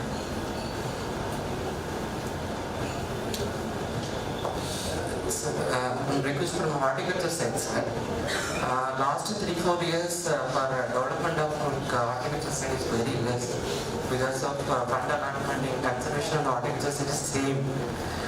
Period will be in a conservation side only. Any possibilities there for horticulture separate head or a separate funds? Now unfortunately there is no separate head for it, or can't be created also just for this particular day. What we need to do is see, the point is that at some point in time when it was decided to be merged, now it is upon the circle in charge or SA in this instance, that he or she will make an assessment of what works need to be done, whether they are structural works, whether they are horticulture works, and accordingly the funds will be allocated. The second point is that yes, the funds are not as much as they should have been. That's a point well taken, and we also realize the fact. But we can also distribute the funds what we have got. So if we get 100 rupees, there is no way that we can distribute 110 rupees. So we will have to distribute everybody, whatever funds that we get, out of which the circles are distributed funds. So now it is up to the planning and the management of the circle in charge as to how these funds are now spread out over the various works that are being done or undertaken by a circle, which includes maintenance, which includes gardens, and amenities, it includes conservation. So everything has to be done within that budget to be provided. As of now, there is no provision of a separate budget. So So tomorrow even science branch can say that give us separate, but it doesn't happen like that. So everything is a part of that particular budget head. So now it is the planning that you will have to do along with your concerned essay as to how will you ensure that your works are not compromised. You know, I find most of you are sitting like statues here. That's not the purpose here. We would want you to interact, and I think the ladies CS who are also here should also interact, should also ask questions. I want to just inform why the main issues we are facing for conservation work. Mainly, we are deciding to do a work, and when we do tender work, it is a very long process. After 2 or 3 tendering, we get one participant because competition is very less. Contractors are come very less. And after we getting a contractor, also they are telling they don't have skilled labor. When we find skilled labor, they are telling this is not affordable. That also. Mainly, this is the main issue when we do a proper conservation. I think the issue you've raised here is an issue which is pan-India. See, not long ago, conservation works were carried out in a very different way. They were carried out with mushrooms, and you would pick up, handpick the labor or the mason or the workforce and get things done. For various reasons, that process was discontinued, and now GFR also does not, unfortunately, encourage us to follow that process. And therefore, the whole thing has shifted to now procurement of, in this case, manpower through GEM. And in case for certain works where through GEM it is not available, then you go to the CDM. So we are mindful of the fact that there are challenges in this as well. And as I said that I can only vouch for those sectors which may get repeatedly fail but come to headquarters for consideration. And that is where we find the challenges in this case. Now, the answer to this is only that we need to work along with the contractors in this particular instance and ensure that sufficient manpower is trained to do the job of our satisfaction. And sometimes we have our ways and means to achieve that. And it is now up to your skills as to how do you navigate this process and ensure that the requisite human resource or manpower is that you are able to get through this process. So I understand the challenges here, but there have been ways to sort of circumvent it and ensure that you do get the manpower to be able to do the job. However, my experience in the last 4 or 5 years, the way I'm looking at this whole scenario, is we're getting stuck where the tender value is very large. I've not heard of this problem where the tenders values are less, but where the tender values are 2 crores, 3 crores, 5 crores, where we are getting stuck. And therefore, there are instances, as I mentioned, that the tenders are being repeatedly cancelled, and then we have to find ways to kind of get things done. But this is a problem which is happening across the country. I would like to add one thing. You said it takes long time. There's some problem with your planning. I would like to say that the planning part is lagging behind. We surprisingly this year have received AR-ACP in the month of August, September. So what is it? AR का ACP देना भूल गया. ACP should be prepared in time. Tender should be called in time. Estimate should be prepared in time. आप भी tender का तो 21 दिन it's not a thing. ना वो तो एक GFR का आपको रूल्स को अवॉइड करना पड़ेगा. You have to give 21 days at least. उसमें आप बोलेगा तो मुझे लेट हो गया. And आपको बात ये सही है, Taj Mahal was not built by anyone. It was built by yesterday. So ये problem है, it is inherent, but ये इसमें आपका management will do a lot. So you can consult your seniors how to manage these issues. they are not so good, nicely done, वो लोग manage कर पा रहे हैं, but in spite of all these odds, all these challenges, you have to get through. So आपके जो seniors हैं वो लोग सब निकल के आए हैं इन चीज़ों से, you take guidance from them. अब सब चीज़ इस माइंड के द्वारा मैं नहीं बोल पाऊँगा आपको, इन सब प्रोसेस के बारे में बोलूँगा, मगर आपसे ये पता लग रहा है कि I get to know that आप will start planning late. If you start planning early, 2 bar tender भी फोन हो जाए तो आप टाइम नहीं उसको कैच कर लेंगे. Competition is also very less. Competition. Contractors तो काम के लिए मरते हैं, पता नहीं why are not they coming to you for work. हर जगह तो competition करके पागल होता है. आप लोग रेट्रोस्पेक्ट करो, ऐसा नहीं होना चाहिए. आप कौन सा सर्कल के बीच सर्कल आदमी? अभी हम भी में आना चाहिए कॉन्ट्रैक्टर्स. तो आप अच्छा काम निकालो, they will all come. So this is something to do with management. So आप ऐसे से डिस्कस करना. One more question. Sir, yesterday we discussed with Bima sir about the tendering process for work we are now doing labor separate and material separate. So most of us wanted to do in together. So Bima sir also supported. Now we are doing labor and material tenders separate. So it has so many problems. So most of essays discussed with Bima sir and Bima sir supported us. He also thought it will be better to do work execution ऐसा करना चाहिए. So can we do like that? I'll tell you one thing. You can do anything you want, right?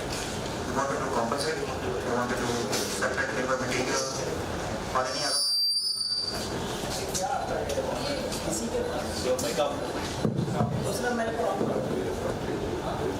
So, you know, you can do anything, but let's be clear on one thing. If you want to claim as, you know, I think he was far more passionate than I am, and he was trying to pep you up also. We are the best, we are the best. If you are the best, then you have to face difficult situations. Then you can't take shortcuts. If you want to do it yourself and say, look, I am the best, ASI is the best, then do the difficult way. If you want to do compromises, do the easy way. And I am aware of the fact that many circles are following shortcuts. यहाँ पे बैठ के शायद कोई बोलेगा नहीं, पर अगर मैं किसी भी सर्कल में अगर मैं अभी अचानक से चला जाऊँ तो कहूँ कि फाइल्स निकालो, I'm quite certain that many, it is like a can of worms. बहुत खुल जाएंगे और मैं काम देखूंगा तो पता लग जाएगा कि कितना कामों में आप ये फॉलो कर रहे हो और कितने आप दूसरा फॉलो कर रहे हो. So my suggestion to you is to go the difficult path, because that is where you will be a cut above the rest. If you follow the easy path, then you're one amongst them. Then don't tell me this thing कि जो बाहर वाले ये करते हैं, हम ये करते हैं, बाहर वाला पर तो खराब है, हमारा खराब नहीं है, ये सब फिर मत बोलो. फिर कहो कि ठीक है, मैंने भी जो काम आपने कहा मैंने कर दिया, मैंने इसको पकड़ा, मैंने इससे काम करवाया. I hope you're following in the. I tend to slip into both these languages. So that's the easy way out. But then don't have this moral high ground to say that, look, I am the one, I am the best, I am the superior, this is my 150-year-old organization, grand organization, and we are the ones. We are the only ones. No, don't say that in that case. This is true for the ones who are sitting in front also now. We are resisting the pressure of outsourcing. We are resisting the pressures of contracting coming and mainstreaming. But unfortunately, we are losing ground. And as I said, that 7 teams are outside India right now. वहाँ तो कोई contractor नहीं है. वहाँ you engage labor and you do work yourself. My team, where an assistant engineer goes, where a CA goes, they go and do the work over there themselves. वहाँ काम कर रहे हैं.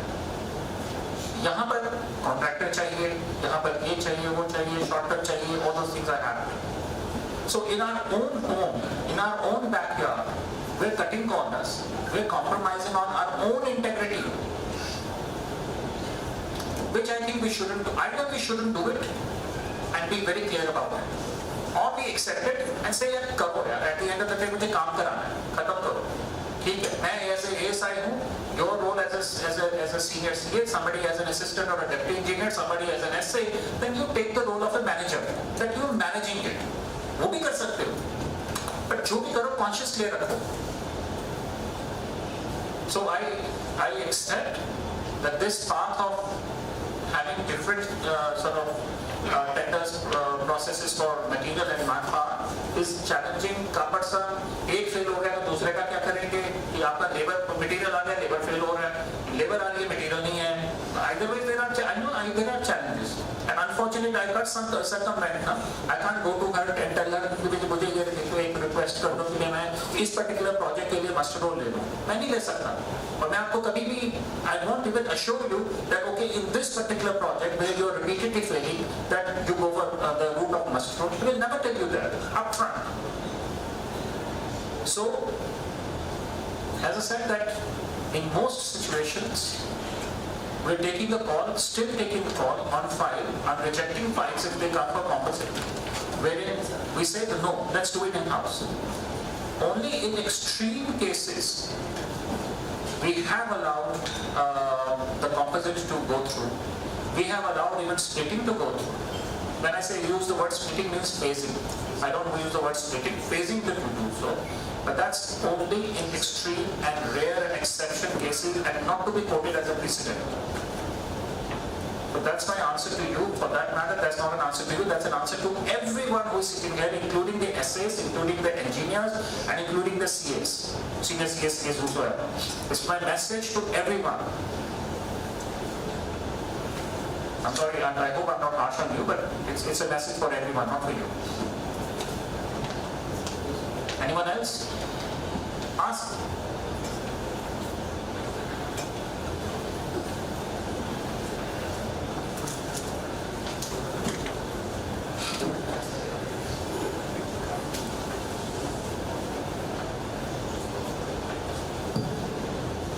Good evening, sir. My question is with Priyanka. Madam, we had a confusion. We had a confusion booking petrol because there is a head fuel and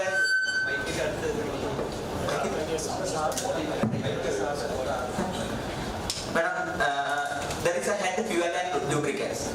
And in estimates also, while preparing estimate for maintenance of garden and all, we are keeping provision for under the head 140127 for petrol.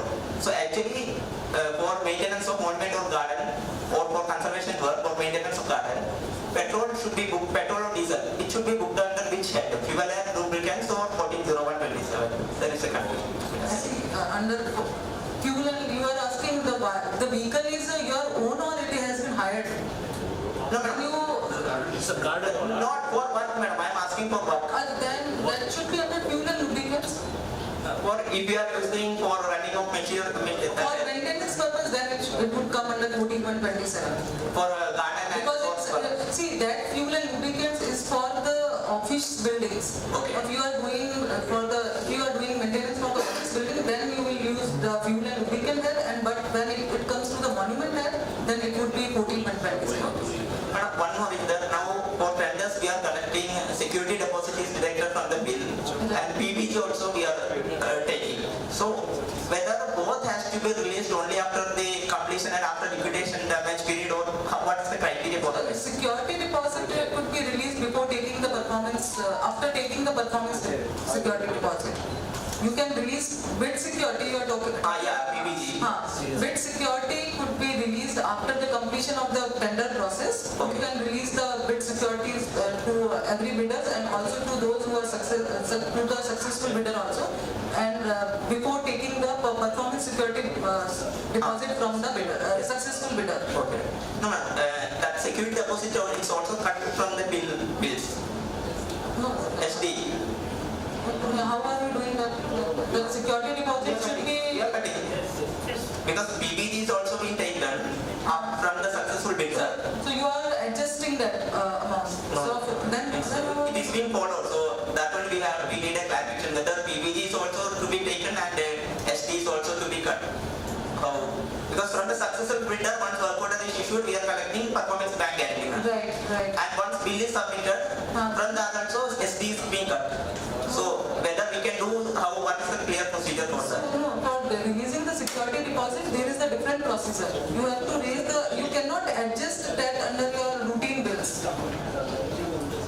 You are, I'm not getting whether you are adjusting that, you are releasing the security deposit after adjusting in the current bills, whichever. No, ma'am. First, once the work order is issued, we are taking the PBG from them. Right, right. And if RA bill is submitted from bill is submitted, from the bill that 10% what is the security deposit is also being cut from the work section. No, this should not be the procedure. That also we want a clarification of what is the original thing to be done. Because releasing the performance security guarantee is there is a different procedure for it. You cannot adjust that in your RA bill and then you release the. We are not releasing, madam. We are not releasing. You are not releasing. You are just adjusting in your RA bills. You are saying that. No. We are two times they are cutting the security deposit. At the time of tender succession time also they are getting the SD from the success contractor. At the time of bill also they are going to cut the 10%. Two times he said. Yes. Like that is happening. So what is the clear procedure we want to know? What should be the clear procedure? Procedure is very clear in this that after the award of work order, you take all of the performance security guarantee at one go. This is the procedure. No need of cutting SD from the bill. Okay, thank you. In this case, I can clarify something. What is you have fixed security deposit percentage? How much of percentage you fixed the security deposit? 10%, sir. And PBG 2.5 to 5 like that. No. What is final security deposit you fixed with the work as per the tender? Security. Yes, sir. Is a tender condition it is being put now, sir. What is the percentage? 10%. 10%. So my understanding is when I was doing this work, when I was doing this process, out of 10%, you have taken EMD 2.5%. Okay. And while preparing the bills, if the amount within the EMD, the EMD will be adjusted as it is, kept as it is. If it is comes under 10%, then the EMD amount will be adjusted. So security deposit should be 10% out of the tender work order amount. So net value should be 10%. So first turning bill you cannot adjust the EMD. You have to deduct the 10% of the security deposit in that first bill also. You can deduct the 10% because 2.5% already with you and another 7% you have to deduct. So total 10% of the security deposit should be with you. And second, performance guarantee deposit will be retained till the completion of the work, and after maintenance you have given the 6 months or 1 year, the performance guarantee certificate amount should be retained till your validity period. And security deposit also you have to keep till the completion the performance guarantee certificate issued to the contractor. So those two 10% and this 3% of the performance amount will be kept till the maintenance period completed. If anything happened during this maintenance period, the work should be done by the concerned contractor with his own cost. This is what I have followed during my tenure. Thank you.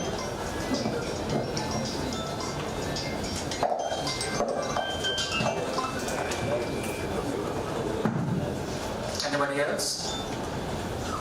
From the back? We're all sitting like statues here, unfortunately.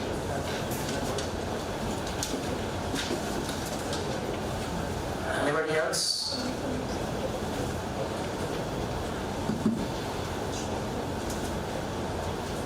So after preparation of the estimate, we are giving this time request and note. For that we are not asking sanction. But for small amounts and all, is it necessary to ask again sanction to of this?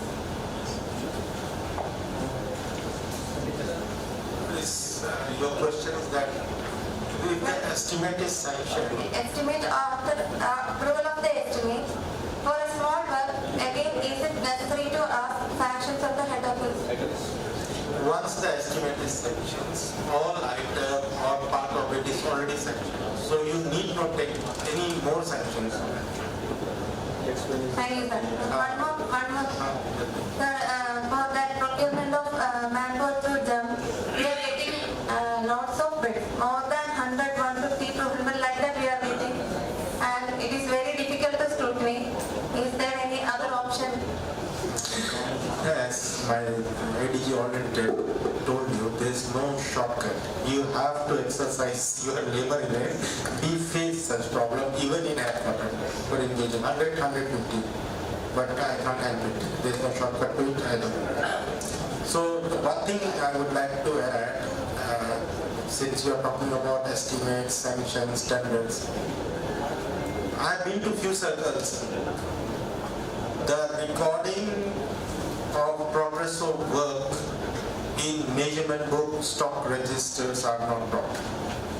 This is something very serious, and I instantly at the place only I told people. So be mindful of that. If you don't know, ask your seniors.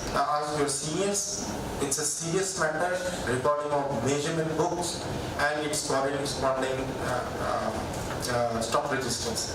The date in the measurement book doesn't match with the stock register. It's very serious. And the progress of works are not recorded. So this also need an exercise to be, performed by you with your seniors. So this is just wanted to add on it.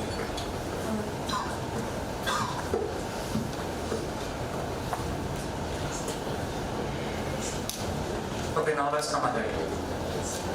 Okay, man. So you want to speak, you also want to speak, and then Campagoda also wanted to speak. So let's start with you. Because I remember you guys. Sir, tender process, single eligible tender, whether we can accept it?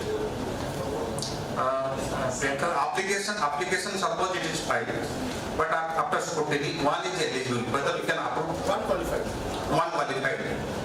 It's not a simple tender, it is a single resultant tender. Single. So what happens is, correct me if I'm wrong, I think it will be treated as a single tender which will have to be retendered. Unless and until you state an emergency of an absolute dire consequence, for which then you would need to take the approval of the competent authority. Suppose there is an imminent collapse that is happening, something is absolutely urgent and emergency in nature. There is a huge pressure on you, VIP pressure, whatever that it is. You have to do it at a very, very short notice. Under exceptional circumstances, perhaps you can, but again taking the approval of the competent authority. Otherwise, under normal circumstances, you would have to retender it. No, my thing is, we have tendered the process. It is a single resultant tender. Single eligible tender. As she has pointed out, it will still need to be retendered as a if it's not. Madam is telling you can go. Sir, आप ये कह रहे हैं ना कि 5 tenders आए, bidders आए, only one got qualified. Sir, इसके लिए better way would be कि आप एक बार उसको वापस से headquarter you would send, so that उसका technical evaluation at least headquarter would see कि whether you have done the technical evaluation part rightly. ये हुआ then एक स्टेप ऊपर जाएगा. एक step up, like if you are doing at the SC level तो RD level पर जाएगा. RD level से they will also see कि सारा प्रोसीजर फॉलो हुआ है, then you can go to No, ये हम लोग बात कर रहे हैं, इसका ऊपर एक गाइडलाइन आना चाहिए. अभी recently Bangalore Circle, madam, excuse me, अभी Bangalore Circle recently. हाँ, sir, it is there. CBC की guidelines और procurement का एक CBC ने भी guideline निकाला है. It is there कि अगर आपको ये है कि उससे एक level आपको आप दिखाते कि भाई ठीक है, maybe there are chances you would not have followed या कोई mistake रह भी गया, तो एक level higher up पे आप अपना दिखा के then you can अगर that also approve. We are going for returning. Not emergency. Sir, our process is there. If he is singing, we are going for returning. Yeah, that's good. And even if that there are. Then it should, you can go ahead. Sir ये जैसे ये क्या था sir, पहले था कि retender you don't want to retender, पर recent में sir they have changed because it takes the times also कि आप वापस रीटेंडर आप कर रहे हैं sir. Then in this situation और अगर आपका सिंगल ही बिडर आया है, you have then it would be treated as a single tender query, तो उसके हिसाब से फिर it would go to the madam recently हमारे पास 5, 6, 7 टेंडर्स आए थे बेंगलोर से labour tender, but none they qualified technically. यार ऐसा है कि बीच में बोलो मत. हेलो, जिसने बोलना है वो बाहर जाके बोल ले. वैसे तो कोई बोल नहीं रहा, लेकिन आप जब डिस्कशन हो रही है, अब इस बीच में आवाजें आ रही हैं, वो सारा एक वो ना कंसंट्रेशन ब्रेक हो जाता है. Please take one listen. आपने अगर बोलना है तो माइक पकड़ो फिर बोलो. Sorry. Please keep quiet. Madam, we have sent to the DITEC through regional director. Then DITEC has sent it to the IFC. IFC returned the file. Neither they agreed nor they rejected. Yes, madam. I have file. I have already gone through we that. must have asked for the documents कि आप हमें उसके उस file में सारे documents attach करके We have sent all the documents. otherwise Nothing is there. IFC would definitely have written something, otherwise sir Okay, I will send you. I will send you that. I have some that. I think इनका return हुआ था tender हमारे CF मान है. ठीक है sir, आपने तो वो दिखा देना फाइल. और बात भेज देना सुजीत जी, बात भेज दीजिए, मैडम देख लेंगे. क्या ठीक है madam, I will send you back. Sir मुझे जो समझ में आ रहा है आपका जो फाइल आई रिमेम्बर उसमें सर यही था हमारा कि we have must ask for the documents कि आप उसके साथ जो भी आपके टेंडर जो बिडर्स के जो डॉक्यूमेंट्स थे ना वो अटैच करके हमें भेजिए, so that we also would analyse और स्क्रूटनाइज इट, और अगर लगता है कि हाँ ठीक है you have done the right scrutiny, then we would give our decision. IFC ने कहा कि बहुत अच्छा स्क्रूटनी हुआ, उन्होंने बहुत तारीफ की थी स्क्रूटनी का, प्रोसीजर का, उसमें मेंशन है, इट हैज बीन मेंशन्ड, लेकिन उन्होंने रिटर्न किया तो मतलब they didn't take any I think decision on that case. Sir, another thing, registration of contractors in the circle, whether it is a power of circle or it will go to RD and it will go to DG office. So many people are coming and requesting us for registration of contractor. Who's coming? Local contractors, sir. What is the procedure, sir?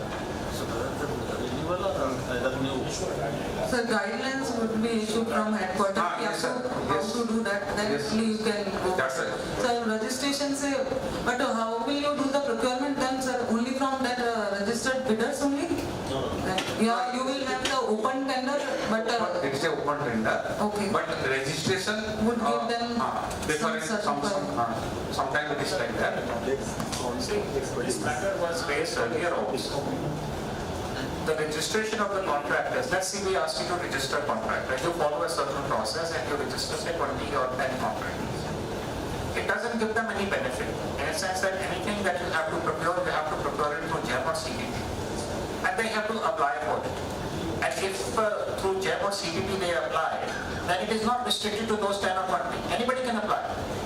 So there is, from that point of view, there is a question mark as to what will be the eventual advantage of registering a certain contractor or contractors, and how will, so there is no clear-cut answer to this question, but yes, this is something that Ministry has also asked us to look into, and I would say through or with consultation with IFC, if necessary, we may need we may issue some guidelines for the process, but it cannot bypass the mandatory processes of procurement through GEM or CPP. That is one thing is very Vijay. Sir, Namaskar, sir. In 2024, Bombay High Court has clarified that minimum 3 bid dates, not 3 technically qualified bid dates, are required to make a tender competitive. So what about that? Only 3 bid dates are required, not 3 technically qualified bid dates. So if we don't, 3 bid dates are there, even if one is qualified, that tender can be processed. There is in 2024 there is. Let me, as I said, one, without having read it myself, I'm not in a position to actually respond to this. So first of all, we need to see what is the direction that the Bombay High Court has issued in this particular direction. Sometimes these directions are very contextual to the case, and it doesn't become a kind of a principle or a rule to be followed everywhere else. However, as I said, that we have to see this guideline. If this guideline, let's assume you're correct, and if this guideline can be issued or can be looked into pan-India, then a direction will come. But as long as there is a direction to that effect, I think our prevalent rules, that we follow the GFC, we follow the CBC guidelines and all that, that is something that we will abide by. So we will have to see this judgment to be able to take a call on what exactly it is. Thank you, thanks a lot.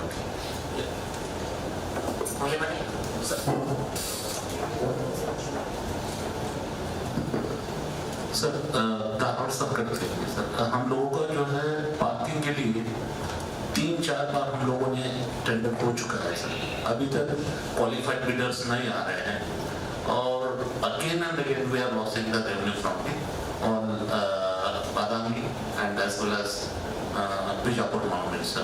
This is the major factor for us. So what is the best remedy for the getting the things? So you're talking about construction of parking, or you're talking about auction of also? Auction, sir. Auction, yes.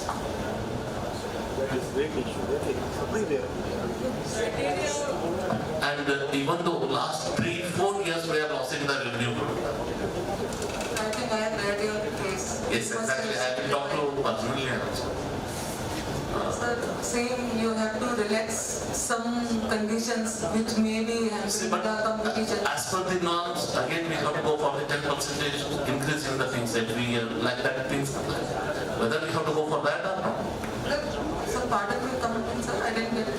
अभी हम लोगों को sir Singer's point is not mine. That till the point you have a contractor, why can't you have your own man to manage to run the parking? We need some sort of clarity, no, sir. So if you allow us in that writing, then we can go ahead with that. This issue that you have already flagged with the headquarters. Yes, sir. Already we do that. ये तो हम तीनों के पर्दे में नहीं आता, in a way. So if you have issued, if you raise this query to the headquarters, so I'm sure headquarters में monument section के पास ही आएगा. जी, monument पे आएगा. आपके पास इसकी clarification के लिए जरूर आएगा. जी sir. So if you have sent something, I'll follow it up with Zulfikar when I go back. Please. So, you know, 2 हफ्ते के लिए मेरे पास monument का charge है, तो मैं I'll ask Zulfikar to look into it and tell us what is happening. Or if necessary, issue this direction. ठीक है, thank you sir. कुछ बोलना है? बनने को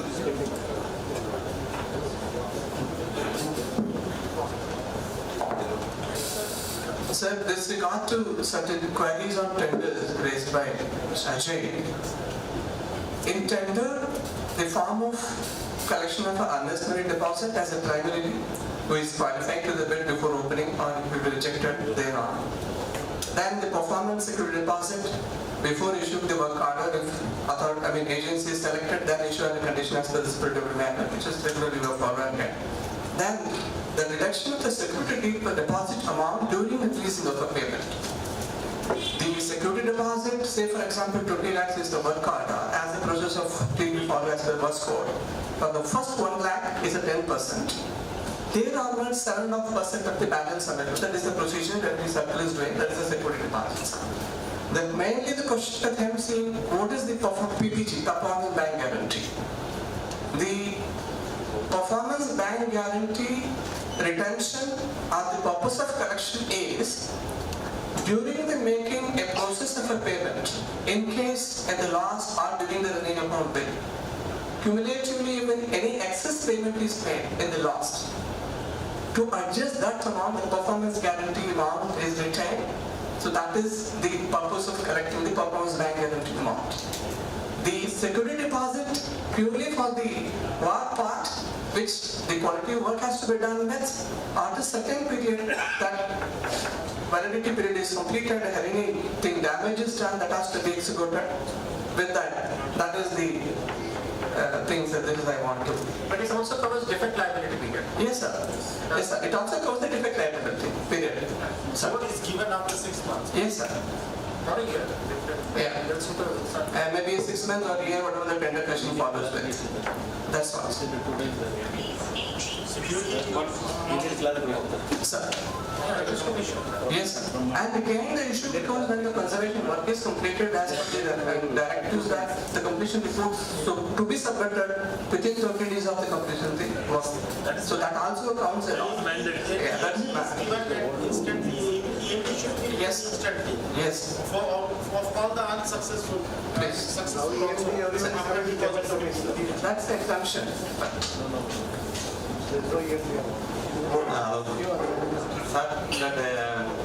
Scrutinizing manpower tender. This MSME registration we will consider as a term registration because many bidders they are keeping that MSME registration only. So in that case we will consider them or not. So you check their Udyam certificate. They are providing Udyam certificate. No, Udyam certificate, madam. Okay. In that under what category they are the MSME? That is also important. They will be eligible as a term. Separate registration is there now, madam. Term registration is separate is there. Which registration? For any. Then I would say that go for the gem only. If that material is or a product is not available on gem, then you can go for the. But from the price perspective, see gem has its own so many loopholes also. I am not saying that gem prices or products are of value for money on gem. We also feel that there are certain products which we can get on a cheaper rate from our local market than from the gem. But this is how it is. We are all compelled by the, as sir has already said, difficult pass. I know that like, from price perspective you are saying, but no, at this forum I would say that go for the gem. Sir, one more thing, sir. Horticulture, regarding horticulture, sir. 2024 one sample estimate is circulated. While doing that I adopted in Hampi itself. While I am coming to here, that I estimated that sample estimate that the order is not approved, so we not follow like that. So it is active or not?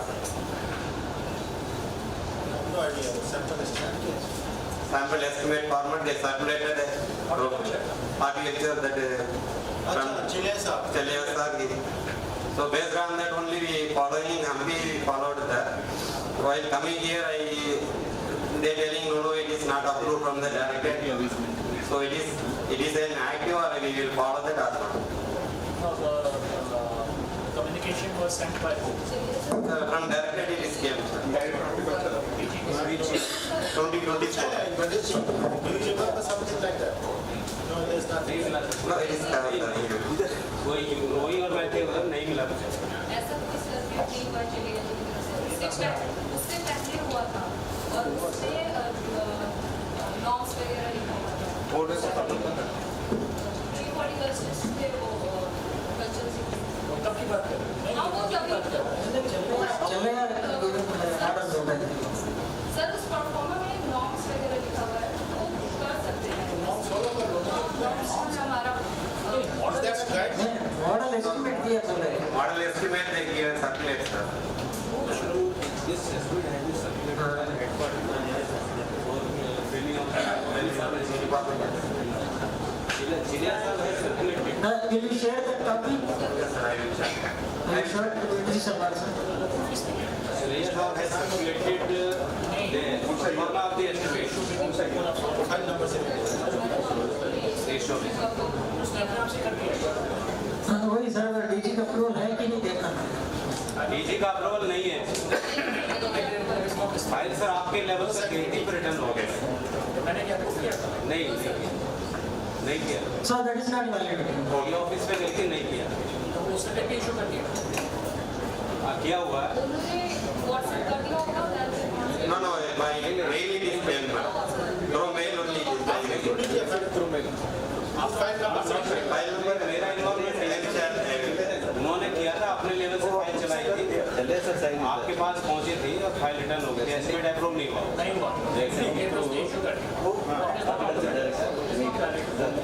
One more thing, that architecture, they all are request, many requests they asking square meter basis because many places, many circles they are doing like that. But till now we doing it as a manpower calling like that.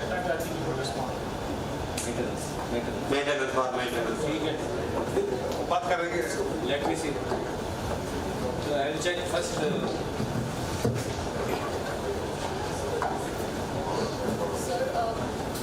उनका question है कि किसी square metre पे tender होता है या jams लेते हैं और किसी सर्किल में वो लेबर लेते हैं, तो ऑल ओवर इंडिया में एक होना चाहिए क्या, वो लेबर लेना चाहिए या फिर केवल पर स्क्वायर मीटर से टेंडर करना चाहिए? नहीं, आज पर the requirement of the circle ये कभी नहीं होना चाहिए कि ऑल ओवर इंडिया में किए, स्पेशली इन एग्जैक्टली सर, वो ऐसे के ऊपर डिपेंड करता है। डिपेंड ऑन ऐसे मीटर करना चाहते हैं या वो लेबर?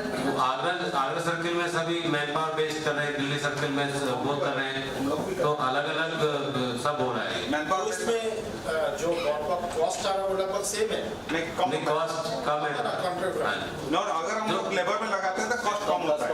नहीं, वो स्क्वायर फीट जाता है, वो एक्चुअली अपने लेवल पे रिड्यूस कर देते हैं, एज पर नॉर्म लेबर नहीं लेकर के उनको कम कर देते हैं, तो उस हिसाब से कॉस्ट कम आ जाएगा। मीटर वाला अगर ना हो तो इफ इट्स लोअर देन ऐसे can not for this labour वाला। सर स्क्वायर फीट जाएंगे तो बहुत ज्यादा रेट होता है एंड वो इसीलिए तो बहुत सारा प्रॉब्लम है। सब काम है तो दैट्स गुड। तो इसलिए हम लोग लेबर लगाते हैं, जहाँ 10 लेबर है हम देखते भाई 2 4 5 ना वही जो स्पेसिफाइड है, कोई प्रॉब्लम नहीं। अभी कोई यूनिफॉर्म नहीं है, जैसे कुछ ऐसे कन्वीनियंट हो वैसे कर सकते। मैडम एक प्रॉब्लम आता है जब हम लोग लेबर कॉन्ट्रैक्टर को देते हैं, they are not responding towards the payment, क्या करेंगे?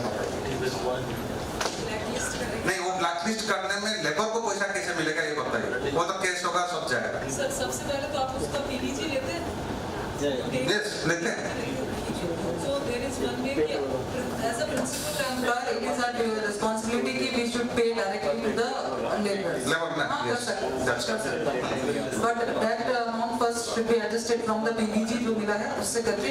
But sir फिर उसके बाद भी you have to initiate for the new tender process. It should not like कि वो भाग के चला गया. नहीं, एक महीना काम कर लिया, वो बिल्कुल पैसा नहीं दिया, ठीक है, he is not responding at all, क्या करेंगे? इसमें हमारा 100-200 लेबर लगा है, तो बहुत कम पैसा, जो पीवीजी में बहुत कम पैसा रहता है। In that case, whether we can pay directly to the laborers, because it's related to labor. Labor चलाते हमको पैसा चाहिए, तो we have done in several cases also like that. But you need the approval of HOD in this case, paying directly to the labor because it's an exemption. It will go to headquarter from your side. Right. ठीक है, no problem. Thank you.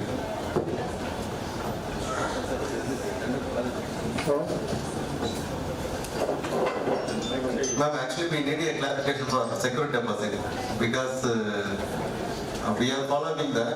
Sir, मतलब I think I should also need to understand कि आप security deposit और performance security पे what were you saying? So after this I will एक बार आपसे बात करती हूँ कि what क्या because I also got confused because of his question that क्या adjust because there is no provision of adjust because security. See, let me tell you, security deposit is deposited into the public account of India और जो आप pay करते हैं that is from this consolidated fund of India. So you cannot mix both of them. So I have to check what you are saying. That's why I didn't comment much on that part. Adi, need to understand first because you cannot mix both of them. If you are following this practice, then it is wrong. No, we are following this. Not you. If any one of you is following this thing. So we need to understand this. Madam, in Thrissur circle, what we are doing, we collect EMD. If the tender fails, not fails, actually the participant after the tender successful, we release EMD after receiving performance guarantee from the airline. Then after the completion of work, everything settlement, then after 6 months, release performance guarantee. That is our procedure. They are also following the rule. Everywhere. Then what is the doubt? Same procedure. That is before that process is there. At the time of billing, we reduce the up to 110%. After that, some lakhs it is there. At the time of billing only, we cut the security deposit. But now, as per recent order, we are taking the security deposit, nothing but bank guarantee. Bank guarantee, security deposit, both are same. So we take the 10% from success bidder, we release the EMD, we give the work order. After completion of work, after 6 months or 8 months, we have return the security deposit. This should be the right process. That way. I think I'll try to conclude this because we are going on and on. And the purpose is slightly defeated because most of you, at least the ones who are sitting in the back, are somehow choosing not to talk or ask. There's one thing that I would like to tell all of you. I'm saying the ones who have joined recently. While we were having the discussion, I was on ChatGPT and I asked a question like how many institutes or engineering colleges offer a degree in civil engineering or structural engineering. And the answer was 6,074, which are recognized by Asi.ThrissurcircleCulture. Let's assume 6,000. And for the sake of, again, mathematics or simplification of mathematics, let's assume every batch has 50 students. So every year, roughly 3 to 3.5 lakh pass-outs are there, clearing their BE or BTech, civil engineering or structural engineering, and some go for masters and some. Now, most of you would want to join the government. Some join CPWD. The states have their PWDs. Then there are private organizations. Sometimes, the construction agencies and all that. In this country, there are only 350 CAs. 350 CAs who at some point in time, CS, senior CAs and all that, who are heading a sub-circle, who have been given an opportunity to conserve, maintain, manage monuments. Some of you, not all, would also be handling World Heritage monuments. You would be meeting, heads of the states. Sometimes the Prime Minister would be visiting, ministers would be visiting, the CM would be visiting, or the very prominent dignitaries and the citizens of this country would be visiting. And you're managing, you're handling, you're talking to them. Your contemporary in CPWD, your contemporary in state PWD or any construction agency will not have the privilege which you guys have or you ladies have. You have that very, very, very exclusive privilege. How do you handle this is up to you. Reflect on it and see how privileged you are that you're working in ASI. Second, I raised this question and Sundar Paul in his present also raised this question, why do we conserve? And I just thought I'll give you a little sense of history and perspective where we come from. If you have studied a little bit of history, and archaeologists certainly have, look at the human history. We have stages, prehistory, total history, history, and again several periods within that historical period. And let's look at our tangible remains. And let's start with Indus or Harappan civilization. We're looking at a span of 5,500 and 6,000 years. Or if you look at the evolution of history, then we go back to 50,000, 60,000 or maybe 1 lakh years. of which last 500 years have been very critical for human race. Archaeology, as a professional discipline, worldwide, happened in 18th or 19th century, wherein primarily the colonists traveled around, and wherever they went, they started doing archaeology, they started doing exploration, they started doing all these things. Conservation came even later. Now let's look at this scenario. In today's world, we are talking about conservation of almost everything. Conservation of fossil fuels, conservation of atmospheric ozone layer, conservation of marine life, conservation of wildlife, conservation of forests, conservation of everything that you can think of. We're talking about conservation, including conservation of monuments.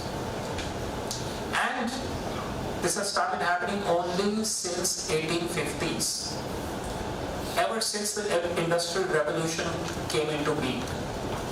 And it was the period of the Industrial Revolution that ASI also was established, 1861. There is but some of us say 1871, some of us say 1861, 1861. Why? So today, you have that responsibility where you are a part of the global actors who are engaged with conservation of monuments. That holds for you, the CAs, that holds for you, the engineers, that holds for you, the SAs. So you are, in my opinion, and I consider that when I joined in 2008, that I became a part of this elite group of professionals in ASI who were all mandated with the responsibility of the conservation of monuments. As an outsider, I would do anything कि मुझे किसी एक monument पे काम करने दिया जाता. Now I have 3685 before me, and intervention in any of these monuments is such a matter of privilege and pride. अभी 2 दिन पहले ही हमारे 2 colleagues को पद्मश्री भी मिला है, और कईयों को जिनको नहीं मिला है उनमें से कुछ conservation के भी उसमें लोग थे, क्योंकि लिस्ट बनती है, process of elimination होता है, all this. You have a very vital responsibility on your shoulders. You have a huge future ahead. So my advice to you is कि हम ये technical बातें dabble करते रहेंगे कि टेंडर में ये हो गया, टेंडर कैसे करना है, वो कैसे करना है, ये कैसे करना है. But your identity is that you are a part of the ASI.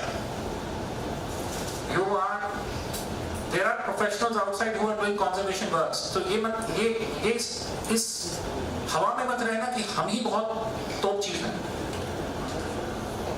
लेकिन हमारे पास opportunities unlimited है, हमारे पास exposure है, और अगर we want to do something, believe you me, we can make such a huge contribution to humanity, to our culture, to our community, which an outsider conservation person, he or she might be doing a brilliant job, but will not be able to achieve what you guys can achieve. And some of your predecessors have achieved. They have got a name for themselves. Have this pride in you. All young my colleagues, have this pride in you that you have got that opportunity that your colleagues, your batchmates, none of them have that. I wouldn't be surprised if some of you might be planning to leave, thinking कि यहाँ पे तो पे scale इतना है, वहाँ पे scale में जाऊँगा तो मेरा पे स्केल 2 लेवल ऊपर चला जाएगा. ये सब होगा. I can understand that. लेकिन जो ये recognition आपको देगा, आज कोई भी ऐसे यहाँ से छोड़ के जाए, किसी भी यूनिवर्सिटी, किसी भी कॉलेज में जाके एसोसिएट प्रोफेसर बन जाएगा, लेकिन उसकी जो एस्से का एक जो उसका रुतबा है, struggling to find a different word here, वो किसी associate professor with maybe 4 times the higher or 4 levels higher pay scale will not have that. Have that pride and confidence in you. You will have many obstacles. You will have to struggle. but you will be able to achieve which others can only dream of.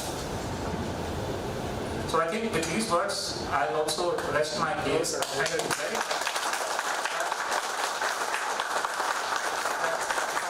I thank Vijay for his organizing it, for his agreeing to our request that we will do it here in Thrissur Circle. You've done a phenomenal job and you brought us all here, which is very good. It's very grateful for us. But please mark my words. Be proud. Be proud of who we are. लेकिन humility भी रखना. Don't be proud unnecessarily. अहंकार नहीं आना चाहिए.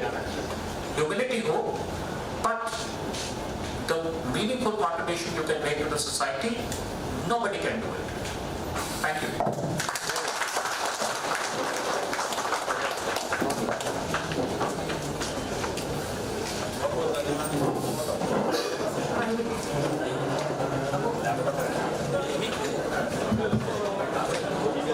Please join for a group photograph.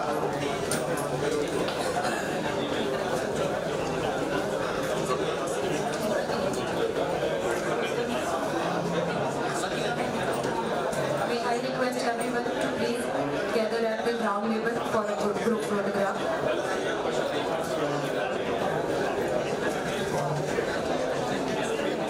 And after photograph, please proceed for a cup of tea. Thank you.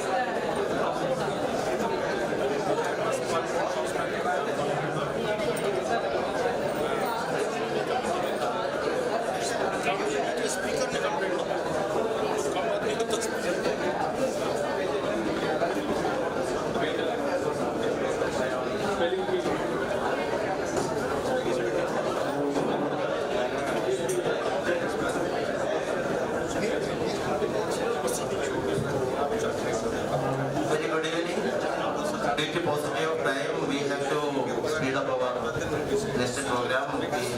We have to move to our garden downstairs and we can have a group photo. Please proceed.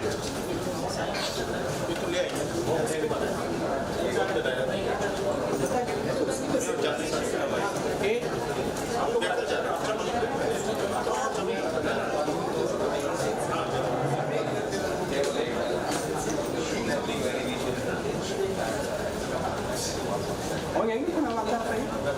Vou te ocupar, vou brigar.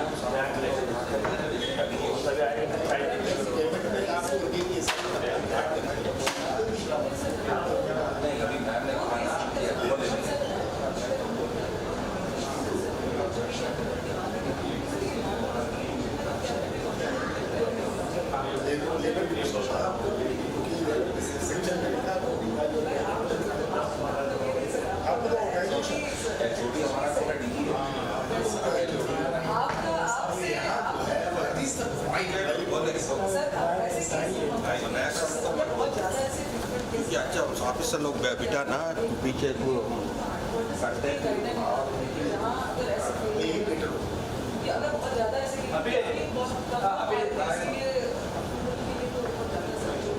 तो ma'am ये जो आपने कहा चलिए madam photo किधर से आइए photo session जैसे यहाँ पर भी भेजेंगे हेडक्वार्टर में वाली से एचपी भी जाएगा सर। ये इंटरनल प्रोसेस और जल्दी आ जाएगा। आइए अरे फोटो सेशन है क्योंकि हमारा पैसा हमने दिया सर कॉन्ट्रैक्टर के तो ये जब उसने एग्रीमेंट मतलब अग्री किया था तो वो उसका रिस्पॉन्सिबिलिटी उसको कर देना पड़ेगा तो मतलब जल्दी बात करें। थैंक यू कुछ जल्दी आपकी मदद कर दूँ। सर ठीक है सर थैंक यू मैं बोल देती हूँ सर अभी किसी को वो कर देंगे सर और वो जो सर आप फाइल बोल रहे सर ये अभी सभी को देगा तब हम कर देंगे सर अभी रख दीजिए सर कोई बात नहीं इसको इसको आकर ले जाए मैं भी सोच रहा हूँ इसको रख आके ले जाएगा। अब आप पूछो सर आपका जो केस है वो उसमें ऐसा नहीं हो सकता मतलब टीचर का केस है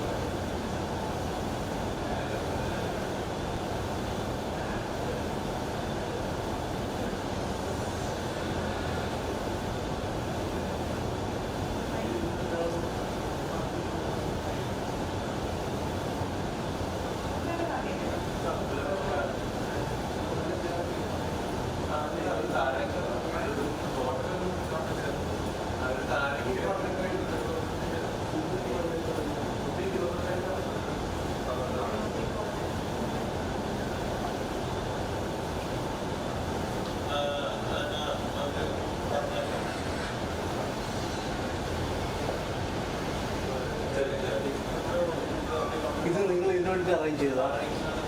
ഇതെല്ലാം മാറ്റുമല്ലോ. അവിടെ പരിപാടി ഉണ്ട് തോന്നല്ലേ? പുറത്ത് പരിപാടി നടക്കുന്നുണ്ട്. അവരൊന്ന് പുറത്തുണ്ടായിരുന്നു. ഇവിടെ വരുവാണെങ്കിൽ എക്സ്റ്റെൻഡ് ചെയ്യാമല്ലോ.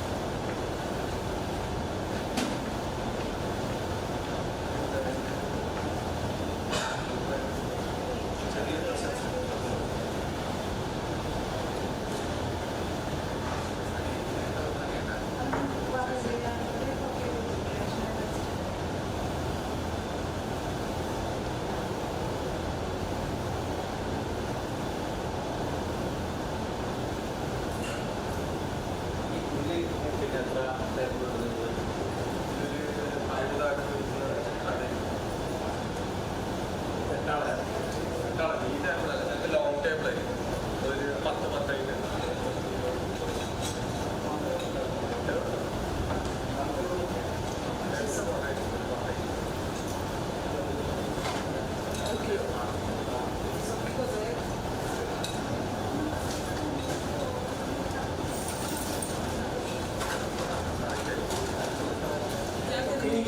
10 रूम में मेरा रूम तो नहीं है। आपका यही है क्या? फिर तो आप रूम में ही रख दीजिए ना, मैं आपसे फिर कहीं कलेक्ट कर दूँगी। बिल्कुल ऐसा। अच्छा आपका यही है क्या? अरे बाप रे, तो नहीं ठीक है, आप ये भी रख दीजिए। अच्छा ये भी रख लीजिए, ये डायरी ले लीजिए। शाम को अगर फाइल्स करनी पड़े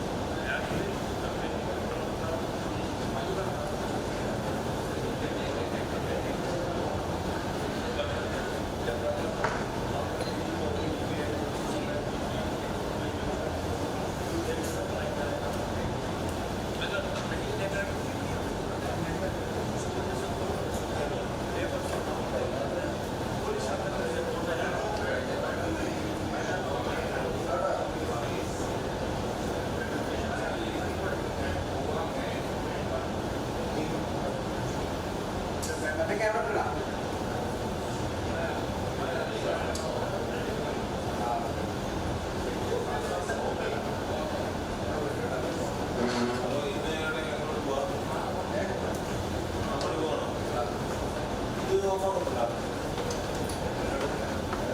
ഇത്